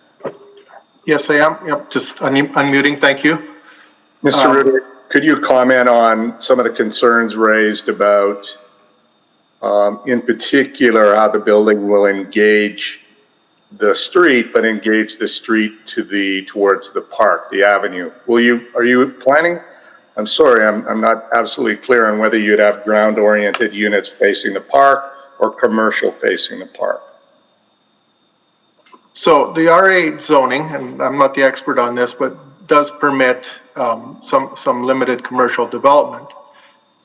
It's a business decision that we haven't we have to get past today, I guess, to find out if we haven't approved for an R8 zoning, and then the details follow out of it. And it is part of the disadvantage we have that we apply for R8 zoning. It's simple, it's faster. We twice before went the DC route, very expensive, and at the wisdom of council, when we did make it the last time, we failed, and that's fine. We accept that. So we come back with an R8 zoning, as you heard before from the other speakers, and people opposing this, that R8 zone bills the bill almost 95%.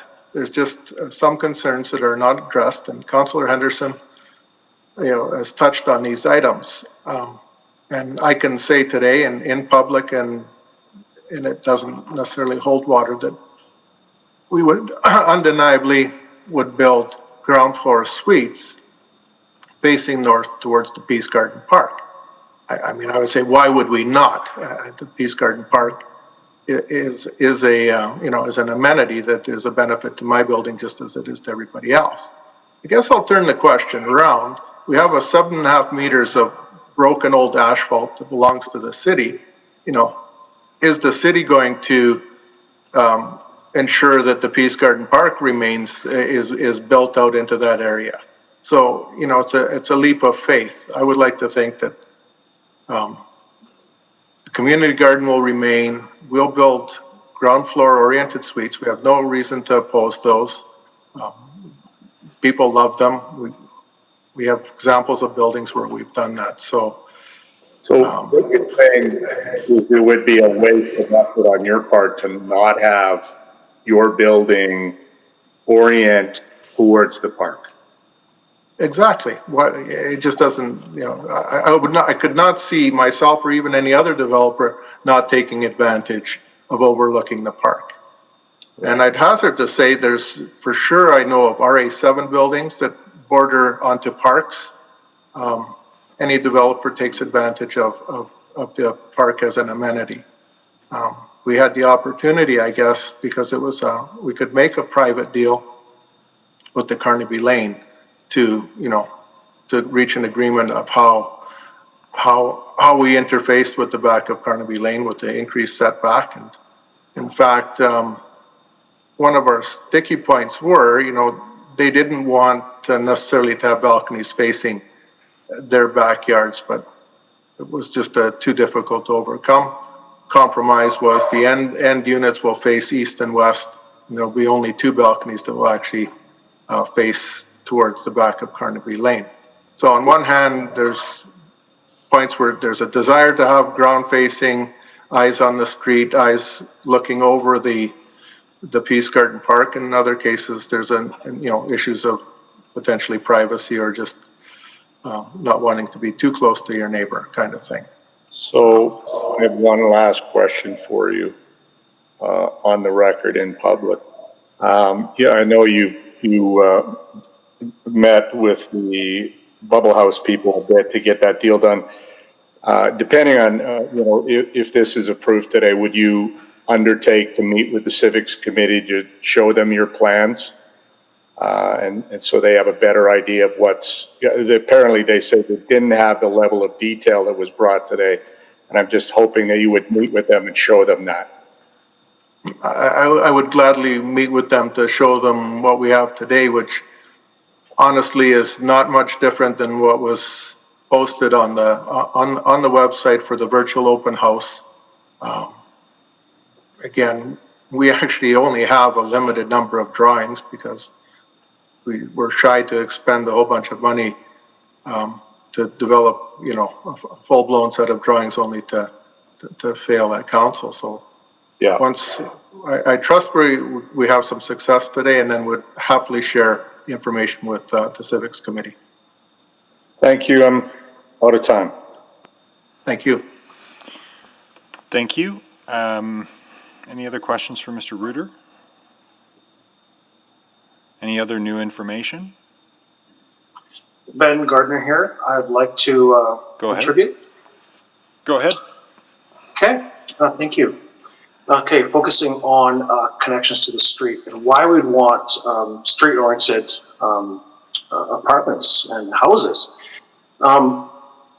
You should know that from the design team perspective, we did not make this decision based upon TOD requirements. I think that that's been our expectation from the beginning, to have strong connections both to the street and to the park. And Oscar laid out some good reasons.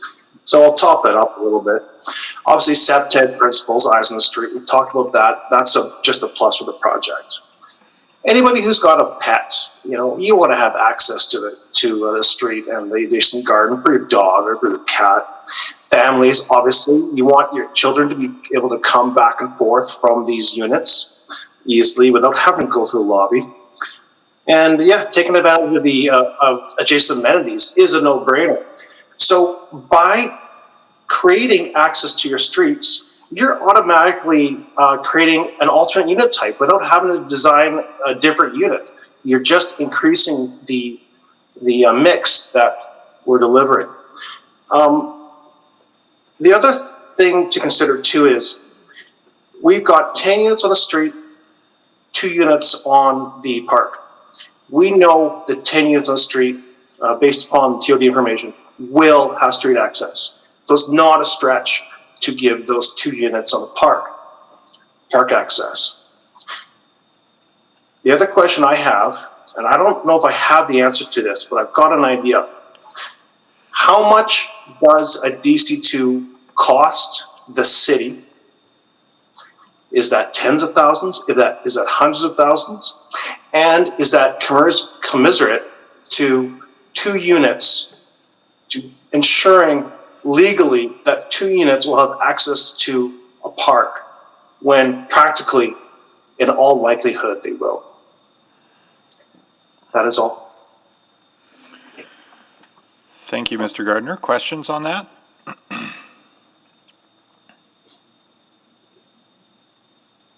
Not seeing any. Is there any other new information? None for me, thank you. Mr. Mayor, Go ahead, Councillor McKean. I will move closure of the public hearing on 3:14 and 3:15. Second. Seconded by Councillor Walters. Okay, please vote on closure of the public hearing.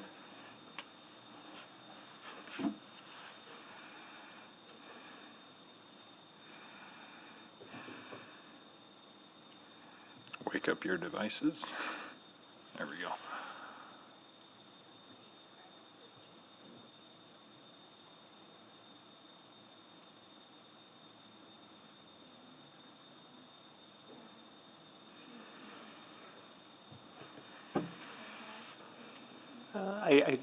We don't have Councillor Banga's vote, but that might be because he hasn't returned yet. Councillor Banga, are you there?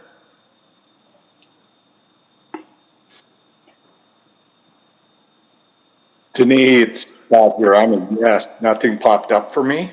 Yes, we're missing your vote as well. That's a yes, thank you. And And it's a Councillor yes for Nichol? me too. Thank you.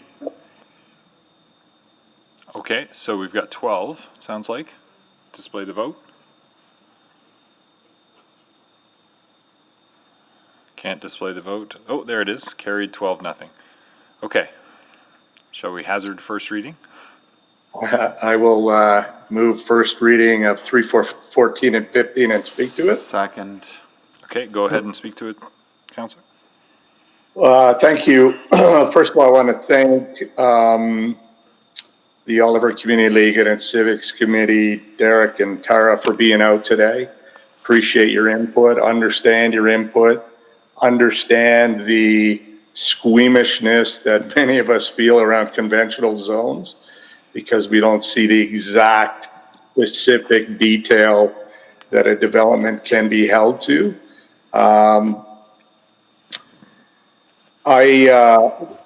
One of the reasons I asked for the developer to meet with you one more time is I'm hoping that that can alleviate some of that fear of the unknown. And that it seems only prudent to me that a developer worth his or her salt would have ground-oriented units facing the park. So I guess the way I feel is, in thinking about this, it is important that I act in good faith and be reasonable. I am not an urbanist activist in this role. This project, it seems to me, passes muster. Is it exactly what I'd love to see in the middle of Oliver? Maybe not, but I'm not designing it and I'm not paying for it. So being reasonable, I think I will be, well, I know I will be voting in favor of this, though I lament the fact that sometime before I was on this council, the city had the opportunity to buy this site in a community that is the highest density in Edmonton and is lacking sufficient breathing room of park and green space. But that day is long gone. And we've seen several proposals, and this developer has certainly been driven to get something done here. And it would be, in my opinion, unreasonable to raise the bar so high that something could not happen on this site. So I will be supporting this, knowing that the Civic Committee of the Oliver Community League, which is frankly fantastic in the work that they do, they will be disappointed in my vote, but I will be supporting this, and I will now stop speaking. Thank you. Thank you. Councillor Walters, if you could take the chair. I have the chair, Mr. Mayor. Just real quick, I think I remember getting here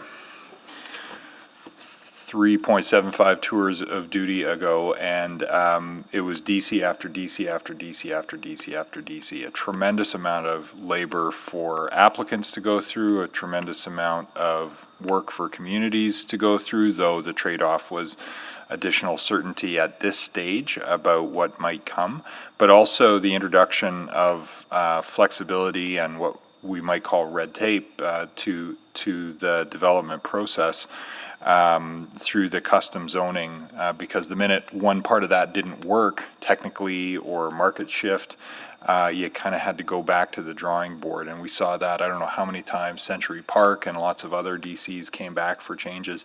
And that's one of the reasons why we've labored so hard over the last several years. And administration has worked closely with industry and community to, and very transparently through the policy development process and through our committees and then through public hearings to update the conventional zones to be much more buildable.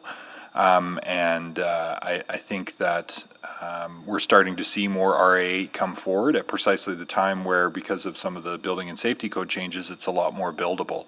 So I think there may be situations where DCs are still called for, but I think that those need to be the exception now, and that for ease of business and clarity and flexibility, the standard zones I have confidence in. And so for me, this is an opportunity to say that the standard zones work, the standard zones are good, a lot of thought has gone into them. Are they perfect? No, nothing is. As a recovering perfectionist, I'm still coming to terms with that, but I'm going to support this because I think an RA8, as it is permitted in our zoning, makes sense on this site, and trust that the developers will take advantage of the amenity of the park there and make a great interface for very desirable units facing that way. I think we have to trust too that those instincts and those opportunities will get taken up. And I really appreciate the work with the condo owners to the south to be flexible and find a way to deal with their sort of historic oddity of their interface there in a very collaborative way. So I think that recognizing all of that work done, I'm happy to support this today. But do appreciate the commitment, echoing Councillor McKean, of the Community League, which has helped build these zones, helped provide so much thoughtful feedback into so many of these processes as we've worked to refine them, and we'll be very open to their continuing feedback as well as we seek perfection, even if we never quite find it. So stop there, take the chair back, and see if there's anybody else before we go to the vote. Not seeing any, please vote on first reading.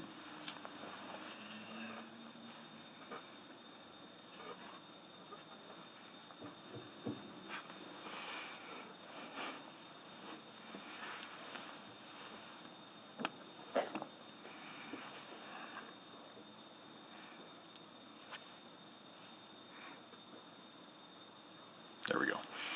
Mr. Mayor, I'm yes too. Oh, thanks, Councillor Banga. And Councillor Nicol, please.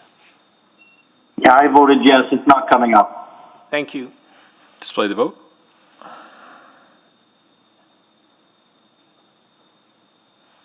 Carried unanimously? We will fix that. Okay. Yes, it Okay. should be 13-0. Okay, carried 13-0. Second reading, Councillor McKean? Mr. Mayor, I'll move second reading on 314-15. Second. Thank you. Please vote.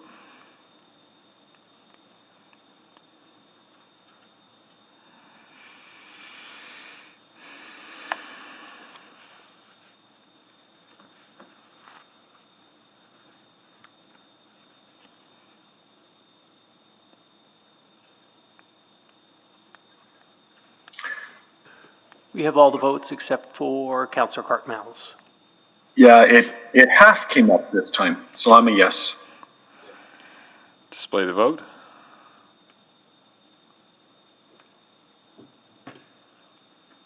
Carried. Is there any objection to proceeding with third reading? Not hearing any, then go ahead and move by unanimous consent. Go ahead and put third reading on the floor, please.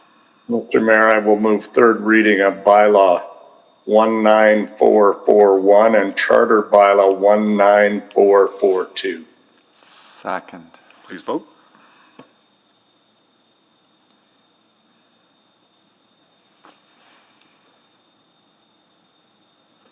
I'm a yes. Tim? We have all the votes, thank you. Got it. Thank you. And display the vote. Carried. Okay, let's shift gears back to the Ellersly item and see if we can get the Chohans and others out of here before the dinner break. For those of you who are here on the Strath Kona item, there's no way we're going to get to that before 7 p.m. So, because we do have the break scheduled in 10 minutes. But let's see what we can do about the Ellersly item. Questions of admin, I think we're up next. We had finished hearing from the speakers. So strictly speaking, Councillor Cartmel had selected this one actually. So I should go to him first. Thank you, Mr. Mayor. I have no question. Okay. Councillor McKean, are you on from before? Mr. Mayor, I'm on from before. Okay. Councillor Banga, did you have questions on the Ellersly item? Yes, I do, Mr. Mayor. Go ahead. Question to the administration is, I don't know if you remember what the Johans were asking about the easement. Is the easement question need to be addressed now, or is it the building permit stage? Councillor Banga, this is Jessie Inkman, just chiming in from law here. Hopefully I can help out a bit. The question of the easement is a private matter between parties that's separate and apart from the zoning that's before you today. I just want to remind you that the question before you is actually the zoning on this particular parcel, and that's the decision that you're being asked to make. Okay. And then, just as a matter of general, I guess, consensus, what is if these parties go home and then one promises the other one that we will work it out? Is there any recourse if one party doesn't follow? Councillor Banga, that would be a private matter or a contractual matter between those two parties. So today, strictly speaking, we are just talking about rural residential to CB1. That's correct. Okay, and then I guess at the same time, I don't know if it's an appropriate question to ask. Can we look for the future hardships that would be faced by the two property owners to the east? Councillor, just to chime in here, it's Travis. If we're looking to facilitate some sort of easement or agreement, it may be beneficial to ask the applicant or the applicant's representative to come up and have that question answered and asked of them, of you, if they're willing to enter into that agreement with the party that's present today at the council. Okay. And the next thing I'm asking is if, let's say, this passes today, and then we changed the zoning to CB1 on this parcel, or a couple parcels, whatever the case may be, then is what the applicant is suggesting, do they have to build that kind of, I guess, built form? Or can there be changes? They would have to build within the CB1 zone. It's a pretty wide parameter of a zone, but there's restrictions in terms of setbacks next to the residential uses, so they would have to build within that zone. Okay, so again, the question for the law folks is there anything today that would, I guess, tell us not to go with this zoning application today? Not from a legal perspective, Councillor Banga. Okay, well, I guess that solves some of my issues. And so other agreements are going to be later. Anyway, I guess we'll ask the applicants in the new information if they wish to present it. Thank you. Thank you. Councillor Henderson? Yeah, I just want to explore something because I'm not sure I entirely understand what the possible concern is, but if in zoning this today, we created a condition for the neighbor that made it difficult for them to be able to have good access to their property or in a way that would develop sensibly because of restrictions that we will put on, which is closeness to a corner. Would that not be a land use issue that we should be looking at? If we can't address, and I recognize this is probably a really good example of why it's really hard to do these things without a larger plan.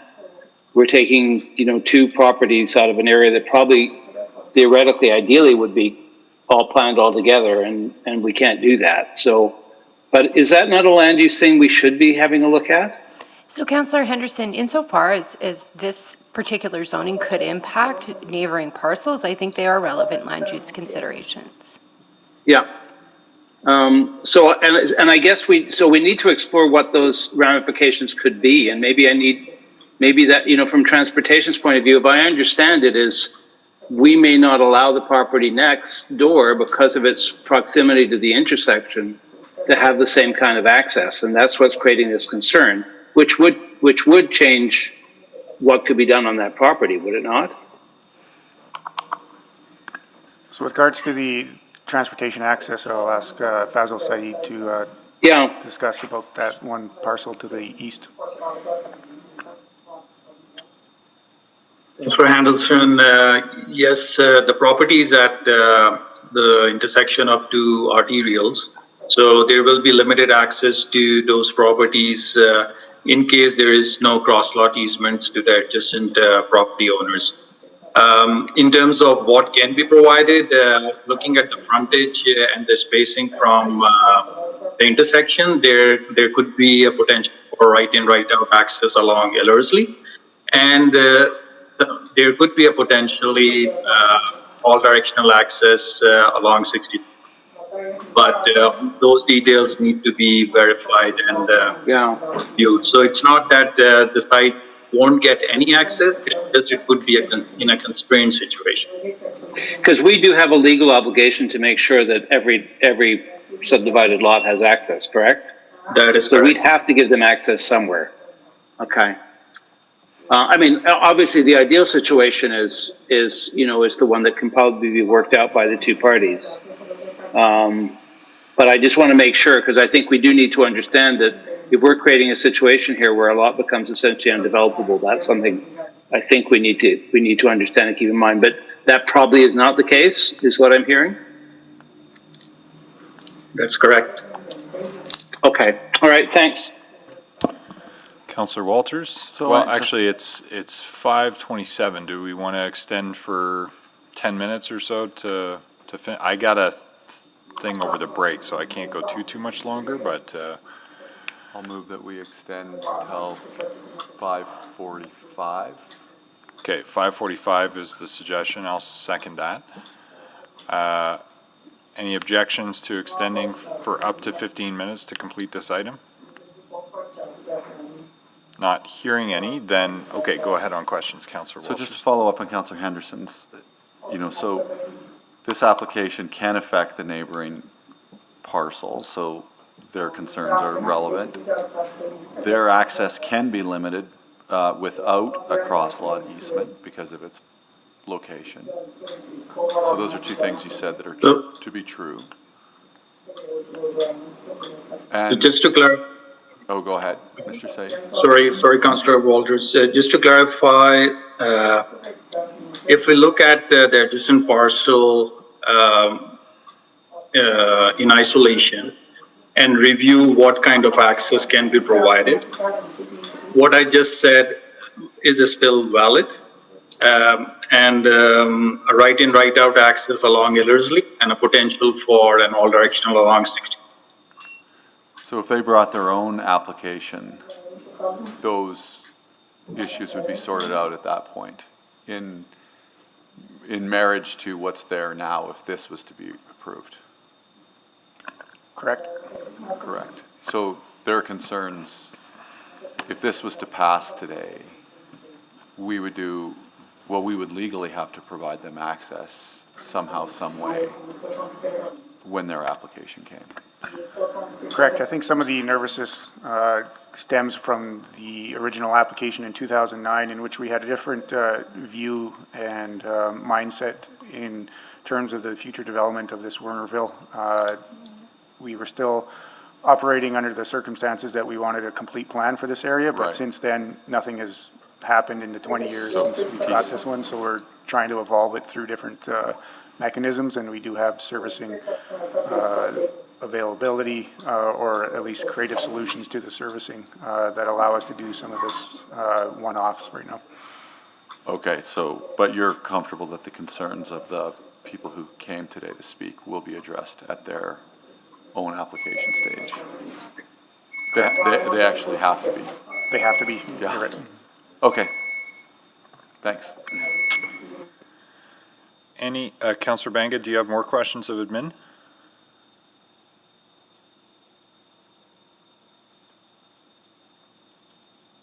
Okay, perhaps not. Perhaps that's what's from before. Any other questions of admin? No, Mr. Mayor, I do. Sorry, I took a while muting Okay, myself. that's okay. I just need. I'll move a second round. Okay, thank you, Councillor Henderson. Second. Was that Councillor Knack? Yes. Okay. I think your Bose thing's acting up there, bro. Can't hear. Any objection to a second round? Not hearing any, then Councillor Banga, carry on. Thank you. Mr. Pollock, if this application wasn't before us today and corner parcel still possibly would have the same right in, right out situation, would it not? We would have to review their application fully to determine what type of access would be appropriate, but access would have to be granted in some form or fashion. Okay, that's good to hear. And Mr. Syed, just looking at from your experience in these kind of situations, both arterial roads and corner lot, what would be the appropriate course of action if I were to ask you, like, is it fixable? Is it hardship on one property owner or the other?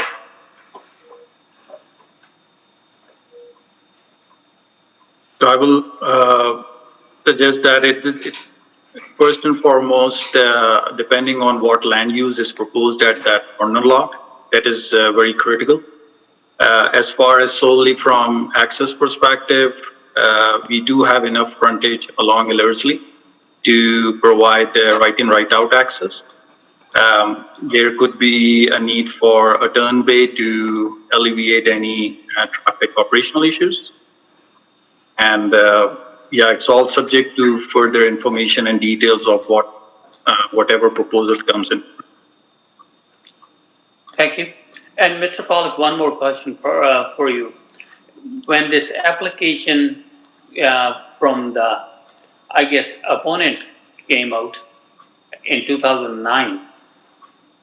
What did we change since then? Over a decade of the inability to consolidate land ownership or create a group that was willing to undertake a larger planning exercise in order to come up with a fulsome plan. So there's a realization that some of these areas, Warnerville being one of them, the kind of areas that we were in or that we inherited through annexation of the rural residentials, that we have to take a different tract in order to see these develop and become part of the community as a whole. Okay, thank you. I'll wait for any new information and talk to Mr. Yu. Okay, under new information then, if there are no further questions of administration, Mr. Yu, are you there? Yes, I am. Did you have anything to add, or just take questions from Councillor Banga? I can add, I guess, a little bit. Both of these parcels currently already have legal access to either 66 or Ellersly Road. So they, in their current state as of today, they do have access to a public road. Just want to clarify that, and then I can answer any other questions. Okay, so Mr. Yu, for between you and your, I guess, client, is there any possibility that you folks would be able to work with these? I know it's not before us today, but I am just getting your feedback. Through your worship to Councillor Banga, as I did mention in my presentation, we are interested and open to working with them and with the city to resolve any potential mutual access easement that they're looking for. Because we only heard from them yesterday, it was too quick to be able to put anything together, and as well, we weren't at that stage yet. We don't know what we're doing on the site yet. We don't have a site plan to figure out where that mutual access is actually going to be. So until we have those details to be able to define where that mutual access is going to be, preparing that legal document is rather difficult, because once you register something on title, we need to have a map associated with it. We don't know where that map is yet. Okay. So is there any further opportunity for the I guess, opponent to hold you to that?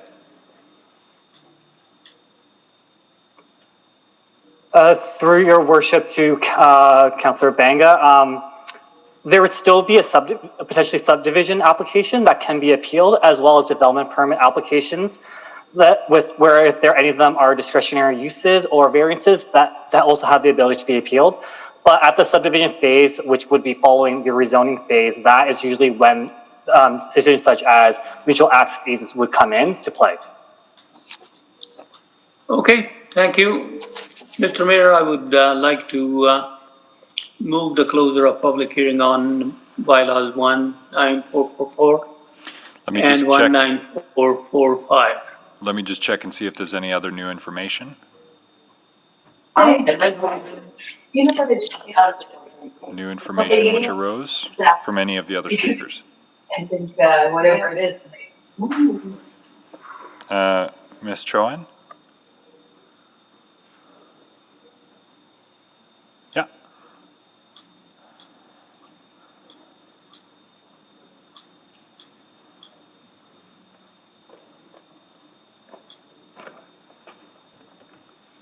Go ahead. Hi. So I'm sorry, if you can keep the mask on, just since people have to share that station. Thank you.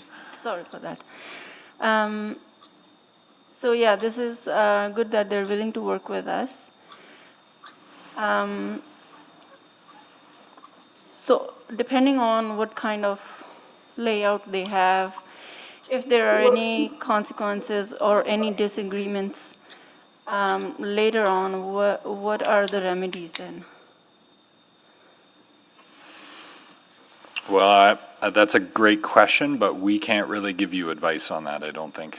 Okay, I can understand it's not easy to deal with this situation right now for the city and for both parties as well. I guess we are okay with, as long as they are willing to work with us. So today, what do we, I'm just trying to think, what if there is any consequences? But we can always go back, I guess, to the records that are being recorded today, that this was agreed. If anybody can say anything, if I'm thinking right.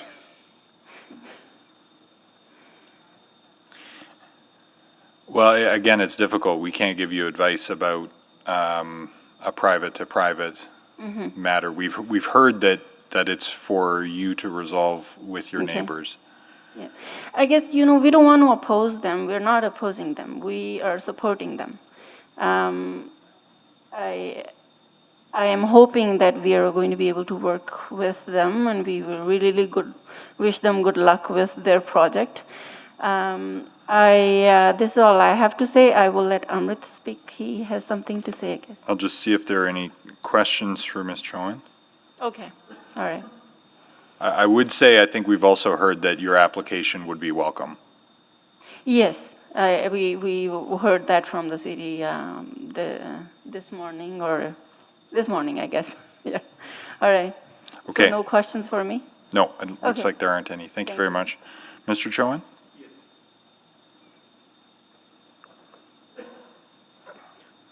First of all, I want to thank the council members, everybody, for listening to us.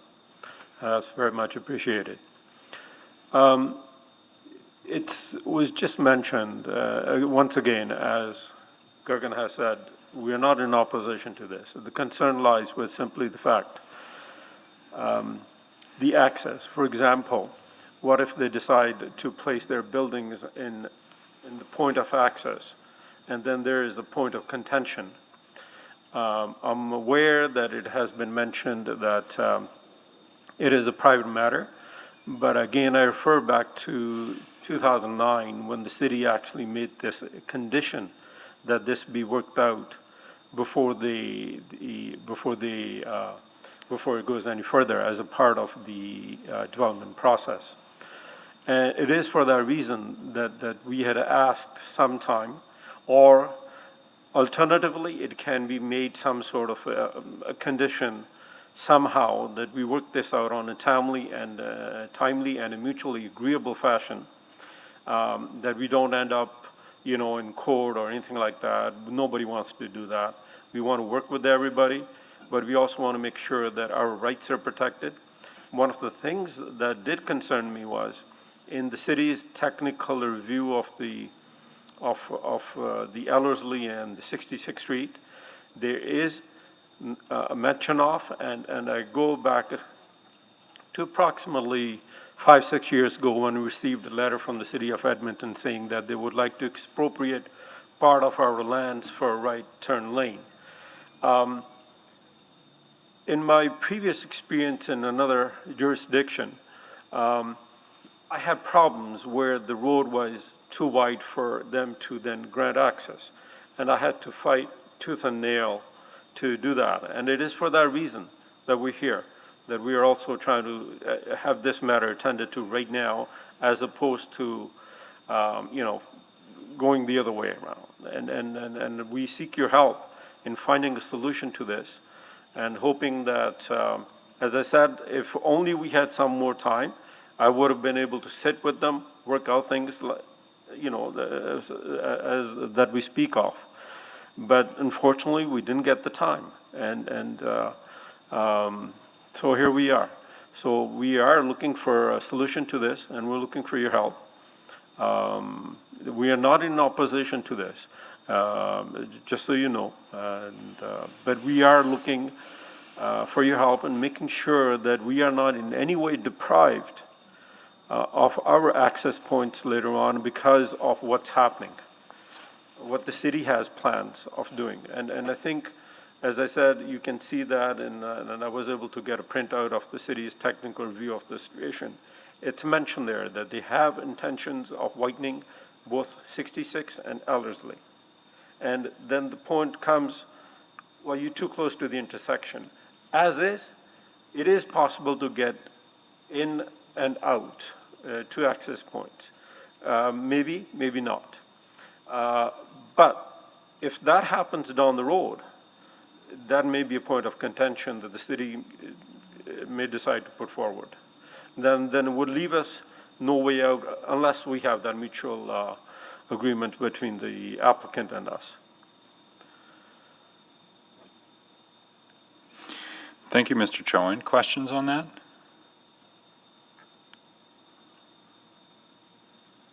I don't see any. I think the city, all I could say is would very much like to see an orderly and consolidated approach to development and access there. We just can't compel that through the rezoning process. But look forward to working with you as your rezoning comes forward and development applications come forward and the roadworks come forward in due course to get an optimal outcome. Well, we hope that the city would lend a hand in that regard, and we are also hoping that the applicant, as we mentioned from the outset, we are not in opposition, though it somehow we had to say that they also take care of that situation. Thank you very much. Thank you. I appreciate the time. Any other new information?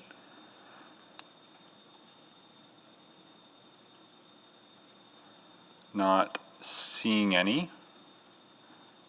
Somebody want to move closure of the public hearing? So moved. Second. Oh, Councillor. Mr. Mayor, okay, I can mute myself. Did you want to do it, Councillor Banga, as the ward councillor? Of course I do. I trust you'll defer, Councillor Nicol? Oh, yes, no problem. Okay. Second. Okay, seconded by Councillor Walters. Okay, please vote on closure of the public hearing. And I'd like to speak to it, please. Of course. When we come to first reading, yes, not First to reading, closure? okay. Sounds good. Thank Please you. vote on closure. Display the vote. Carried unanimously. First reading. Mr. Mayor, I would like to move the first reading on bylaws 19444, 19445, and charter bylaw 19446. Second. Go ahead and speak to it, Councillor. Thank you. This area is pretty familiar to me. I don't live far from it. And I guess some of the councillors might be sick and tired of listening to my rant over and over again about widening 66th Street. And anyway, this area, ever since I moved to Edmonton, that was in 1978, it has been the same. Not too many things have changed. There were 3 parcels rezoned not long ago, and I think there are 2 parcels moving forward, at least in the zoning department today. I hope there are many, many more to come, and I would love to see this area developed. And all I hear ever is the condition of the roads, the condition of the ditches around, and everything else. And finally, things are starting to move, and I'm glad that it's going to at least be moving forward. As far as the access are concerned, no parcel in the city would be denied access. I think that's what we heard from the law and from city plan. So it might be restricted access, but there will be an access. But I don't think this rezoning today changes those requirements in any way, one form or another. So without saying too much, it's getting pretty close to the, I guess, time when we were supposed to be done for dinner, and I will support this. Thank you. Anybody else? Not seeing any. Please vote on first reading. Yes.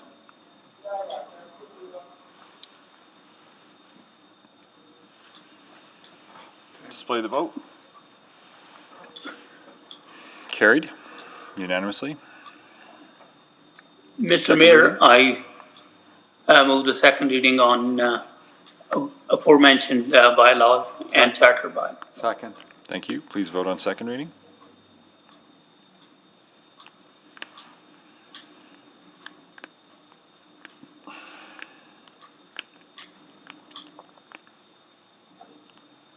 Display the vote. Carried. Is there any objection to proceeding with third reading? Not hearing any, then by unanimous consent, go ahead and move third reading. Mr. Mayor, I move the third and final reading on bylaws 19444. Maybe I said 14 too many. 19444 and 19445 and charter bylaw 19446. Second. Please vote.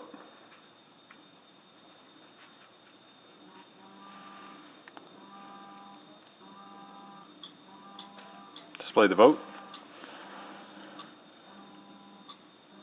And those bylaws are passed unanimously. We're in recess until 7. Bye.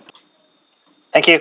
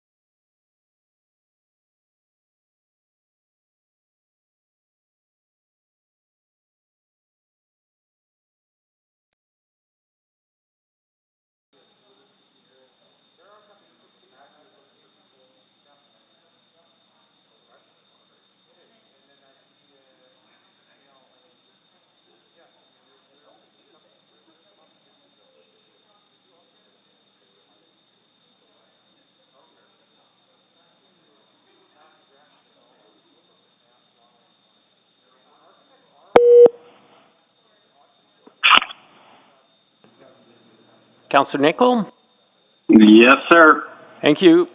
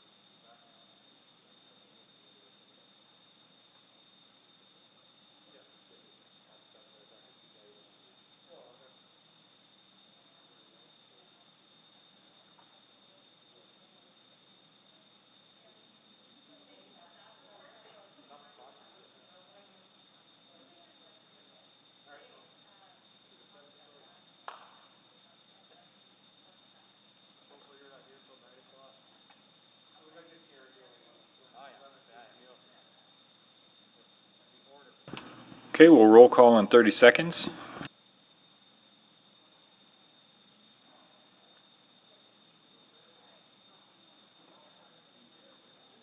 What's this? I think it'll still be there. Yeah, that, I don't know how active that deal is. There's no paper. There's no paper on that anyways. I know, so do we, believe me.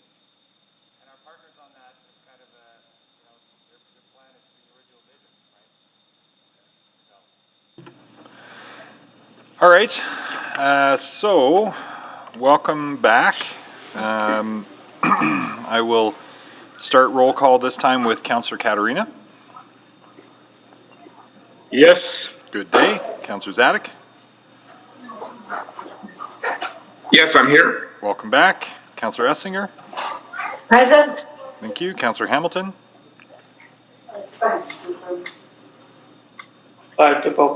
Councillor Henderson. Yeah, I'm here. Thank you. Councillor Knack. Good evening, I'm here. Thank you. Councillor McKean. Good evening. Welcome back. Councillor Nickel. Good evening. Hello. Councillor Paquette. Good evening, everyone. Thank you. Councillor Walters. He was driving home last I saw him, so I am solo here now. No one to pass the chair to.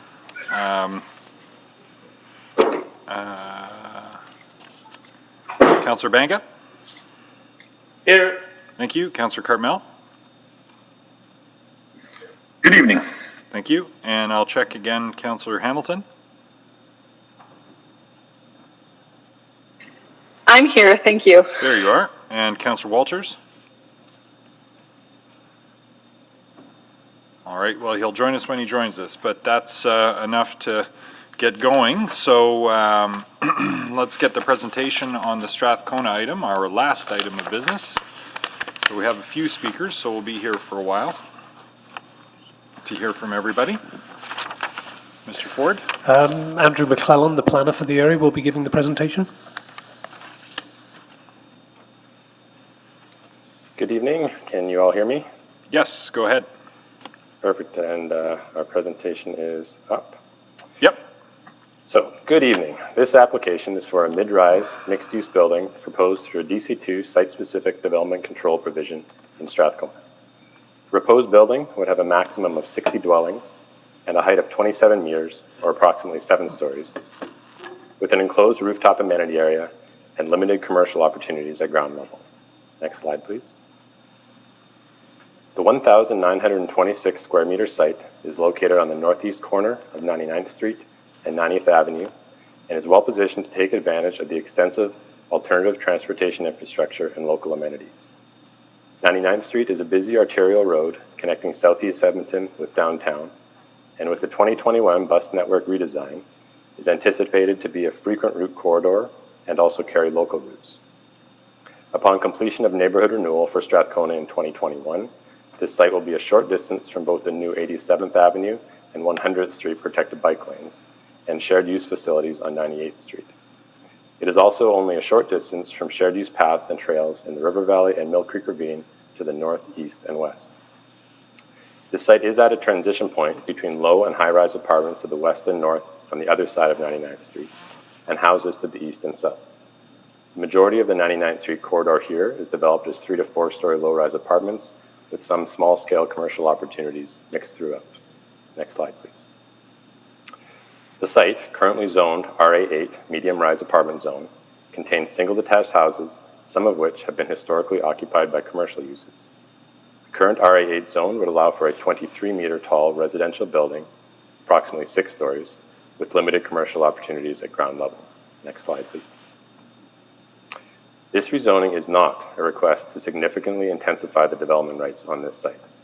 As shown on your screen, the proposed maximum floor area ratio of the site, a general measure of development intensity, is lower than what the existing RA8 zone would allow when certain criteria are followed. Next slide, please. Instead, this application is a request for slightly more height while proposing a more restricted building envelope that is, overall, more sensitive in transitioning to the existing surrounding context. This is achieved primarily through the more generous setbacks to the south, east, and west, which in all cases are more than twice the required setback of the current RA8 zone. Next slide, please. Through public engagement, nearby residents to the east expressed concerns related to the large massing of the building and the associated shadow impacts in the evening. The proposed DC2 provision will require the upper massing of the building to be, when including the width of the lane, 15 meters away from the lot line of the house across the lane. The RA8 zone would only require 8 meters, and most of this is the width of the lane itself. Next slide, please. The differences between the existing and proposed zone can be clearly seen in these graphics, where the potential building envelope of the current RA8 zone is the transparent box, with the proposed DC2 building shown. Important to note is that the proposed DC2 building is mostly contained within the RA8 box, except to the north and the extra height at the top. Next slide. Because of the more restricted building envelope, the shadow impacts, even with the additional height, are barely different than what would happen if a building were built within the existing RA8 zone. As shown here, the shadow of the proposed DC2 provision on the right, at the spring and fall equinoxes, is shifted slightly north, narrower, and about a half lot longer than the current RA8 zone on the left. Next slide, please. While the overall massing of the building is seen in quite a positive light, there are some more detailed features that are seen as problematic, and the main 3 are related to the protrusion of the parkade out of the ground.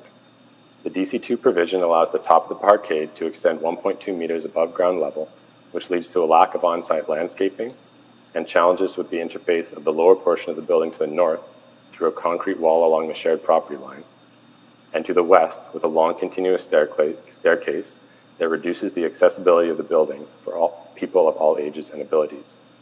Some of these same concerns were also noted by the Edmonton Design Committee in their review, where they supported the application, but with conditions, not all of which were met through revisions by the applicant.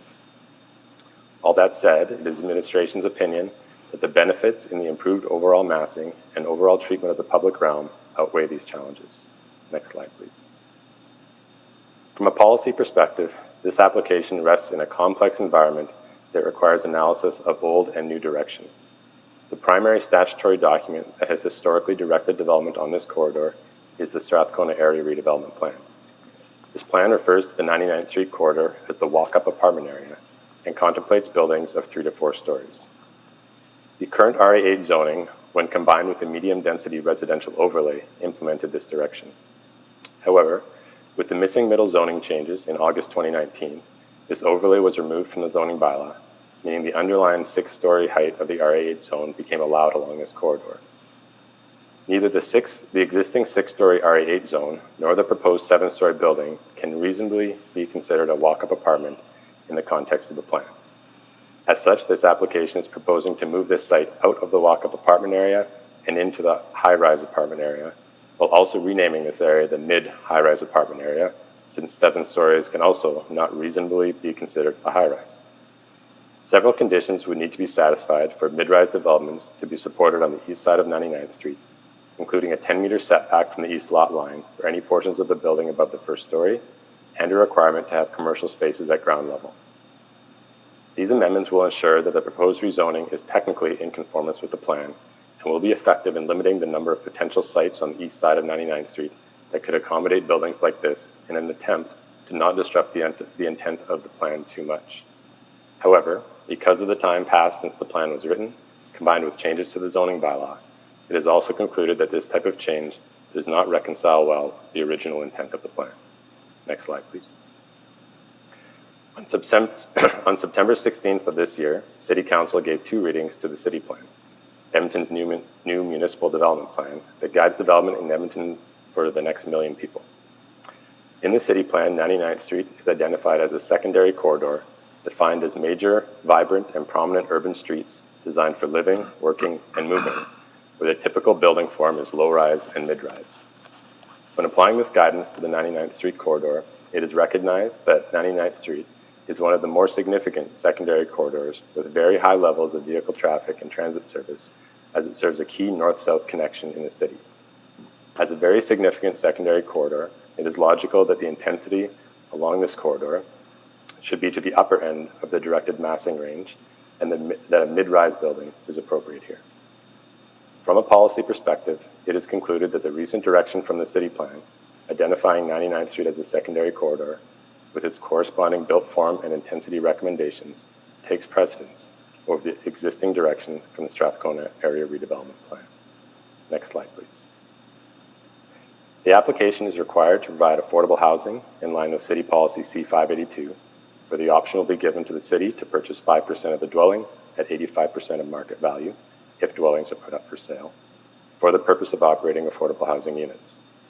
City Policy C599 for community amenity contributions in DC2 provisions was not triggered by this application because the proposed DC2 provision does not increase the total allowable floor area from the existing zone by more than 5%. Next slide, please. Through responding to mail notifications, information shared by the Community League, or by attending the city's public engagement session for this application, over 60 people have provided feedback to the city about this proposal. Overall, approximately 25% indicated support for the application, and approximately 75% were opposed.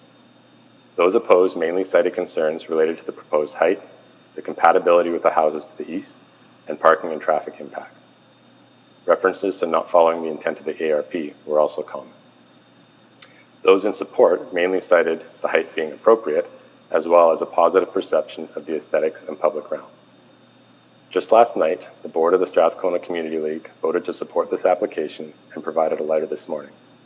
While they indicated concerns about the lack of landscaping caused by the parquet protruding from the ground, they appreciated efforts by the developer to make design changes in response to community feedback.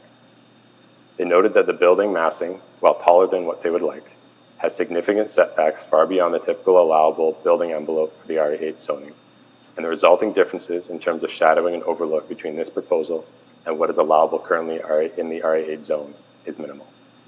Next slide, please. In closing, this rezoning is not a request to significantly intensify the development rights on this site. Rather, it is to accommodate relatively the same density in a different configuration through a more restrictive zone.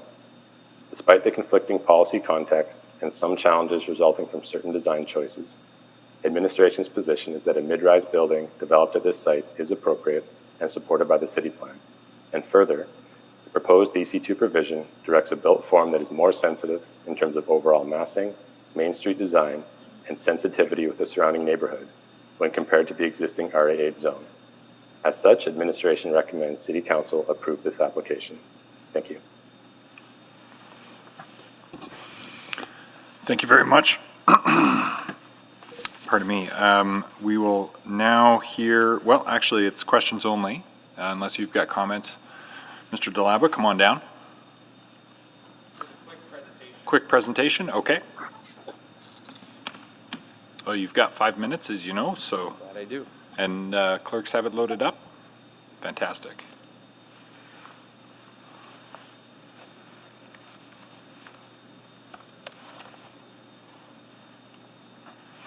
Okay. We're on the air. Go ahead. All right, thank you very much, Mr. Mayor and members of council. I'm here today to request your support of a mixed-use medium-density building on the corner of 99th Street and 90th Avenue. Next slide. As you can see here, The site is located in what we would call the transition area between the existing high-density zoning that exists primarily along Saskatchewan Drive to the north and low-rise zoning to the south. Today, 99th Street is an underutilized corridor. It's a corridor with untapped potential given its proximity to the downtown and White Avenue corridor. It is a corridor that is located in one of the city's most desirable neighborhoods, a neighborhood with strong demographics and a high level of infill and reinvestment. To be honest, I'm surprised that 99th Street hasn't become what it wants and what it deserves to be decades ago, which is a walkable, transit-supportive, medium-density mixed-use corridor. But there are signs that this is about to change. One of the biggest catalysts of change is the new city plan that received 2 readings from council a few weeks ago. This game-changing plan aims to create a more compact, walkable, and transit-supportive city over the next 40 years by focusing the majority of its growth and development within its existing urban footprint. 99th Street is designated as a secondary corridor in this plan, as referenced by administration, which encourages the development of low and mid-rise built forms. Essentially, 99th Street is a corridor where most growth and density is expected and will happen. Our proposal is the type of mixed-use development that this city needs more of along its main street corridors, more specifically along 99th Street. One of the most important parts of our proposal is the addition of approximately 8,000 square feet of commercial space on the ground floor fronting onto 99th Street. More commercial space along this corridor is absolutely critical for it to truly become a main street. The proposed height is also compatible, given that the site fronts onto 99th Street and is a transition land use between the higher density zones to the north and some of the lower density zoning to the south. As pointed out in administration's presentation, we have incorporated numerous regulations that creates a more appealing massing and form with larger setbacks from the adjacent property lines, most notably from the east and the south, compared to the RA8 zone that currently exists on the site. The building also creates 3 distinctive layers, with the ground floor podium defining the adjacent public streets, the middle portion of the tower set back from the podium, and additional step backs placed on the 7th floor and the 8th floor rooftop amenity. To conclude, we're not requesting a significant ask in height or development rights compared to what is allowed today under the existing zoning. We're simply proposing an appropriately scaled mixed-use building that will help strengthen 99th Street into a true walkable urban main street. That concludes my presentation, and I'm open to questions. Thank you. Questions for Mr. DeLaba? Councillor Henderson?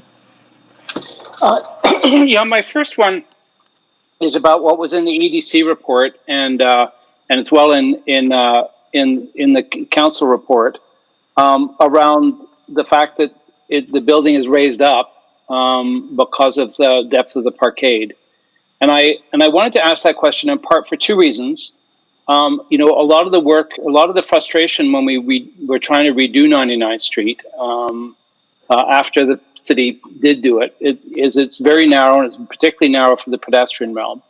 And there's also no treescape along there. There's no public space. So to put in a building that actually doesn't add to that and doesn't add to the treescape along, when we worked so hard to try and find opportunities for trees, gives me a bit of pause. And I wouldn't mind hearing why you wouldn't do what is traditionally done, which is take the parking down low enough that you could do landscaping above it. Councillor Henderson, if the clerk could go to one of the slides that has the cross-section, I think it's the 4th or 5th slide in the presentation. That'll help explain a little bit about some of the challenges with this site. Next one. Keep going, keep going. I think there's a site plan. Is there not? There we go. That one right there. Thank you very much. If I can turn your attention to the elevation plans, most notably the west elevation.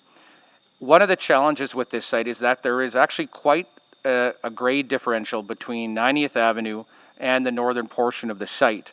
Essentially, almost a 1 meter difference over that run from 90th Avenue. So the challenge we have with developing a building like this is actually trying to put the parkade where it wants to be, which is at grade along the southern portion of the property. So it meets at grade at sidewalk in the south and southwest corner. As the site obviously decreases its grade further, towards the river, the parkade is level. You don't often tier a parkade or you don't build an angled parkade. So a portion of that building does start to rise about 1.2 meters at the very northern tip of the site above grade. And that's ultimately to keep the parkade cap at a level that allows a better transition and fluid grade access on the southern portion of the property. And then moving that northbound, these type of grade challenges are not common in the city due to its relatively flat topography, but it is something we do see a lot of in other jurisdictions. Vancouver being one, Calgary to a certain degree as well. So it is one way of trying to ensure that there's a seamless transition between the main front lobby and along the sidewalk and the patio there in the southwest corner. And so that is one of the challenges here, is actually creating a parkade that is not too deep. So we're having to create stairs and slopes to tie into the grade along the south side. So if we did actually take it down all the way to grade on the northern part of the property, by the time we get to the southern portion, that would actually be 1.2 meters below grade. So you'd have the challenge on the south side. So this isn't something we're intentionally doing. It's something to try to address an existing condition, which is the relatively large slope that exists on the property. Would that not, though, create the ability for you to do more traditional landscaping at the southern end? Not with the parkade the way it is oriented. So one of the things that our parkade is primarily flush with the west property line. One of the things that we looked at too from an urban design standpoint was not doing something traditional where you have a grass boulevard and then you have a sidewalk and then another sidewalk fronting the commercial storefront. We tried to do something that actually has a little bit more of a rhythm and actually provides a little bit more of a space for people to sit and congregate, which is why we're looking at doing a very interesting tiered stairwell design along that entire western frontage. That would allow the opportunity for people to kind of sit and enjoy.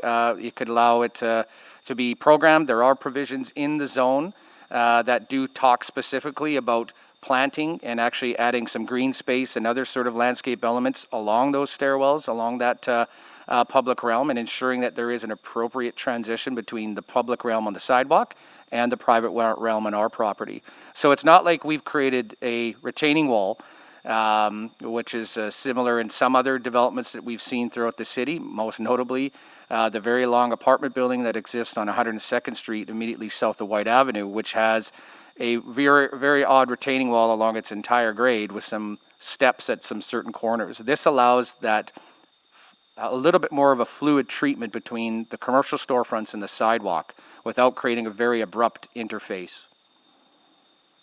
And then my other question that's related to that is it does create a problematic condition for the property immediately to your north. And I think there's other issues around that I suspect we'll hear about that.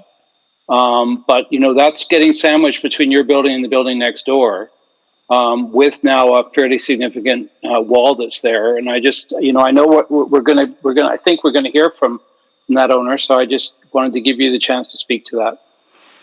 Yeah, Councillor Henderson, that is correct. I think no matter what, you're going to have to deal with a grade issue on this site. And that's either you're building a 1.8 meter high fence between the properties, or in this case here, we have a 1.2 meter wall, which we do have a provision that talks about adding some sort of stenciling and decoration along the portion that fronts onto the front yard.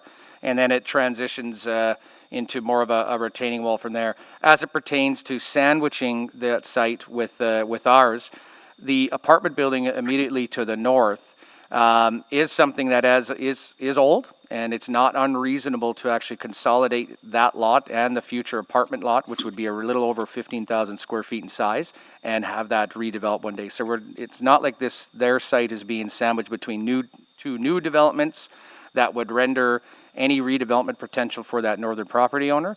It is something that is not unreasonable to have a consolidation in the future, given the age of that apartment building. Okay, thanks. I'm seriously out of time. Thank you. Yes, you are.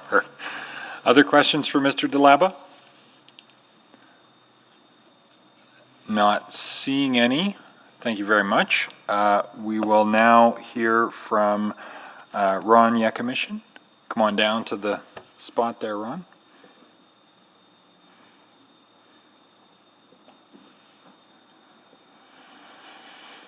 And then Eleanor Burwash will be next up.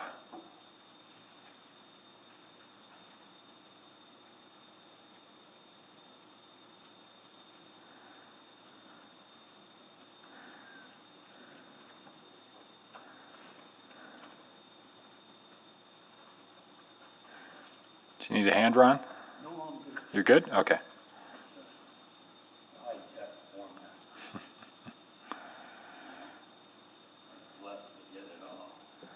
Kate, we might need to train the camera over a little bit, depending on where the easel gets set up.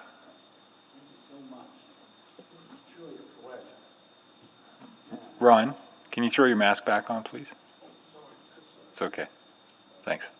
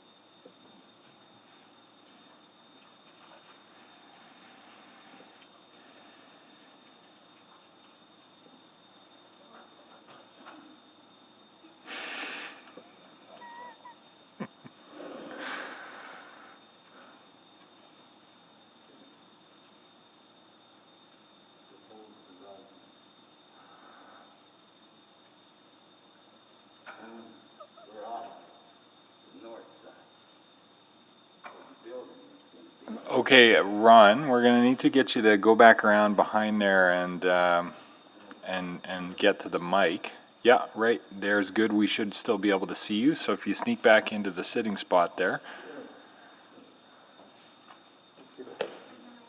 we'll have the full AV. Being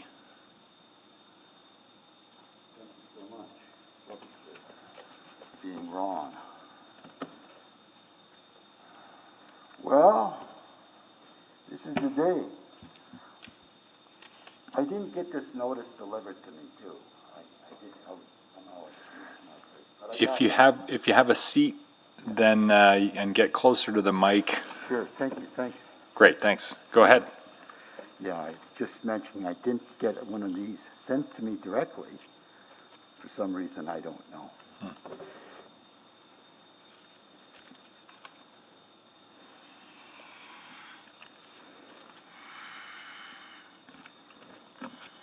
Okay, go ahead. Thank you. Good evening, Mayor, Council, people, neighbors. My name is Ron Yakimishin. My property is a threeplex located north of the proposed development. I've been a homeowner, landlord, entrepreneur that will be most negatively impacted by this proposed development. So much so that in 2016 and again in 2018, I made a difficult and painful decision to sell my home of 28 years to avoid the negative impact that the development would have to me, my tenants, and my businesses. Framed expressions and Peter the Positive Panda. At that time, the original developer proposed a 4-story building in keeping with the walk-up apartment area plan. The developer asked me permission to go to the city planning development for a development permit that included my property. In the summer of 2017, I signed a letter of authorization to the city building proposal. That would include my property in the building. The current developer took over ownership of the 2018 contract to buy my property with the closing date of March 2019. The developer asked me for a 6-month extension to September 2019, which which I granted. Despite the extension granted, the 2 of the 3 deposits paid by the developer, he reneged on the legal binding agreement to purchase my property. My lawyer tendered final documents to close the agreement, and the documents were not executed by the developer. After this, my lawyer also had to remove a purchaser's lien caveat that was placed on my property. This should not be acceptable to the planning department, as the original proposal included my property. The developer said it was the city staff member that told him at that time, at that meeting in the spring of 2019, that he didn't need my property to move forward with the proposed development.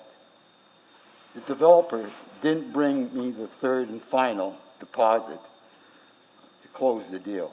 The impact on this proposed development is a significant one to me, my tenants, and my source of income as follows. Upon reviewing the shadow impact of the north side that my associate here, person, spoke about, the north side, most affected part of the building going to be off the other side is my building. Shadow impact, my property will lose significant sunlight, late morning and afternoon, daytime sunlight out of my windows. I can see Route 99 from my windows at the south side. The setback from my and my tenants' with windows is only like 2.5 meters from the proposed development. Also, underground parking entrances on the side of my yard where I drive in. It's going to be there, you know. Instead of looking at trees, grass, sky, etc., we'll be looking at the concrete wall that is 75 feet tall. You know, 7 stories. 7 stories, right next 12 feet from my house. The impact, you know, feet tall, the south side is, you know, it's my sanctuary, it's my home, 28 years, my garden, my buses. Impact to the foundation and structure to my property during the demolition.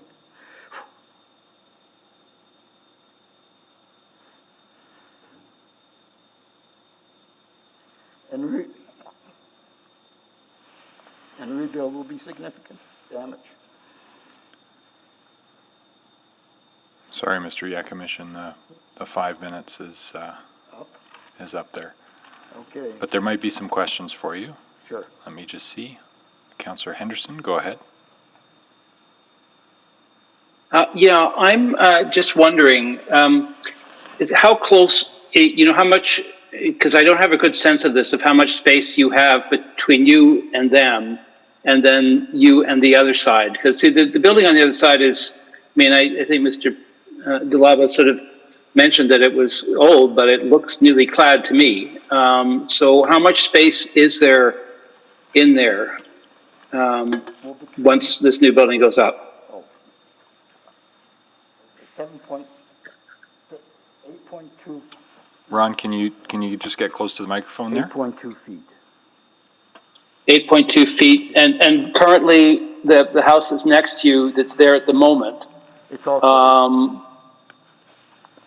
It's the same distance? Yes, it is close to, yes. Okay, so and is that 8.2 feet to the parkade wall, or is that to the, because if I heard correctly from Mr. Delava, there's the building itself, which I think is set back a little bit, but you're also going to have the 1.2 meter parkade wall that will, I think, come up right on property line. I'd have to go back and check that. Yes. So is that part of the 8.2 feet? I'm not sure. I'm sorry, I can't. Okay, I can ask that question of administration, because I think in order to understand. So, yeah, and then Okay, I think we've had a chance to chat before, so I think that's really. I have some questions of administration in terms of your situation. I think I suspect that what happened with the deal and no deal, unfortunately, is not something that we're allowed to take into consideration in terms of land use planning. But what it does to your property and either your ability to continue to live in the property or your ability to do something else with the property, I think is a factor that we can consider. So I'll be asking some questions about that when we get to administration. So thank you. Thank you. I could also negotiate an agreement with the developers and add my property to their property so they would have extra parking, on their land. Yeah. That's the simplest. That's the simplest and the best. And that gives back to the community at least a little green space that the property's having problems with. And the drainage can be drained off in, green space, level of parking on the ground, bang, and then put green space above. No, I understand there were other solutions to this, but we're not in a position to compel what kind of private deals happen, I'm afraid. So, but I think, how it affects you, I think is absolutely part of the discussion we can have. So thank you. I don't see any further questions for you at this time, but thanks very much for your presentation and the answers to Councillor Henderson's questions. So we'll turn next to Eleanor Burwash.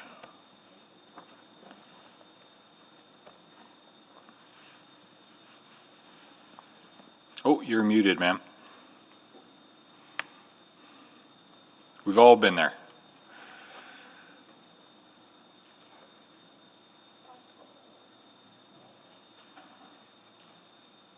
Try again.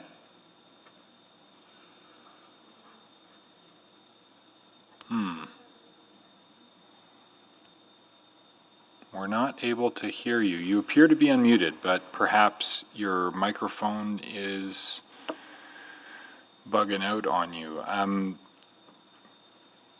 Perhaps we'll go to our next speaker and then we'll see if we can get you some technical support offline. And we'll come back to you, Ms. Burwash. Sorry about that. So stand by. We'll see if we can work the problem with you. Kesia Kerr?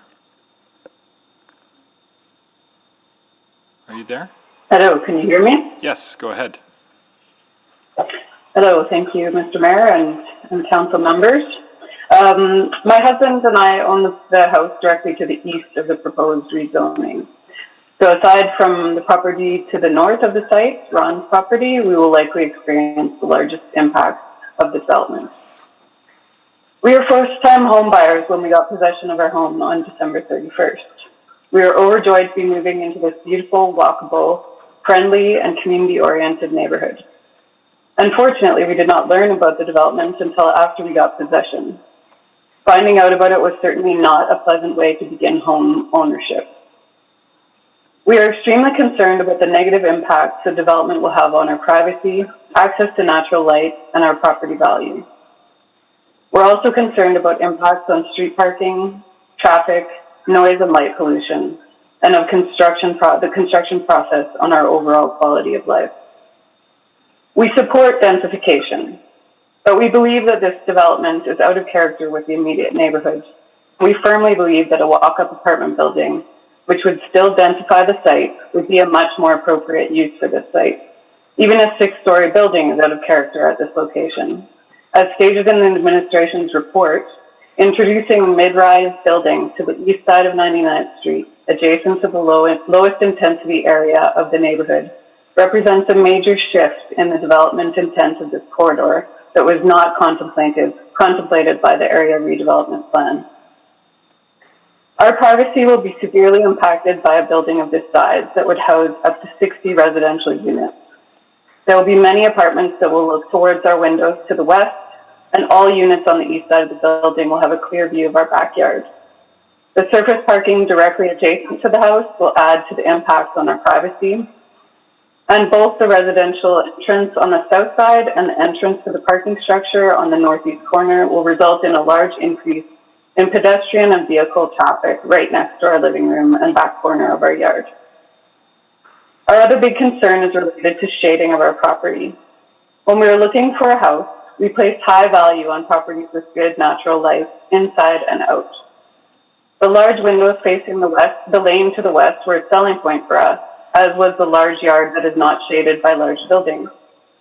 With COVID-19, natural light inside our home is even more important to us as we now mostly work from home. We are extremely avid gardeners, and the yard with a lot of direct sunlight was a must for us. During the summer, we tend to spend most of our spare time in our yard, working in the garden or enjoying the sun. We eat nearly every meal on our back deck that takes full advantage of the afternoon and evening sun. We will completely lose access to direct sunlight in the late afternoon, the hours when our yard receives the most direct sunlight. The decreased access to natural light and direct sunlight for gardening as a result of this development represents a huge negative impact on our well-being, the value of our property to us, and the market value of the property. These impacts are impossible to mitigate through minor design changes, and for this reason alone, we would not have bought this house had we known about the development. We're also concerned about noise and light pollution. The large increases in activity resulting from the development will increase noise and light pollution right next to our house. The tranquil location we saw when we bought the house will be transformed. 60 units will result in entries and exits of the building and parking garage at all hours of the day and night. We are also concerned about parking. We encourage a car-free lifestyle, and we think that is valuable. However, we certainly don't want to have developments with space being unused because of the cost to residents. That's a waste of space, energy, and cleaning. Parking spaces in the building should not sit empty while the neighborhood has to deal with extra demand for parking on the street. Finally, I'd like to comment on the owners of the property. Since we moved in, we have had consistent problems with the tenants of the property directly to the west of us. These include illegal activities, an extremely messy and garbage-strewn property, including stolen vehicles, and constant noise, including power tools at all hours of the night. The lack of concern from the owners with respect to the impacts of these activities on the neighbors is extremely concerning. It indicates to us that the owners are solely interested in the financial gains of the property, rather than having an interest in contributing positively to the community. My husband and I strongly disagree with the rezoning and proposed mid-rise development of this location, and a deviation from the intent of the ARP. We urge council to consider the surrounding neighborhood in their decision on this issue. Thank you for your time. Thank you. Questions from Ms. Kerr? Councillor Henderson? I understand the predicament you're in, but just to explore something with you, because the choice we're facing here, interesting enough, rightly or wrongly, I know there's history to that, but the zoning that exists there right now is RA8, which allows them to build a certain building without even coming to council. We have no ability to say no. So given that, and given the kind of I know not ideal from your perspective trade-offs, getting the building further away from your property and the setbacks that we couldn't get with the RA8, which I just wanted to give you a chance to respond to that because you're the one that's most directly affected by that. Because I know everybody would prefer that it was still RA7 and that it was a 4-story building, but that's not the place we're at right now. And in some ways, the building they could build without ever coming to us to make any kind of decision could actually affect you more problematically because it'd be a floor lower, but it would be closer to you. And I just wanted to check your thoughts on that. Yeah, well, I don't know the whole history of this because, as I say, I'm new to this area, but my understanding is that those changes occurred fairly recently, and it has not been made clear to me that there was a lot of consultation on that. I've looked for documents on that and have not seen a lot, and so I suspect that I would not be alone in saying that the rezoning to what it currently is right now was not a decision that many people in the community supported. Yeah, it was, I mean, I can ask some questions about it. It was more complicated than that. It was a citywide change. The land was always zoned RA8. but there was an overlay on that, and that overlay was replaced with a different kind of overlay. And that was citywide. It wasn't just here. So there was consultation, but it wasn't specific to every building that it was going to affect. Right or wrong, that's what happened. So that's the history of it. So, but, you know, I guess I'm really just trying to get a sense of, given that, because we can say no to this. And then they could build that other building that is 6 stories tall that would come closer to your property. You know, those are the choices and there's nothing council could do about that. So that's the kind of, I guess that's in some ways the choice I think that presents itself to us here. And as someone who'd be most affected by a building that could be closer to you, I just wanted to get your thoughts on that.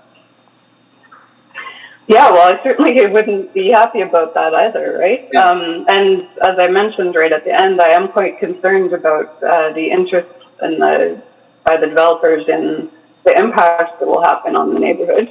And so if this is not rezoned and they would decide to go ahead and build that structure, then that would certainly confirm my experience with the tenants next door. Yeah, fair enough. Okay, well, thank you very much. Thank you. Thank you. Other questions for Ms. Kerr? Not seeing any at this point. Let's go back to Ms. Burwash. All right, can you hear me now? Yes, we can. Go ahead. Oh, marvelous. Anyway, good evening, Mr. Mayor, City Councilors, and citizens. I have been a resident of Old Strath Kona for over 31 years now. My home is east of 99th Street on 91st Avenue, 2 properties northeast of the proposed development.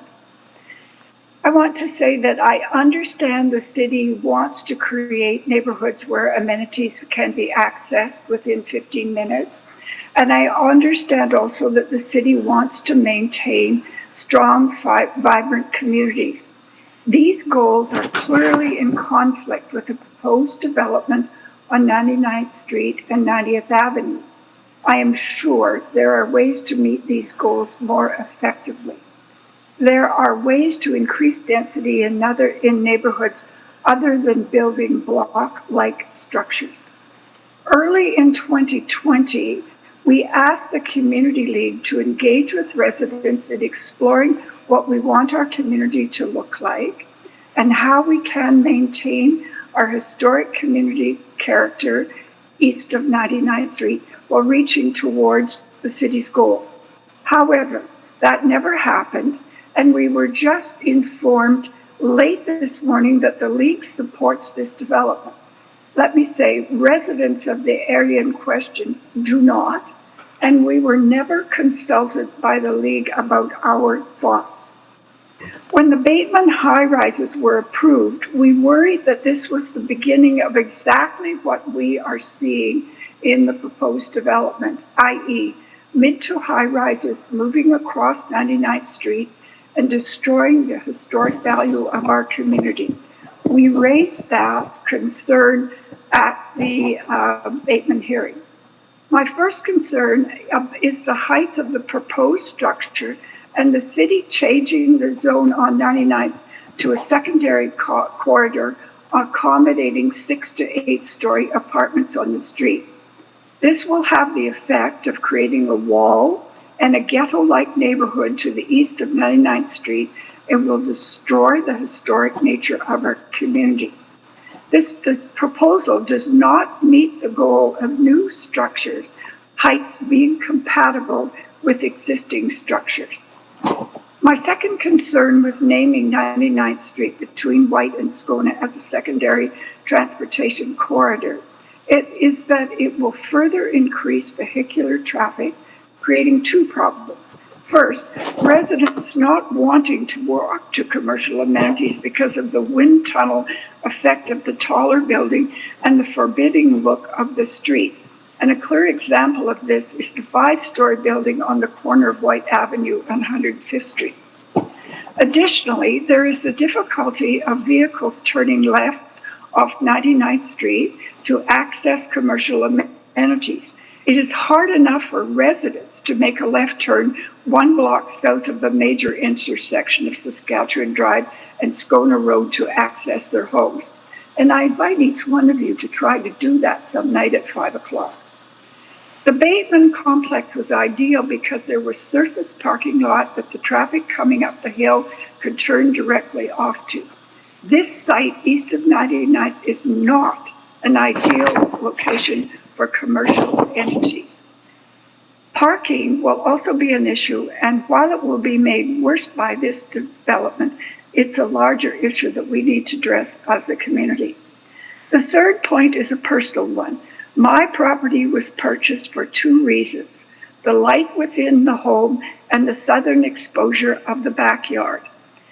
The mass of this proposed building will seriously diminish my quality of life. I will lose any privacy that I now have and have to keep my blinds pulled all the time, cutting out the natural light, which is essential to my mental health. The shadow will change the environment in my backyard, reducing significantly what I can grow in my garden, and both changing the season for me and the length of the season because of the shadow during parts of the year. So I ask you to consider carefully the larger picture with a significant impact of this individual proposed development, and instead, with some flexibility, approve a low-rise 4-story structure without commercial for the ground floor, or work with the immediate community to consider something that would be more successful for the site and the community. Thank you for your attention. Thank you, Ms. Burwash. Questions? Councillor Henderson?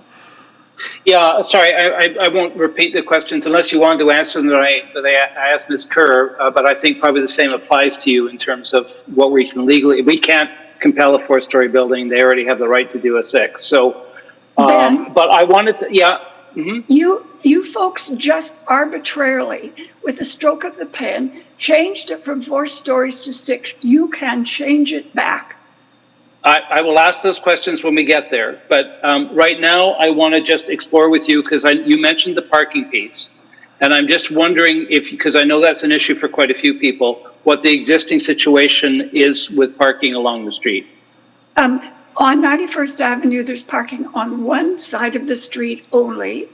And as a resident, I never have the opportunity to park on the front street. I have a garage and I use it constantly. The reason I never have an opportunity to park on my front street is A, it is taken up by people who use it as park and ride. Yeah. People who live on the other side of 99 and don't have adequate parking in their buildings, and therefore they park in our building.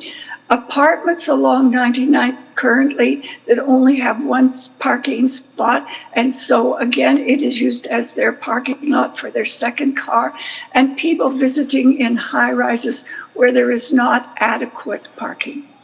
Okay. So there's a shortage of parking right now that probably needs to be addressed as part of a different issue, but. Yes, it is. Yeah. So what, just out of curiosity, I know it's a little bit off topic, but just to explore with you, if there was, if we could do like a 2-hour parking along there, maybe that's, even if you don't do this building, how would that go along the street? I think what would be the most ideal is that we do what has been done in other parts of the city where they have parking for residents only. Each resident gets 2 parking spots, and then if they're having a meeting or guests, they can apply to the city for extra spots. Yeah. The only way to do that is for a much bigger area, a much bigger neighborhood. It's not out of the question, but yeah. Again, anyway, yeah. That's wrong. It has been done on 125th Street between 102nd and 103rd Avenue, just the one street. It's been done, so I know it can be done. Okay, I'm surprised to hear that, but I can certainly look into that. Great, thanks. Those are all my questions. Thank you. Councillor Knack? Thank you, Mr. Mayor, and thank you, Ms. Burwash, for your presentation. So I actually, I don't want to ask the same question Councillor Henderson asked, but I feel like I like this answer. It would be really helpful to me, which is, and I'll preface this with appreciating what I've just heard, which is that there are broader concerns around the overall planning future of that area and how that came to be. But what I want to just make sure I understand for those of you who are immediately adjacent or very close by is let's assume Councillor Henderson asks the question of legal and says there's no way to go back to what we have. And let's just, for the sake of this question, say we are truly being asked to compare a 6-story building that can be closer to the property line, that doesn't have as much in terms of setbacks, versus what is being proposed today.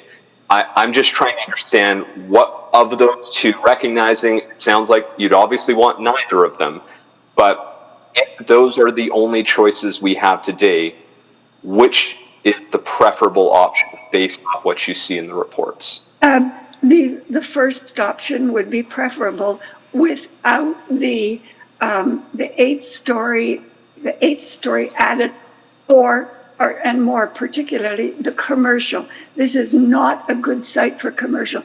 So if you took that first story away, then you could have 6 plus the rooftop amenity, and that would likely be more acceptable. So you'd rather, I just wanted to make sure I understood. So you'd rather a 6-story residential building that might be a bit bigger and blockier than the proposal that's in front of us. I just wanted to get clarification. I'd rather not have the RA8. I appreciate that. We might not have that choice. It might be between the two that are truly in front of us. So I just wanted to double check. Thank you, though. That's helpful. Thank you. I see no further questions for you, Ms. Burwash, at this time. Thank you for your presentation. Next up is Sheriff Garadi, who was in person but is not here at the moment. Is he able to join us virtually? It's my understanding that he was going to try to join us virtually, but he hasn't signed in yet. Okay, well, we'll check back in for him in due course. Leslie Main Johnson is next up then.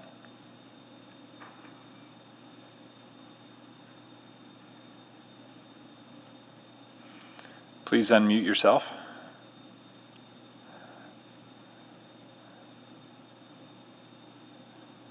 There we go. Am I unmuted now? Yes, we can hear you. Please go ahead. Okay, I do have a presentation, so I assume that this can come up. So I'm Leslie Main Johnson, and I'm a resident on 91st Avenue, and I'm going to do a brief tour of the area in which the proposed development is situated. So next slide, please. I'd like to emphasize that this is a well-kept neighborhood with a variety of ages of houses. Next slide, please. Some of the homes are heritage homes dating from the first 20th years of the last century, including the one that I live in. Next slide, please. We have beautiful gardens. Here's some views of 90th Avenue, which is showing you that it's a peaceful and quiet, harmonious neighborhood, and this is within 1 block of the Beljan site. Next slide, please. So we have a range of homes of different ages, including new infill and older homes. And there are 3 homes that are historic and heritage homes on 90th Avenue, very close to the Beljan site. More gardens. And this is what the streetscape looks like at present, looking east toward 99th Street in June of this year. So this is, let's see, I'm probably on two slides here. So if you would please go advance, there's gardens on 90th, and now the streetscape is the next one. So it shows you that we have a quiet and beautiful gem of a neighborhood very close to the center of the city. Next slide, please. Now, if we look north and south on 99th Street, we can see that our immediate context is apartment buildings that are relatively low and the big hole in the ground that was the Bateman site. Next slide, please. Present businesses in the area are housed in attractive homes, not in big commercial buildings, and they are harmonious with our neighborhood. Next slide, please. And so this is the site that we're talking about. First, we have a pre-World War I heritage home, which is beautiful, and if the site is developed, that should be moved to another site. It's a very lovely home that used to house an art gallery. Now, next slide, please. We can see the development site at present is landscaped homes along the 99th Street side, which used to, and I think perhaps still do, house small businesses like the house company. Okay, so this is what we are intending to replace, and I do not see this thing as something that is derelict or in need of becoming something other than what it is myself as a neighbor. Next slide, please. So if we look at the alley, the laneway that would be the parking access, we can see that it's narrow and runs quite close to homes. Note the vulnerability of these homes also to winter shading, which are immediately north and east of the development site. Next slide, please.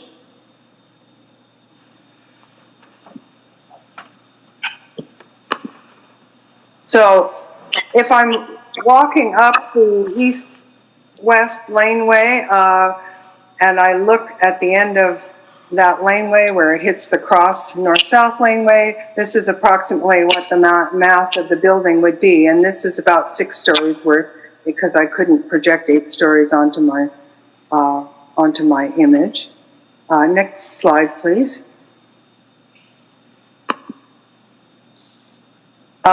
So some more views from the east-west laneway and with some gardens that would be vulnerable to shade issues. Next slide, please. So these are the existing apartment blocks. They're 2.5 stories, as you can see, with small underground parking on the one immediately on 99th Street there. And if you look a bit south again, you see a development that is as high as 4 stories right where Saskatchewan Drive comes in. So to be harmonious with the existing neighborhood, one would need not to exceed that 4-story height limit. Next slide, please.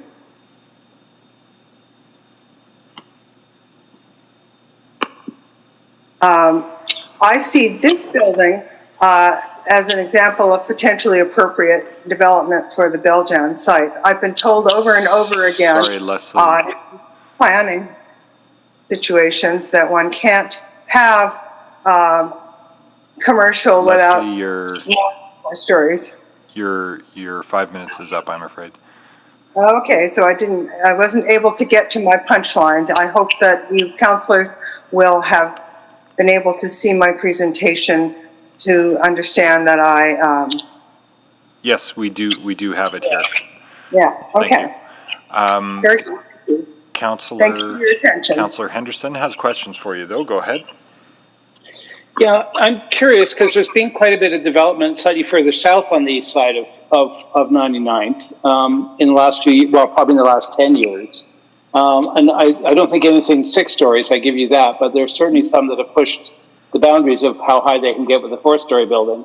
And I'm just curious, I mean, the neighborhood stays, the residential neighborhood stays pretty consistent once you get into the neighborhood, once you get off 99th itself on that east side, even further south. And I'm just wondering if you have any experiences from there about what the effect of those new buildings have had, if any, on the part that has been more developed than your end. Well, for one thing, as you point out, there are none that are more than 4-story, and the attempt to get a 6-story building on, what is that, 90? Well, there is a 6-story approved on the DV8 site that the community supported, so yeah, hasn't been built yet. Hasn't been built yet, I know. It's still a hole in the ground. Yeah. I think that the 4-story buildings that are there can be acceptable, and I don't think you can go higher without really changing the nature of the neighborhood. And so I was actually heartened to see an example that looked like it might meet some people's needs, that was attractive and reasonable on 83rd Avenue in Old Strath Kona. I thought, okay, there is one I could live with. It would still have some of the parking problems that Eleanor mentioned. Yeah, and it's still going to give you a different wall than you have right now. It'd be bigger than what we have now, but I think that could be lived with, because I understand that there is a desire to increase the density of residential along 99th Street. And I could see that level, which was envisioned in the Strath Kona area redevelopment plan overlay, as acceptable. And I think all of us, when we bought our homes, understood that that level of development was likely in the future. What was shocking, I think, to many of us was to find that council, through the attempting to enhance the middle range, sort of at a stroke of a pen, without talking to any of us, changed the context of our lives in ways that are potentially very negative. Understood. Great, thanks. Thanks very much for that. Okay. I see no further questions, but we do have a copy of your presentation here, and we were able to scroll ahead to see your concluding points. So thank you for sending that along ahead of time, Ms. Johnson. Have we? Sharif Garadi has joined. Joined the meet. Mr. Garadi? Yes, hi guys, hi Councilor, hi Mayor. My name is Sharif Gadi. I live 2 blocks from the new proposed building. I moved in 6 years ago. The main reason we moved to this neighborhood because it's a well-established neighborhood. And the second thing is walkable distance. I could cycle to work and I could jog to work. So it's really good. My wife can go to university from here. So we moved in, and they are apartment building, and I'm okay with increasing the density of population. But having that building next to me, like it's almost like blocking as a light for me, that's one thing that I just really bothers me. And I'm okay when it was 4-story buildings. I'm really okay. I didn't pay attention for that. When it went from 6 to 8 stories. So the whole idea that, like living next door to what you call it, this giant building, which will increase not only blocking the light, it will increase traffic. And I live as you see in the back alleys now. I have 3 children after I moved to this new house, and I really love the neighborhood. But this is somehow this is well-established neighborhood. But somehow this is gonna force me to look for another location to move out. If this giant building, like 80-story building, will be established, like I'm just gonna think about moving to another neighborhood. I don't think that's the main goal of establishing a building to bring the people. I'm okay with increasing the density. It doesn't matter for me to increase the density. And that's short what I wanted to tell you about. That's my own opinion. Thank you. Thank you. Questions for Mr. Garadi? Yes. I'm just checking to see if there are any questions from members of council. Councillor Henderson, go ahead. Ben? I got it. I'm getting big echo though. Anyway, Mr. I'm hold just on, curious, hold on, when you hold go back over... Hold on, Ben, just hold on. Mr. Garadi, could you try turning down the volume a little bit Okay, so... at your end? Can you hear me now? Yes, we can. Yes, we can. But I can hear... I just have a simple question, because I wasn't sure I caught exactly where you lived in relationship to the building. He said 2 blocks. He used to have 2 blocks. Sorry, I just didn't hear you. I wasn't sure where you lived in comparison to the building. I live 2 houses from the new proposed building. 2 houses from the new proposed building. On the avenue to the east? 90 Avenue. 90th Avenue. So, okay, so slightly to the... Okay, to the south. Great. Okay, thank you. Well, you're welcome. Thank you both. Next up is Iris Barrington Lee.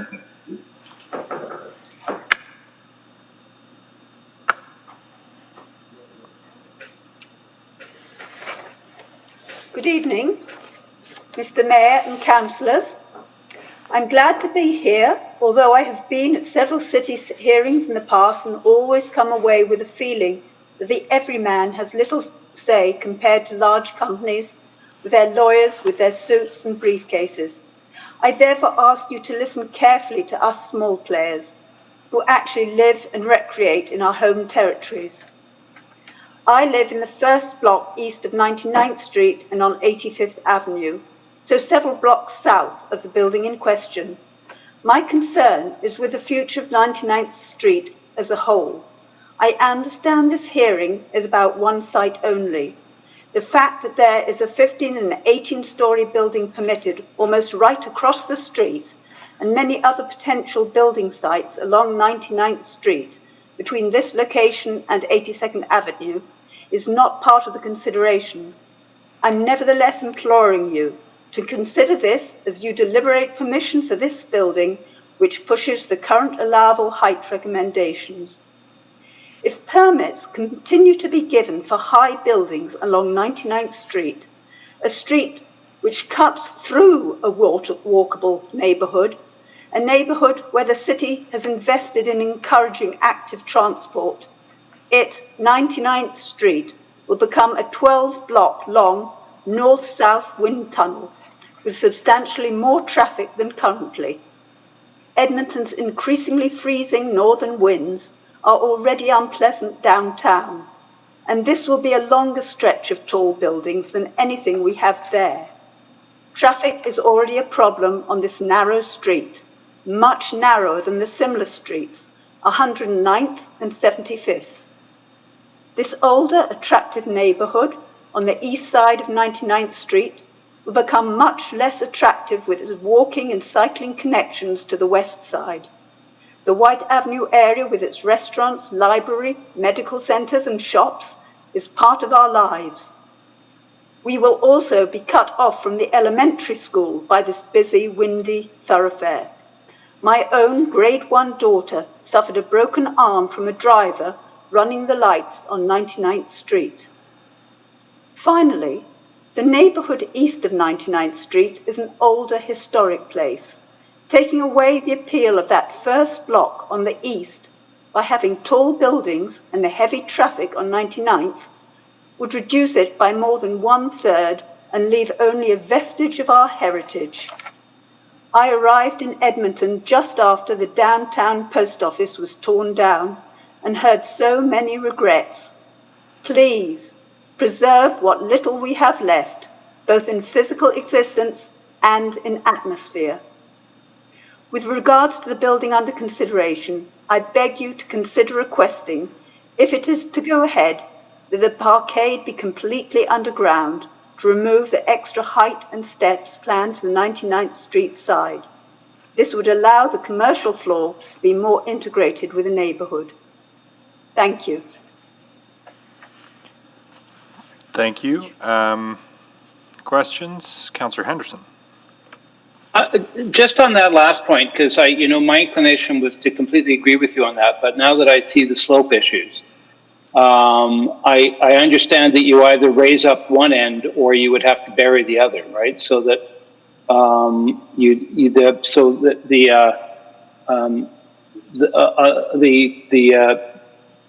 the commercial, if the commercial's there on the higher end, it would have to be below grade and you'd have to step down to it. So, neither of those things are ideal, but I just wanted to get your thoughts on that because I think that would be the trade-off.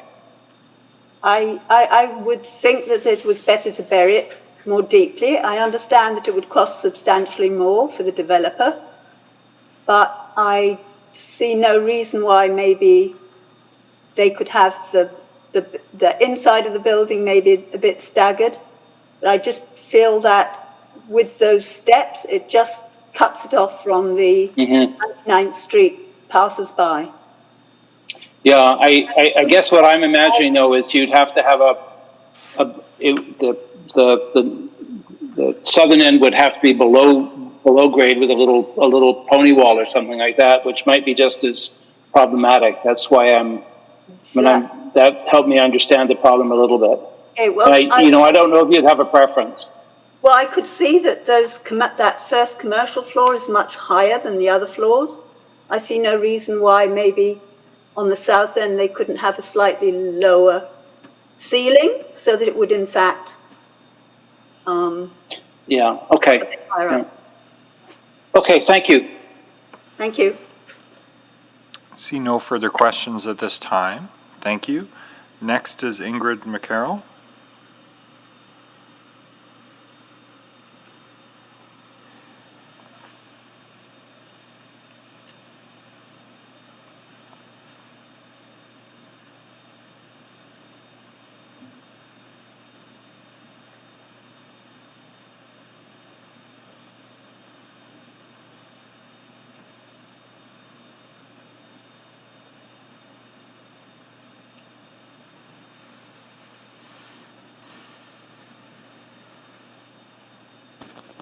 Good evening, Mayor and councilors and other people.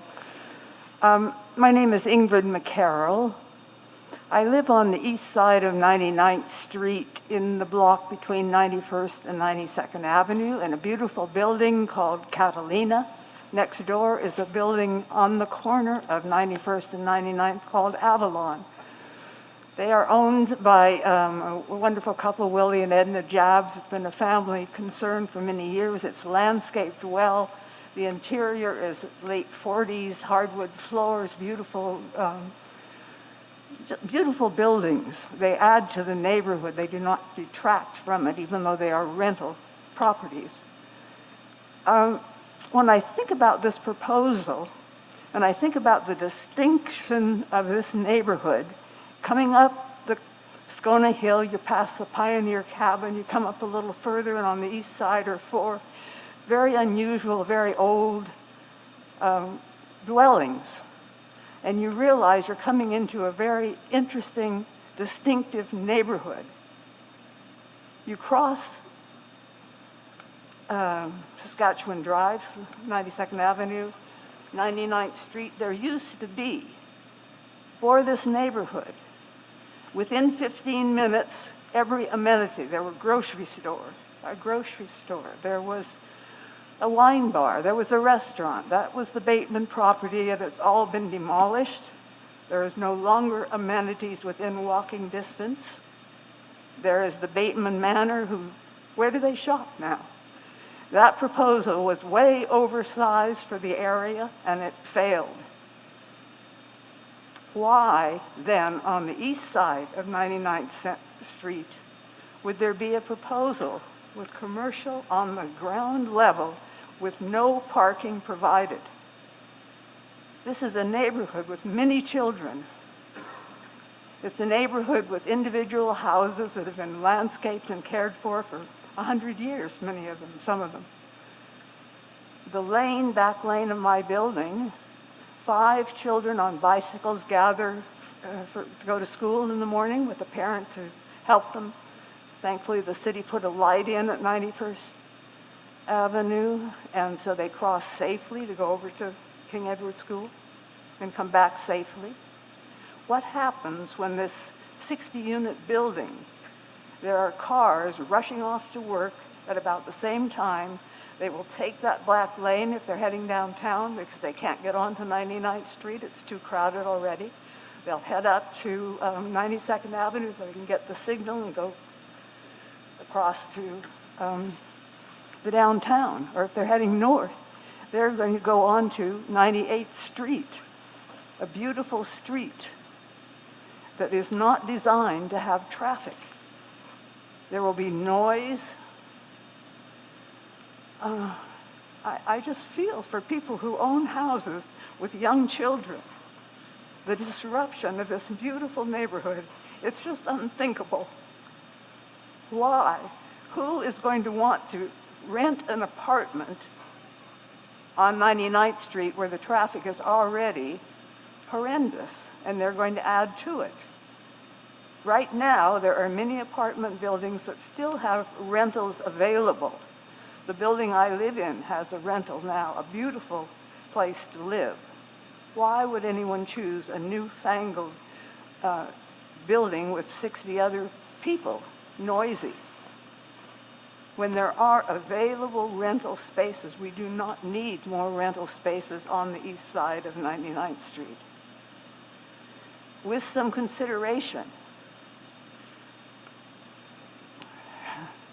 the house company occupied that beautiful heritage home on the corner that's going to be torn down, possibly.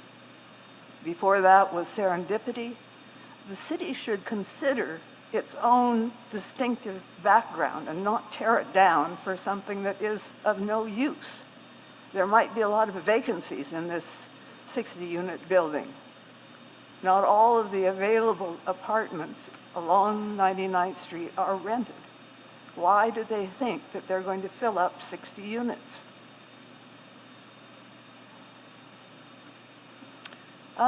Well, I think it's a very, is it just greediness that people want to do this sort of thing? Why? Why destroy an area where entrepreneurial success has been the whole idea? When Bateman tore down the Wild Earth Cafe, that was a tragedy. Stop you there, Miss McCarroll. Okay. And if you could please put your mask has slipped down. Oh, sorry. It's okay. Thanks. Councillor Henderson, go ahead. Yeah, I wanted to explore one thing with you, and it was raised early on by somebody else, and I didn't get a chance to ask it because and I agree with you that the Bateman property or the Bateman commercial properties was a massive loss. If there's anything good about their proposed new development is that it gets replaced and put back, and I gather I think they're coming back to us with a newer, shorter proposal, but I think it keeps the commercial in there. But this one does add the kind of that 15-minute walk commercial to the neighborhood and get some of that back on the street. But I heard someone say this is the wrong place for it. So I just wanted to explore that a little bit and see if you had any thoughts on that. Well, I haven't heard what that commercial entails. Will there be a grocery store? That is needed. I doubt it. It's not enough space to house a grocery store, probably. But what are the? No, I think the Bateman project is committed still to bringing us a grocery store back on the other side of the street. Sorry, I thought you were talking about. No. I just think that's where that will happen. But there's the other chance for there's bakeries up the street. There's a lot of that kind of small retail that I think is one of the real charms of 99th Street. Yeah. Yes.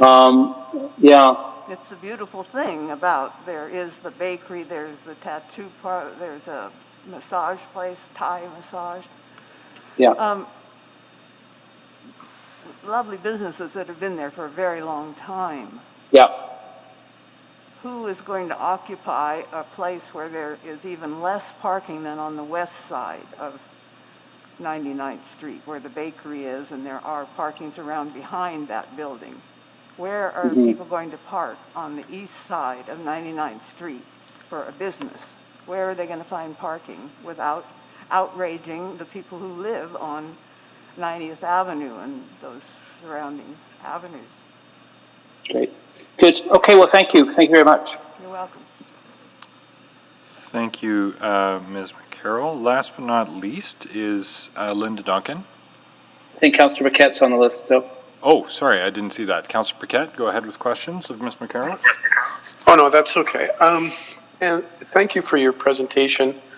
I've been listening very closely, and oftentimes when we're worried about something, I'll give you an example. Sometimes when there's traffic backed up in a neighborhood, folks want another lane to help reduce the stress of that traffic. Or at least that's what they think. What they really want is just to have a less congested or less stressful drive. It doesn't have to be a lane, it just has to be something that actually solves the problem. So when I'm listening to these concerns, I wonder, is it the potential building that is the concern, or is the concern that what's wanted is something that fits organically into the community, that residents feel enhance the community rather than detract from the community? And that would be my question. Who is that addressed to? The question is to you, Ms. McCarroll. This is your time, yeah. Oh, okay. Well, a building that would enhance the community would certainly be a benefit, and one that detracts from the community is anything but. And why? Right.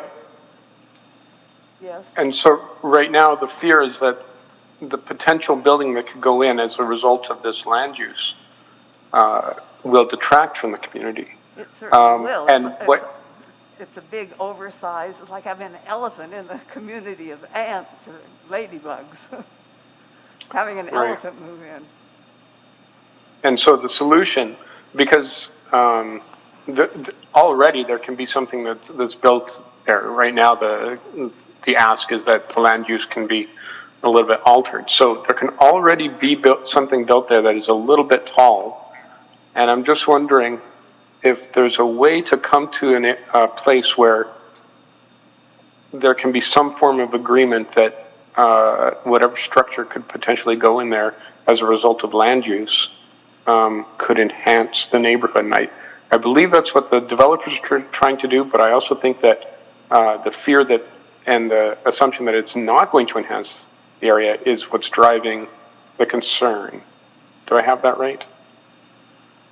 Well, not only is it not enhancing, it is an obstruction to the life of people in the neighborhood with so much traffic and noise. Like the person who spoke, who recently bought just adjacent almost on 90th Avenue, and the whole purpose of their property is being destroyed by this oversized structure, not to mention people coming and going at all times of day and night in a quiet neighborhood, a residential neighborhood where people have owned houses for so many years, and that's why they take care of them and love them and have children and benefit the city of Edmonton. Right. Yeah, no, I remember when there was, we had a debate over a year ago, I believe, and the concern expressed by one councillor at the time was that by approving a very tall building, it would result in a lot of much taller buildings than was originally planned going down 99th Street. And your concern is that there'll be a wind tunnel. That's one of the concerns I heard. And also that because this is primarily a road for vehicles rather than a transit route or a shared use route, that any destination in that area, most people are going to be taking a car and there won't be accommodation for a car. So one of the problems there then would be to figure out how to transition from a mostly car destination area to pedestrian or bike or what have you. Is that sort of, does that sort of describe it properly when you're worried about parking? Once the Bateman property was all torn down, that seemed to be the beginning of the end of a neighborhood. This second build, which seems oversized and might not be rented often, who knows whether people would want to live there even. It's destroying a neighborhood. It's becoming a thoroughfare. Cars streaming up and down. There are too many on 99th Street already, often. Streaming up and down and not bothering to look around at the beauty of the area because it's being hidden away behind big buildings that, anyhow, just is destructive to one of the more beautiful areas in Edmonton, Mill Creek and then Strath Kona on the west side.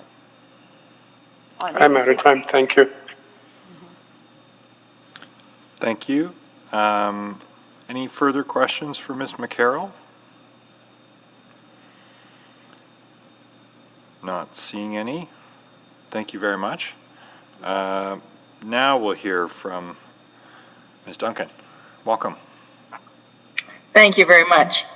I don't know if people can see me. I can't see me. I don't think I'm just by phone. Yes, we can see you. So thank you, Your Worship, and Council. I know you've had a very busy week, and I listened in to a lot of the debates that have been going on, and it is a late evening. I just wanted to add at the very outset how proud I am of my neighbors of coming forward to present. Many were leery of doing it. Many have not done it before. And particularly Ingrid, who doesn't even have a computer, taking the time to go right down to City Hall. It's important that council recognize this is only a quarter of the people in my neighborhood who are totally opposed to this development. And frankly, horrified that transportation and engineering seems to be ruling the city. I mean, the fact that 99th Street, with a stroke of a pen, was changed to 8 stories with never consulting with the people going to be impacted is beyond reprehensible and completely contrary to what council in their wisdom just passed in the recent policy. And if I were to remind you, in your policy, you say that you will encourage high quality urban design that celebrates the unique physical patterns of city places, celebrate the distinct communities, its quality of life, unique sense of place. We will also preserve our heritage because it's what tells the story of how our city came to be. We will be sensitive as we design. Edmonton's communities are its lifeblood. And yet with a stroke of a pen, somebody downtown decided, well, let's call this a transportation secondary corridor. And yet, as far as we know, there's not going to be any change to the transportation. And the absurdity of it is, it only goes from White Avenue to 93rd Avenue. So what kind of corridor is that? Everybody in this community agrees that we need to address climate change. We agree that we want to densify. There's lots of innovative ways of densifying. And we've had a lot of really attractive new developments occur in our community, including on 99th Street. And those are 4-story buildings with landscaping. It was always understood, and certainly in our area redevelopment structure plan, that high rises would be restricted to Saskatchewan Drive. And now we have high-rise creep eastward into our heritage community. So where is it that council is standing up for these supposed principles that they stand by? How is it that they could allow transportation and engineering to redefine a heritage community as a transportation corridor? The scale of this building is indeed an elephant in the middle of a community. There is nothing attractive about this. It's a big block, an 8-story high block with nothing redeeming. There'll be no landscaping, and it's going to terribly impact a number of families, many of whom have recently moved here. It breaks my heart to hear about Sharif and his family. Wonderful new neighbors, young kids. That's what's beautiful about this neighborhood. I've lived here for 20 years, and I love living in this community. And the people in this community contribute a lot to the city. And our community, as others mentioned, we used to be one of those 15-minute communities before Bateman decided that he wanted to make more money and tear down our grocery, our cafe, our restaurant, our wine bar, our hairdresser, and build 2 massive starry buildings. But I guess they're not selling. And that's where a grocery could easily go back because it has parking and it's safe to pull, right off 99th Street. It's inconceivable to me how somebody can maintain commercial development in that location on 99th Street. Already, people run the red light, the crosswalk lights already on 99th Street. Every day we see it, and that's where our kids cross to go to school.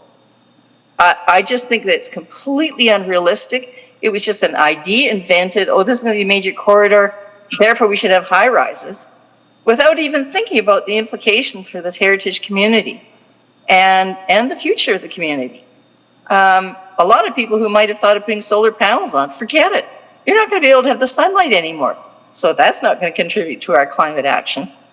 I am just so very troubled by the direction our city is going in. We say one thing, and then with a stroke of a pen, we deliver completely the opposite. It breaks my heart. I've worked in community development work since the 1970s when I lived in Rossdale. I'm sorry. And we managed to save that community. I am hoping something can be done and that this will not proceed. Thank you. Thank you, Linda. Questions? Councillor Henderson, go ahead. Just to give a bit of background on the idea of the secondary corridor, and it was actually going to be a primary corridor. It came out of all the consultation that was done around the city plan, and I suggested that didn't make sense to me, and that's why it was changed. It's one of the few changes we made to the presentation that was brought to us on city plan. But I wanted to explore something, that's just a bit of background on that, and it really speaks more to land use than it does to transportation, because I think we all recognize the 99th Street from a transportation is unbelievably constrained. It was never really designed for the kind of traffic it has on it in terms of the width that was created historically. But I wanted to explore something else with you, because I too, my anger at the Bateman's pulling out is well known. I actually thought it was, that 99th Street was developing very nicely as a kind of high street, as a kind of commercial with lots of little stores, with the, and although everybody on the east side, I think, loved having that, I'm not sure we ever could have had it without some of the density that's on the west side. For those businesses to survive, they need to be supported by that as well. So I'm just wondering what your thinking is on that, because to a certain point, to get to those 50-minute neighborhoods that can support a high street, you do need more than a single-family neighborhood to support it, or it's just not going to happen. And I just wouldn't mind your thinking on that. Those businesses were in the Bateman site were supported immeasurably by this community. My brother lives in Belgravia, and he used to weep over the fact that I was so fortunate that across the street from me, I had a grocery store and a cafe and a dining room and a wine bar. Why couldn't you get that in Belgravia? That's the kind of developments that we should be encouraging. Big cities have those. Everybody loves our bakery. We love the fact that we have a veterinarian. So we have those. And guess what? Those are in one-story buildings. So no, but they're why does everything have to be big? As you know, I was not a big fan of Bateman. Thankfully, I think it's going to come back and be smaller. But I do think it's, the density that does exist on the other side of was part of what made that all possible. And sustaining that's going to be important if we want to get some of that stuff back. That's the only thing I was interested in exploring with you. Like you need a certain density in order to be able to support that kind of shopping street. The kind of developments that people like to go to is what we used to have in Wild Earth. It wasn't just people in this area.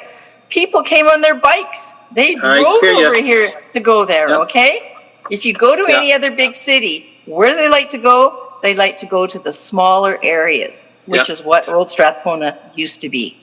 And so it would have been fully possible for more graded development along 98th to have exactly that. Instead, we're going to have this monster thrown at the end of our street. Great. Good. Well, thank you. Any other questions for Ms. Duncan? Not seeing any, then those are all of the presentations from members of the public. We'll turn now to, for the moment, to questions of city administration. Councillor Henderson, I presume? Where to start? I'm interested, because one of the things, that I think there was always a recognition that was, and it goes back to the plan, that what was happening on the east side of 99th, because of the historic nature of the fine-grained sort of largely single-family houses in behind, was different from what was happening on the west side. And I just wondering if you can speak a little bit to that and how we deal with that, because I think transition is really important to that question. I don't think they're the same, and just your thinking on that. Councillor Henderson, you're correct. In general, that's how the neighborhood has developed. And that's certainly what the Strath Kona ARP has historically directed through its sub-areas. The lowest density area was east of 99th Street. And I think the big change recently is with the city plan. And that clearly identified 99th Street as a corridor. And the city plan is about nodes and corridors.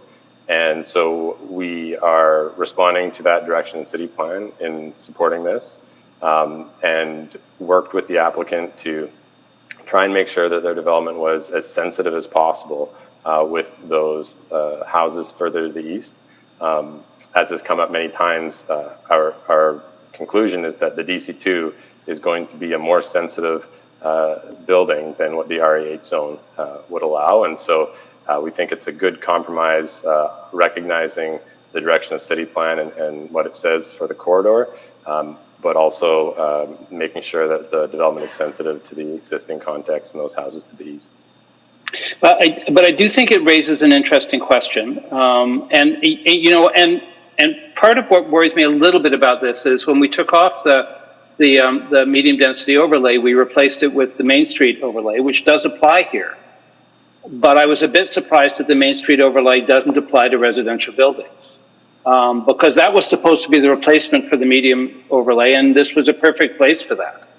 And I'm just wondering if you can speak a little bit to that, because I was surprised that that Main Street overlay did not apply, because that, I think, would have answered some of these questions about transition and how we deal with the properties that are off the Main Street. So the Main Street overlay came into existence several years ago, before the medium density residential overlay was removed from the zoning bylaw last year. The Main Street overlay in its area of application clearly says that it only applies to commercial zones. And so the zoning, the RA8 zoning along this corridor, even before the overlay was removed, was never subject to the Main Street's overlay. And no overlays essentially are subject to apply to direct control provisions. And so when we have an application for a direct control provision, we certainly look at various overlays for ideas, for intents, to see if those can be incorporated into the DC2 provision. And there are aspects of the Main Street overlay that are present in this DC2 provision. Mostly that overlay would apply with the interaction of the building with the Main Street, and not necessarily the transitions to the neighborhood on the other side. Yeah, I think that's another question that I think, it seems to me if you're going to have an overlay to create a Main Street, it needs to deal with all zoning, but that's, I think, an oversight that I missed at the time. But that's separate from this. Because I think, just to ask the question that I know that's there, having, and it was a citywide choice to get rid of that overlay, which affected not just this area, but a whole bunch of other areas where I think the impact was different. Can you just, the question's been asked, could we put that back on again? Because that's part of that's what created the move from 4 to 6. And the kind of, and opened up a kind of R8 building that would have been different from what was in place before that overlay. And the overlay would have been put in, I suspect, to make sure that as we rezoned all these areas with the ARP, that otherwise, you would have done it as RA7, and then we wouldn't be having this discussion. So I think it's very clear that the overlay was served the purpose of implementing the direction of the Strath Kona ARP, and they worked hand in hand while it was present. As to whether it could be put back or some other version of regulations could bring the height back down to 4 stories, obviously that's not what's before us here today. Yeah. Like anything in the zoning bylaw, it's all decisions of city council, and any type of height change or zoning change through a corridor, whether it's an overlay or zone, is always something that city council could approve if that was brought forth in front of them. Can you talk to me a little bit about the property next door? Because that property is going to be seriously isolated in terms of any kind of future potential for it. And we try not, we also have policy that says we shouldn't be doing that. So the property directly to the north, when we look at it from an isolation perspective, we are looking at the zoning lines, and it doesn't meet the criteria for isolation because it, in combination with the properties north of it, would be a large enough site within the RA8 zone for redevelopment. Whether the likelihood of that is debatable. I know there's been different comments about how likely that apartment building north of it might be to redevelopment, but in terms of the interface with the property and the proposed building, the interface is problematic, and we reflected that, we represented that in our council report. It's not ideal to have that 1.2 meter concrete wall on the shared property line. You know, the negative impacts of that are certainly understandable. The RA8 zone would have a larger setback and would have not a concrete wall right on the shared property line. The parkade, while it could still protrude out of the ground, would have to respect the setback. And so there's no denying that is one of the items that we identified with this application as being on the negative side of the fence. But as you know, we never have any applications that are perfect, and we have to make an overall recommendation based on the balance. Okay, I'm out of time. I'll need a second round. Thank you. Councillor Paquette? Yeah, thank you. And so I'm wondering where to start with this question. So we've got this, because of the direction of the city plan, where we have to actually, within the city's existing footprint, double the population. This is why these sort of things kind of pop up. We need a little bit more space for more people. Is that right?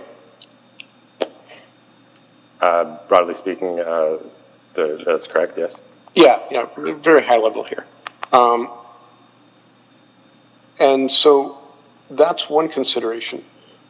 And the other consideration is where our nodes and corridors are and where our main routes are and secondary routes. And I'm thinking, like, within all of that sort of high level conceptualization, like, at what point, as it trickles down, does the livability of a community come into play? And what I mean by that is, you know, we were talking earlier about does a new addition, a new construction, or a new building, does it enhance a community or does it detract from a community? Because frankly, it's very rare that it's value neutral. And so, you know, I understand that all of this is following the city plan, which is basically following council direction. But at the same time, there is the human level that we have to consider. And I'm just wondering, like, that's what I'm trying to find in all of this. In between all of our bylaws and in between all of the zoning, where is the human factor where a community becomes more livable because of what we do? So and that's a big question. I don't know if you've got an answer for it. It is a big question. Certainly with all the applications that we are reviewing and in our recommendations, we're always striving to find a way of making sure that all developments are ones that contribute to communities. We're often dealing with many competing interests and many competing policy directions, and there's certainly people that are more impacted by these things in a negative way in certain locations. But I think overall the intent is always to make the community more livable, and there's many benefits of adding more density along our nodes and corridors. And I mean, you all recently just went through major discussions about that with the city plan and the public hearings for that. The opportunity of having more commercial opportunities along this corridor is something that we've actually heard pretty regularly that people are generally supportive of. And we've heard comments today about wanting to be able to walk to a store at the end of the block again. I think the realities of going to the future of city building is that we do need more densities to support those kinds of livable, walkable neighborhoods. And you know, there was reference to what big cities have, and I would say a lot of big cities have properly scaled but higher density corridors with commercial opportunities at ground level, and I think that's what this application is getting at. And so overall, we do think it will contribute positively to the community. And again, especially in relation to the existing RE8 zone, it's an improvement. Okay. Well, see, the problem is that the residents here tonight and ones listening at home, they don't see how this is going to positively affect the community. That obviously hasn't been communicated clearly. And so there's a lot of doubt. And I don't blame administration because, frankly, this possible land use checks a lot of boxes. It really does. But what's kind of, I think what the residents are saying is what's missing is that there's a gap between checking the boxes and seeing the entire holistic picture and how everything sort of fits in with each other. And can this, and I think that there's probably a way, and maybe this is more for the developer to answer, but is there a way that this organically fits in with the community in a way that is celebrated rather than feared? Because right now folks are kind of worried that they're going to be getting in the long term this sort of Death Star, kind of trench right down 99th and separate their communities. So I don't know if you can answer that. Maybe not. I think all I'll offer is that these are certainly things that there's a variety of perspectives on. We're certainly hearing one of those perspectives very strongly here tonight. As I mentioned in our presentation, about a quarter of the people that provided feedback, the 60 people, were supportive of it. And so there are those other perspectives in the neighborhood as well. And we don't keep track of exactly where everybody lives that provides feedback, but we do understand all these perspectives, and there's nothing that anybody has said today in opposition of this that is not understandable to us as perspective. And again, our job is to take all of that in and ultimately do a planning analysis and provide you with a recommendation. And I guess your job is to take that analysis and as well as the feedback from the residents and make a decision. I really appreciate that amount of time. Thanks. Councillor McKean? Yeah, thanks. Following up on Councillor Paquette's questions about the community not supporting this, did we not hear that the community league had sent in a letter of support? That's correct. They actually voted as a board last night to support it, and the letter came in this morning. So we know that there's at least a diversity of opinion there. I think Ms. Kerr's submission raised some concern for me. She lives, I think, to the east of the project. I see her head nodding, thank you. And the sun shadow impacts, because we talk about sun shadow impacts a lot. Can you, Mr. McClellan, comment on the sun shadow impacts on that neighboring yard? Yes, I mean for a project for a site that close to this rezoning site, I think the reality is that the shadow impact of a 6-story building or the proposed DC2 provision is going to be identical. The differences in the shadow are seen further away, and I would even argue that a 4-story building would almost shadow it just as much. And we do have a sun shadow study in our report that essentially shows the 4-story option as well, and shows that those buildings, that site is essentially in the same shadow, whether it's a 4-story building or 6-story building, certainly at the equinoxes that we look at. Not entirely the same, but obviously it's understandable, those concerns. There are definitely going to be more shadow impacts compared to what is currently there now and what people are experiencing now, which is houses. But again, I just go back to the fact that the existing zoning already allows for a 6-story building, and in comparing the existing zoning to the proposed DC2, there's no difference in the shadow impact on that particular property. So when there was some suggestions in one submission that this proposal sort of runs counter to our broader goals of creating vibrant, lively, healthy communities or neighborhoods. And I think you could cut that a few different ways, but Mr. McClellan, I'll just see if you agree that more people living in that area on a re-emerging, perhaps is the right word, Main Street, could actually then act to revitalize that street. I hate that word corridor because it's very technical. So you have a street there and a walking street, and our contributors tonight have talked about the fantastic amenities, retail and dining and bakery and all that along that street. Well, this might be the first stage, or projects like this reflect an interest in redeveloping that street. Yes? I would say that that there is a desire, I think, to create a more pedestrian-friendly 99th Street. There's even when there was more walking, commercial opportunities within walking distance, walking along 99th Street was never very comfortable. When we have applications like this, it does create an opportunity to improve that. And with this particular application, while there is that long continuous staircase that creates some issues for accessibility, the public realm created there is quite a positive thing. It reminds me of College Plaza over on White Avenue, 112th Street, where there's the simple narrow city sidewalk and then a couple steps and then a very generous public sidewalk, and that's where everybody walks, where there's entrances to the businesses and whatnot. And there is an opportunity to have that similar sort of interface here and really improve the experience on 99th Street.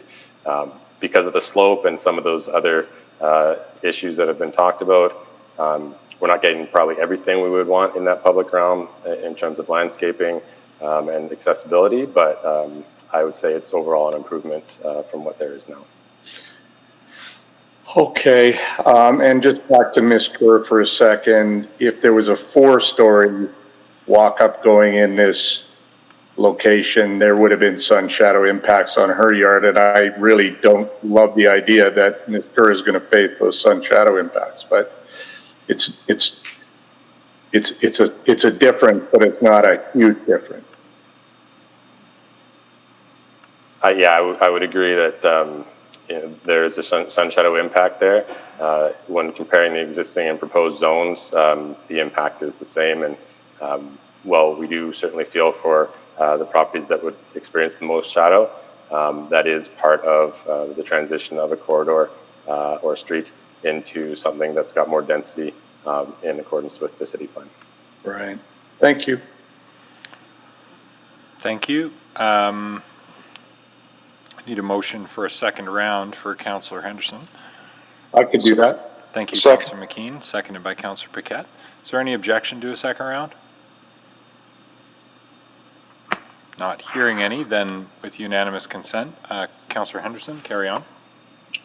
I want to just explore a little bit, this, because we're in a situation where we've gone from 4 to 6 and then 6 to 8. And interesting enough, and, I raised these questions when the Bateman project went in. Prior to that, we were getting a lot of, it's not as if this corridor wasn't developing. There was quite a bit of building going on, correct? That's correct. I remember having that conversation with the public hearing for the Bateman proposal. Yeah, so part of what worries me about this is and interesting enough, we look at the DV8 side, and I know they've been having trouble getting that one going, but there may be other factors there, I'm not sure.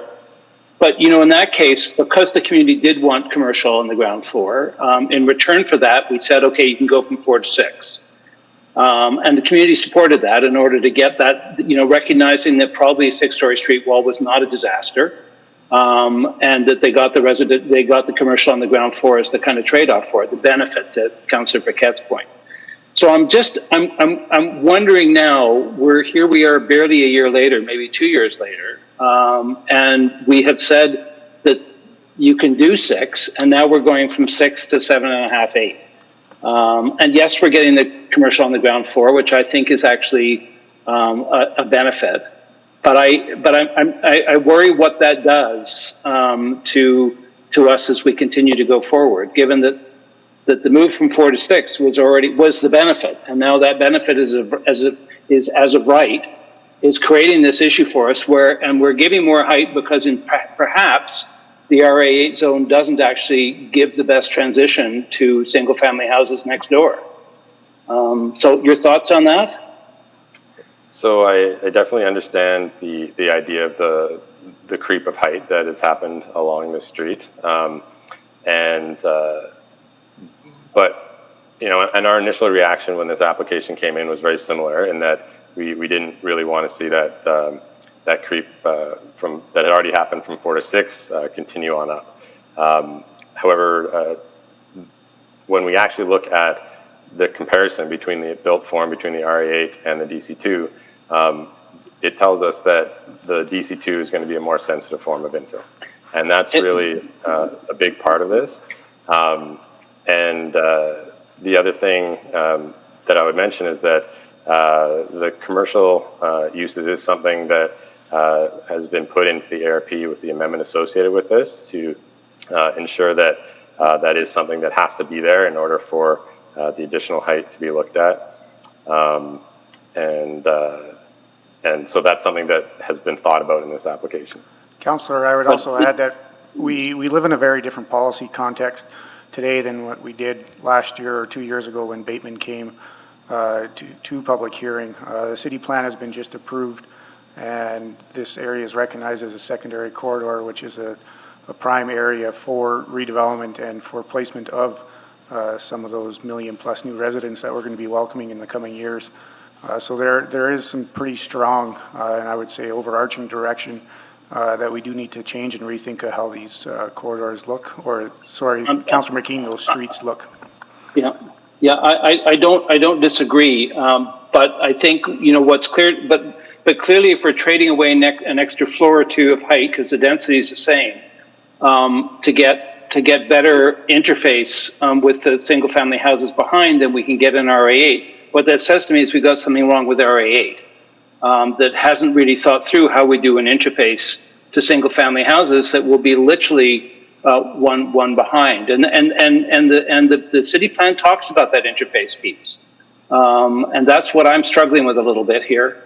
It does talk about how you do the corridor, but how it interfaces with the neighborhood behind is also spoken to in the city plan. So I have one. I'm going to run out of time, so I have a quick. The thing with the ARP amendment is that we're really just pulling one piece out and adding it to the mid-rise, high-rise zone without actually, but it's an island.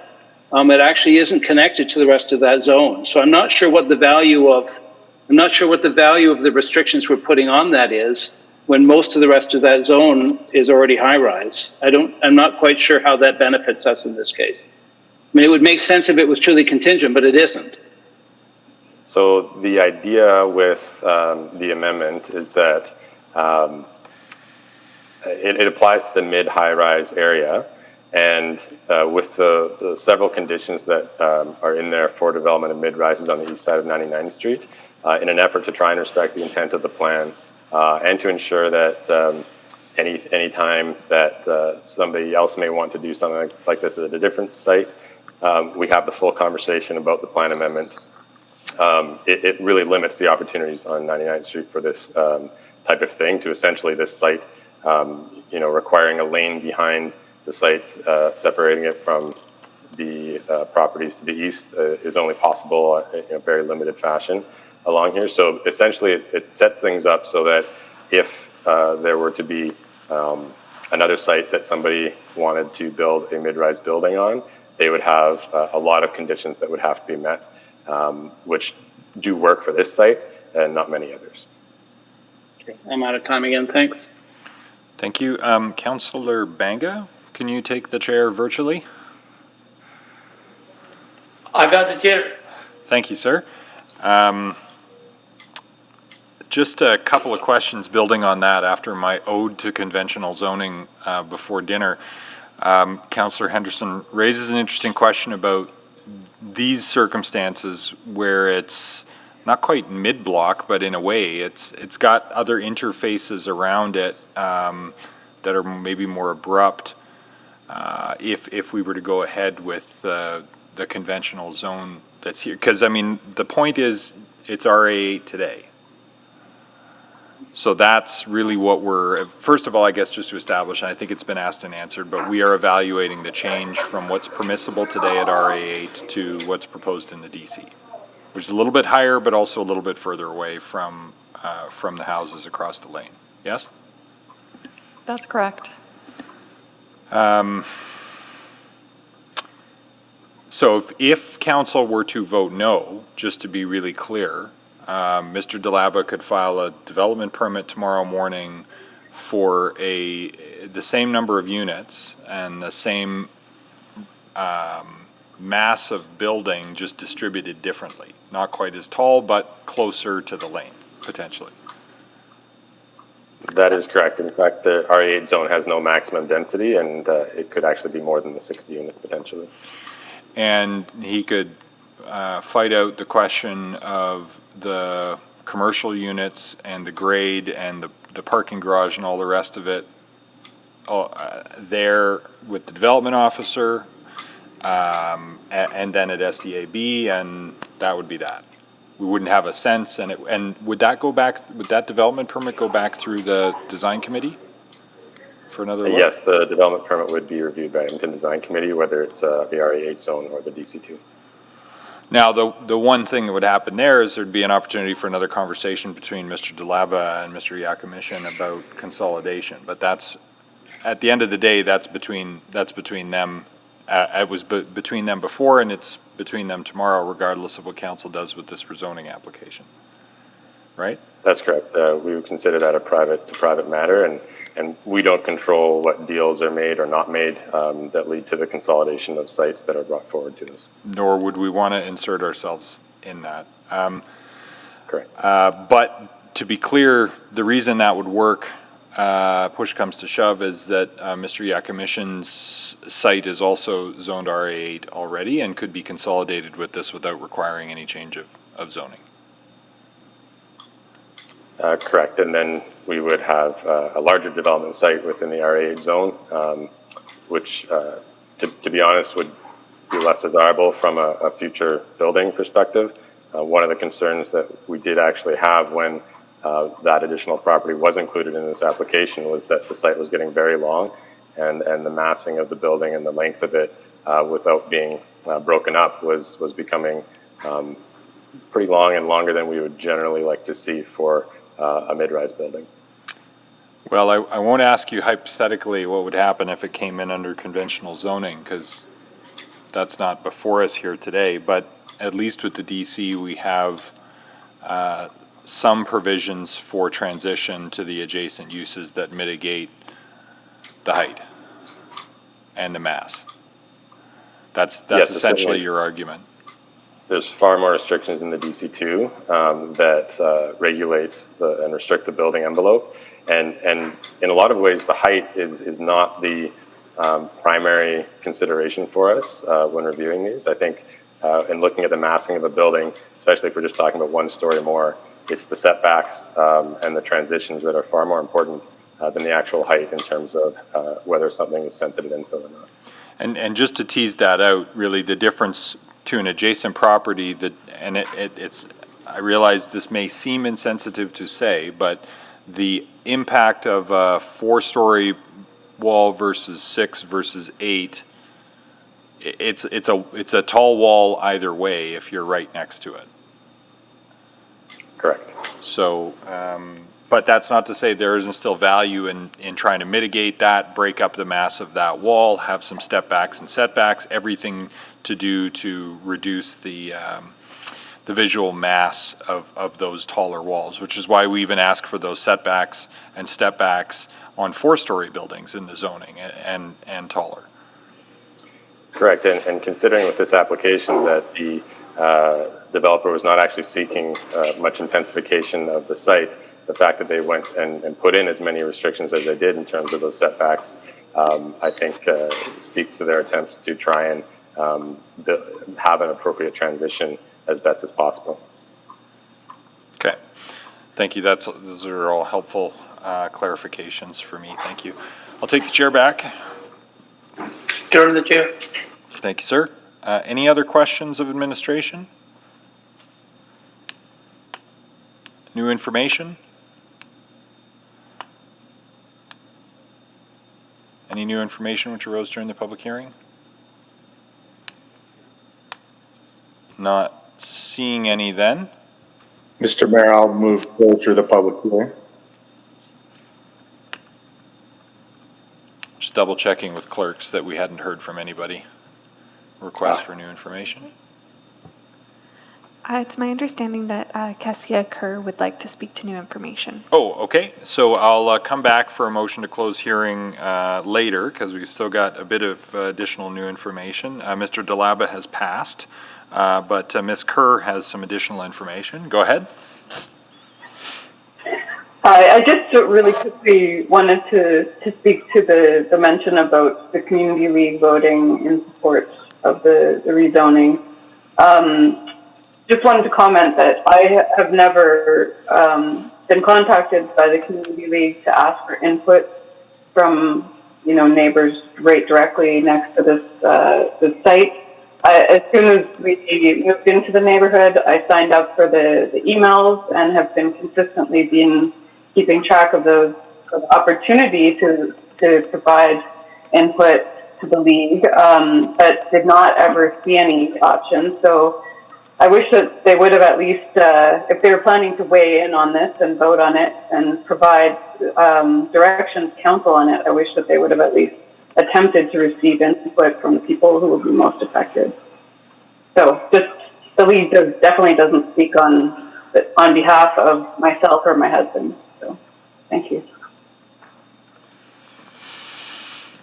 Thank you. Any other new information? Not hearing any, then I'll take the motion to close public hearing. Councillor McKean? Yes, I'll move that. And who was the seconder?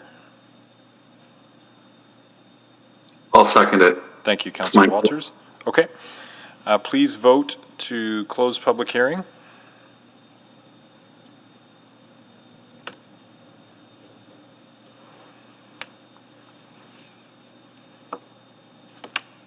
I'm a yes. My computer shut down, so I'm a yes. The vote hasn't popped up on my screen, Mr. Mayor, so I will also vote yes.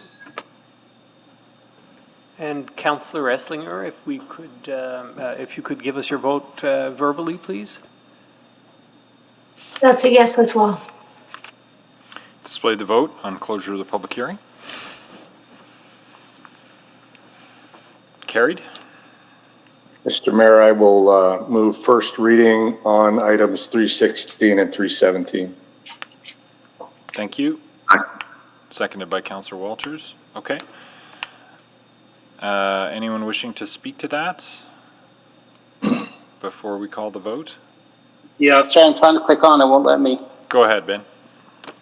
Yeah, I'm deeply torn on this one, as you can tell. And I really, there's things I really like about this building. I actually do really think that getting more commercial on the street is a big win. It's something I've been fighting for. I think we need the commercial back on the street. I think that is part of what has made the area a gem. It's why the loss of the Bateman store was so tragic, because this was a neighborhood, I think because we have density on the west side of the street that could support the kind of neighborhood that we all want to have back and that we all used to have. And I think that will come back. So for me, and that's why I argued and the community supported me to go to 6 stories on the DB8 site in return for getting commercial back on the ground floor. I'm worried here though, and I think this is even different than what was on the other side of the street. That this is an historic neighborhood, and the transition to that neighborhood I think is important. And I worry that the RA8 site clearly does not deliver us the kind of transition that we need. So we've done a trade-off here, and to get probably what is a better transition, understanding that that the RA8 could be built tomorrow and would never have to come to us, and probably would create more of the kind of concerns that I think we're hearing from people. To me, that speaks of a failing in the RA8 site, that if we're going to use the RA8 site to do these kind of interfaces, we probably need to go back and make sure that if this is the kind of transition we want to see, that we're not having to trade off for another couple of floors in order to get to it. Because I think there's a kind of fallacy there that we need to be very careful of.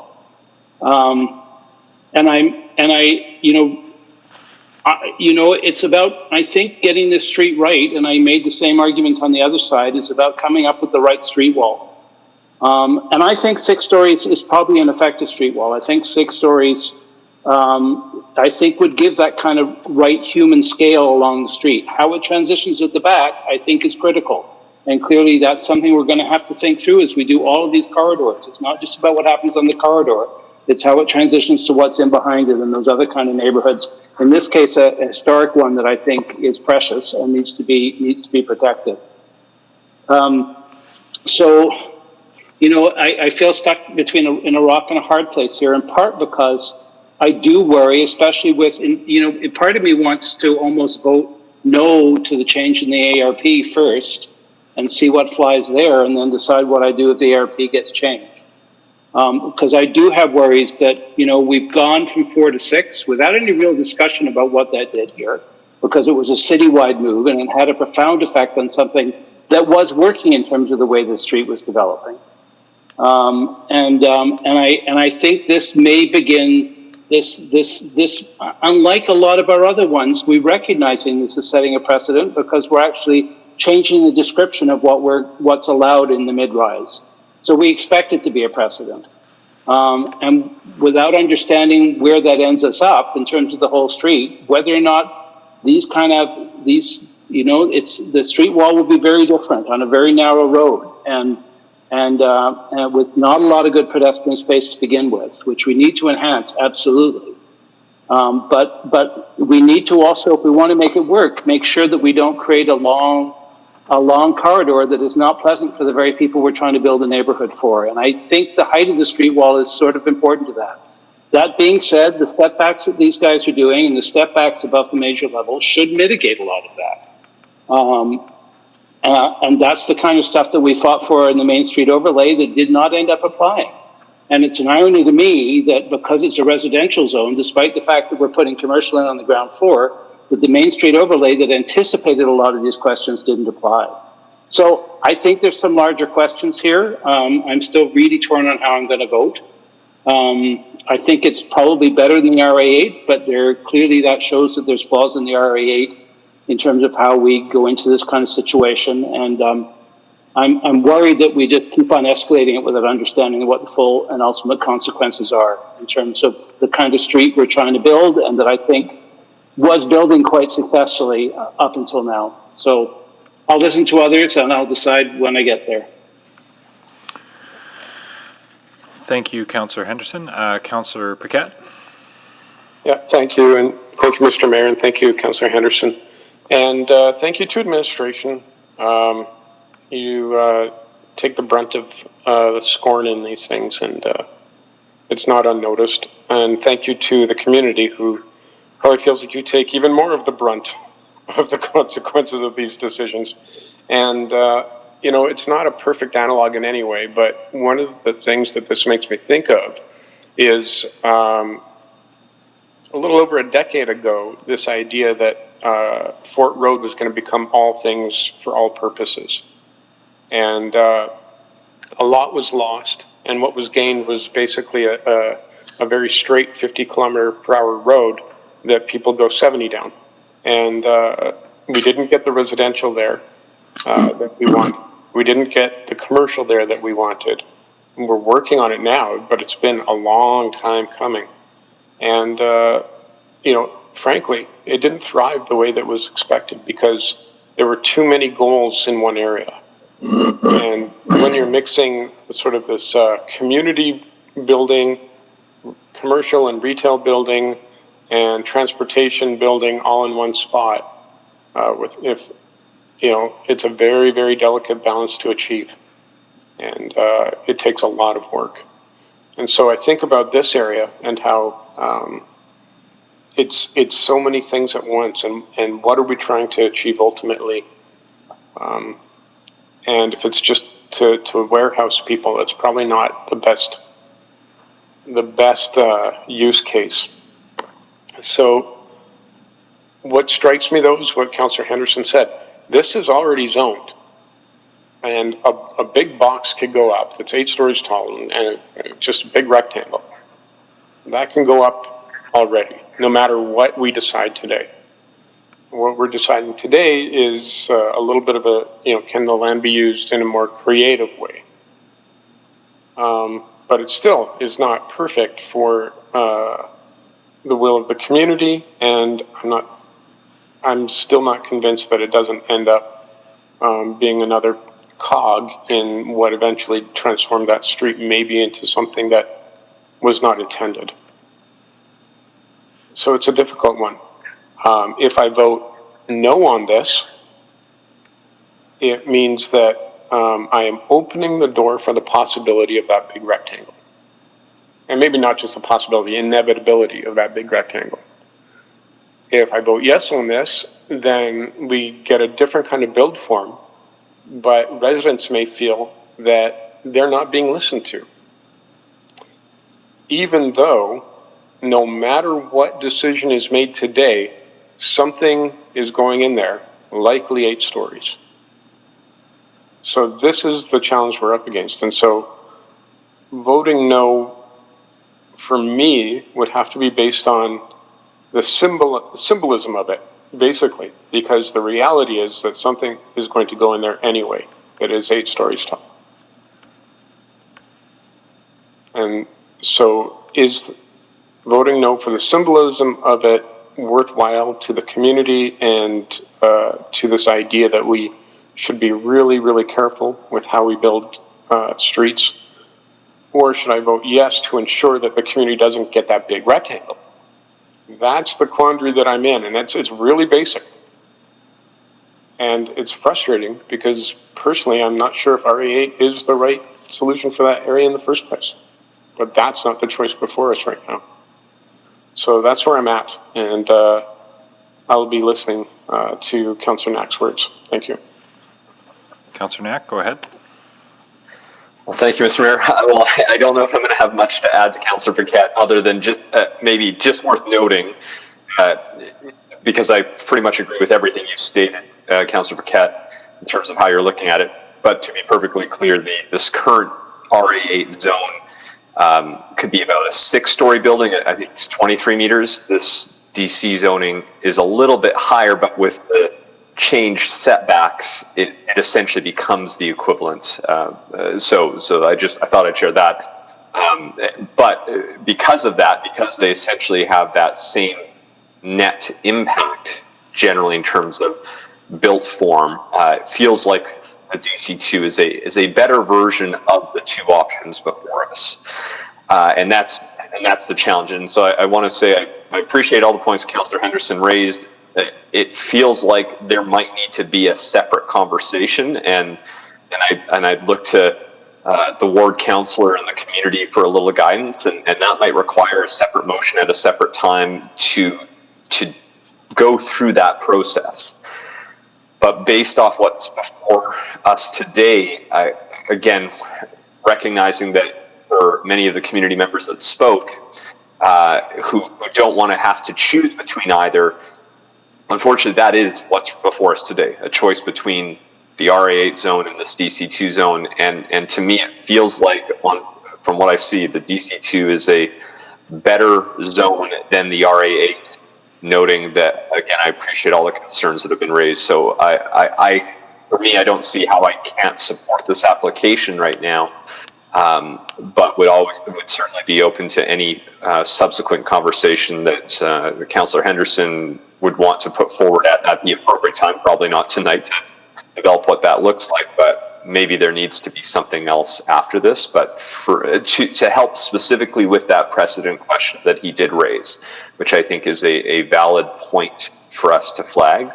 But again, between those 2 options, I'll be voting yes, with a desire to see if there's another way to have a separate conversation about the other concerns at a later time. Thank you. Thank you. Councillor Banga, if you could take the chair real quick. Got the chair, Mr. Mayor. Thank you.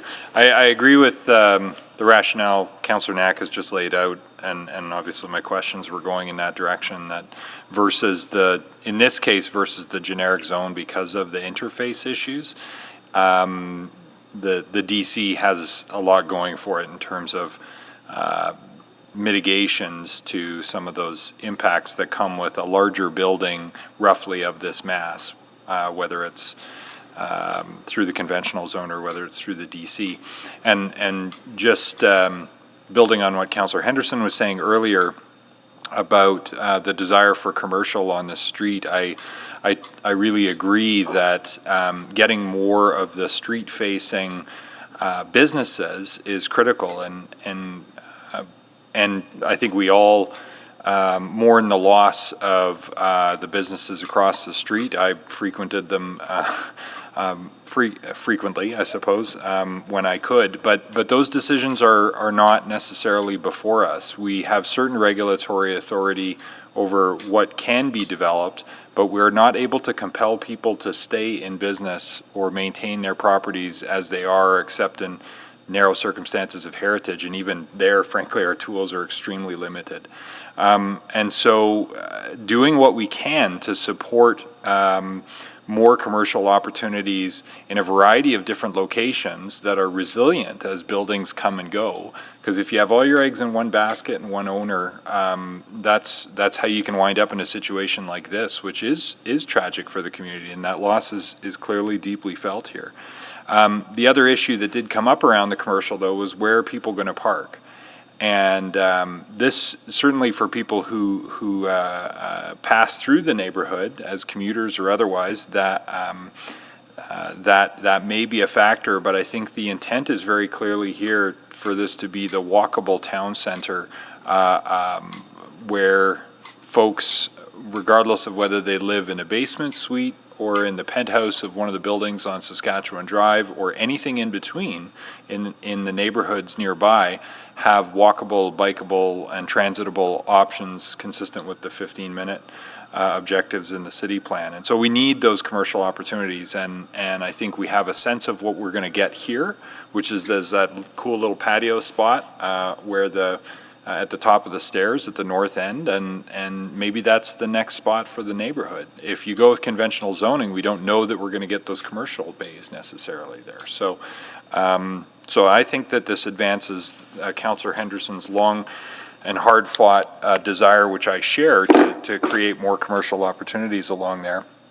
And then I had one other point, but I've forgotten what it is. So, but that's enough out of me anyway. I'm going to support this. I do think I guess here's the meta point, is that if we do want to achieve our intensification goals, which support our affordability goals and our climate goals, then we will have to get more comfortable with larger buildings than we have put here in the past. But I do want to, this was the last point, I do want to give Councillor Henderson credit where it's due, and I was happy to second the motion to redesignate this street from a primary corridor to a secondary, so that we weren't going to be talking about high rises up and down this corridor. We were going to be talking about mid-rise. But mid-rise is 6 to 8, and we're going to need to build an awful lot more of that, and we may need to do a little more work on RA8 after some of the talking today, again, despite my ode to the conventional zone earlier. So I'm very open to that, refining it to get it as best as we can, but I think in this case it's a good just do my quick chat. Okay. Do you take anything for sweet? it's a good it's a good proposal, so I will be supporting it. I'll take the chair back. I assume Councillor Bang is okay with that. So is there anybody else before I go to Councillor McKean to close? Not seeing anyone. Go ahead, Councillor McKean.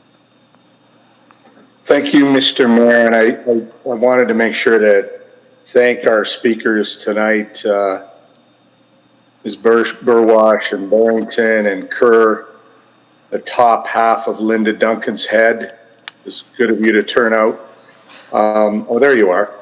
Well, I'm hiding behind no camera. So I want to thank you. And I was reminded of all the young men I interviewed over the years who wanted to run for city council because it would be cool. And they didn't really have much more of an answer. When I asked them why they wanted to run, it was because they wanted to be a city council. But city councilors, and I think of Ben in particular here, end up in these excruciating moments where we have decisions that pull on us and push on us and pull on our heartstrings. Because the last thing that any of us want to do is make you folks who came out tonight to speak unhappy. I'm also reminded of a woman I talked to years ago who was deeply afraid of the LRT coming close to her house.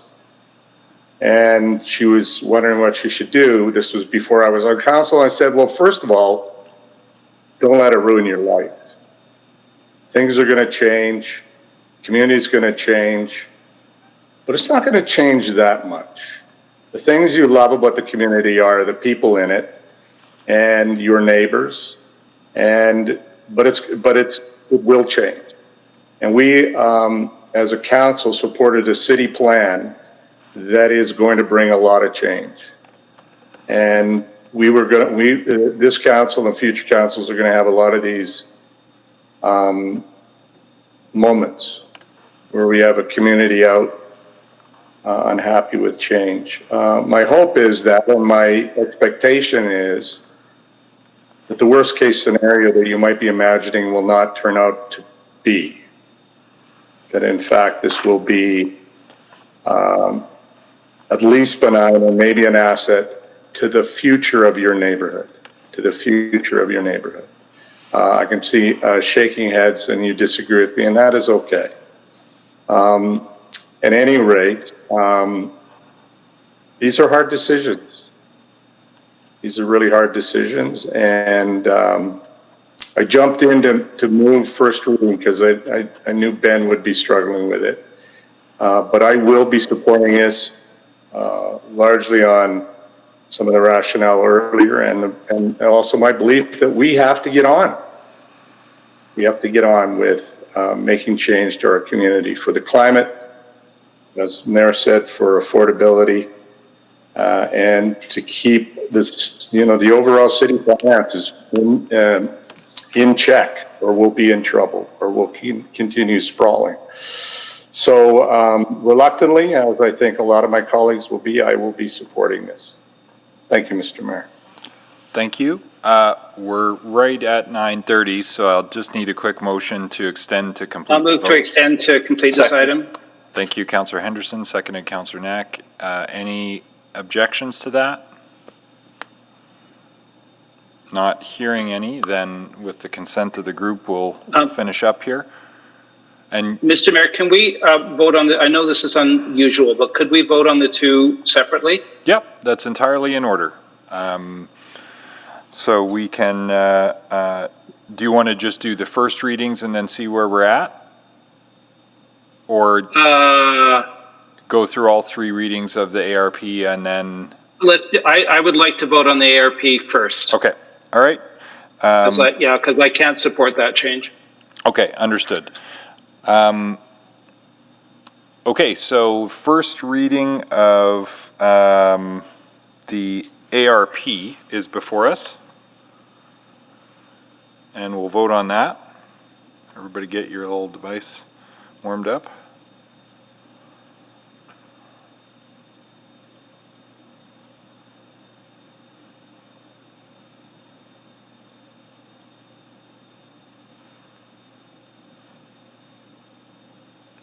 It's coming.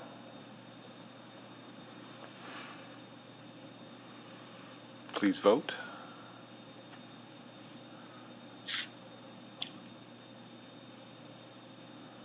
Display the vote. That's carried 11-2. I don't have the breakdown on that. Councillor Henderson and Councillor Paquette opposed the first reading of the ARP changes. All right. Second reading, Councillor McKean. Second reading, I'll move that of bylaw 19423. Okay. Please vote. I assume the seconder there is still Councillor Walters. Indeed. Thank you. Please vote on second reading of the ARP change.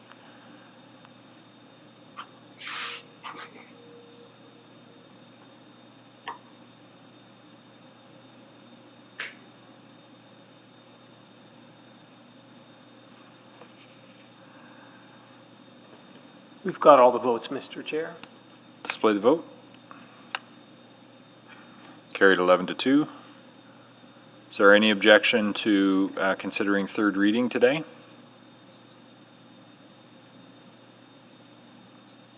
And with unanimous consent to proceed with third reading, please put that forward. I will move third reading of bylaw 19423. Second. Please vote on third reading.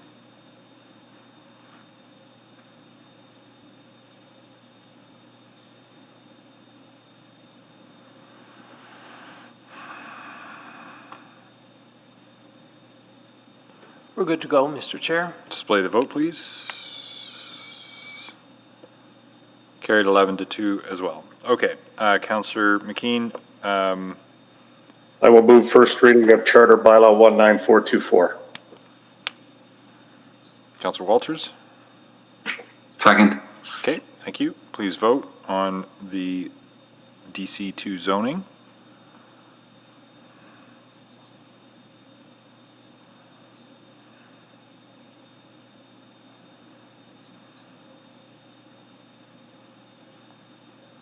There it is.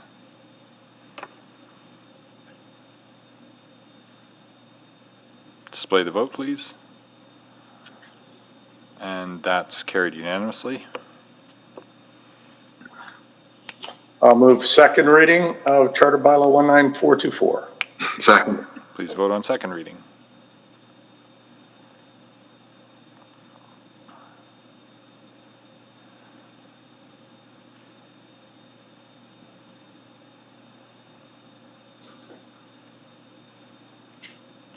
Display the vote. Carried.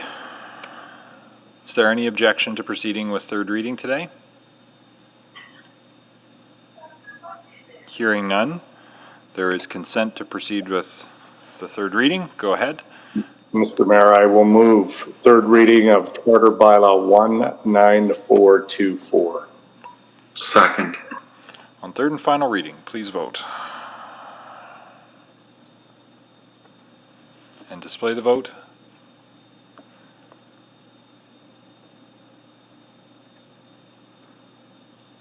And that's carried. Are there any subsequents? Any notices?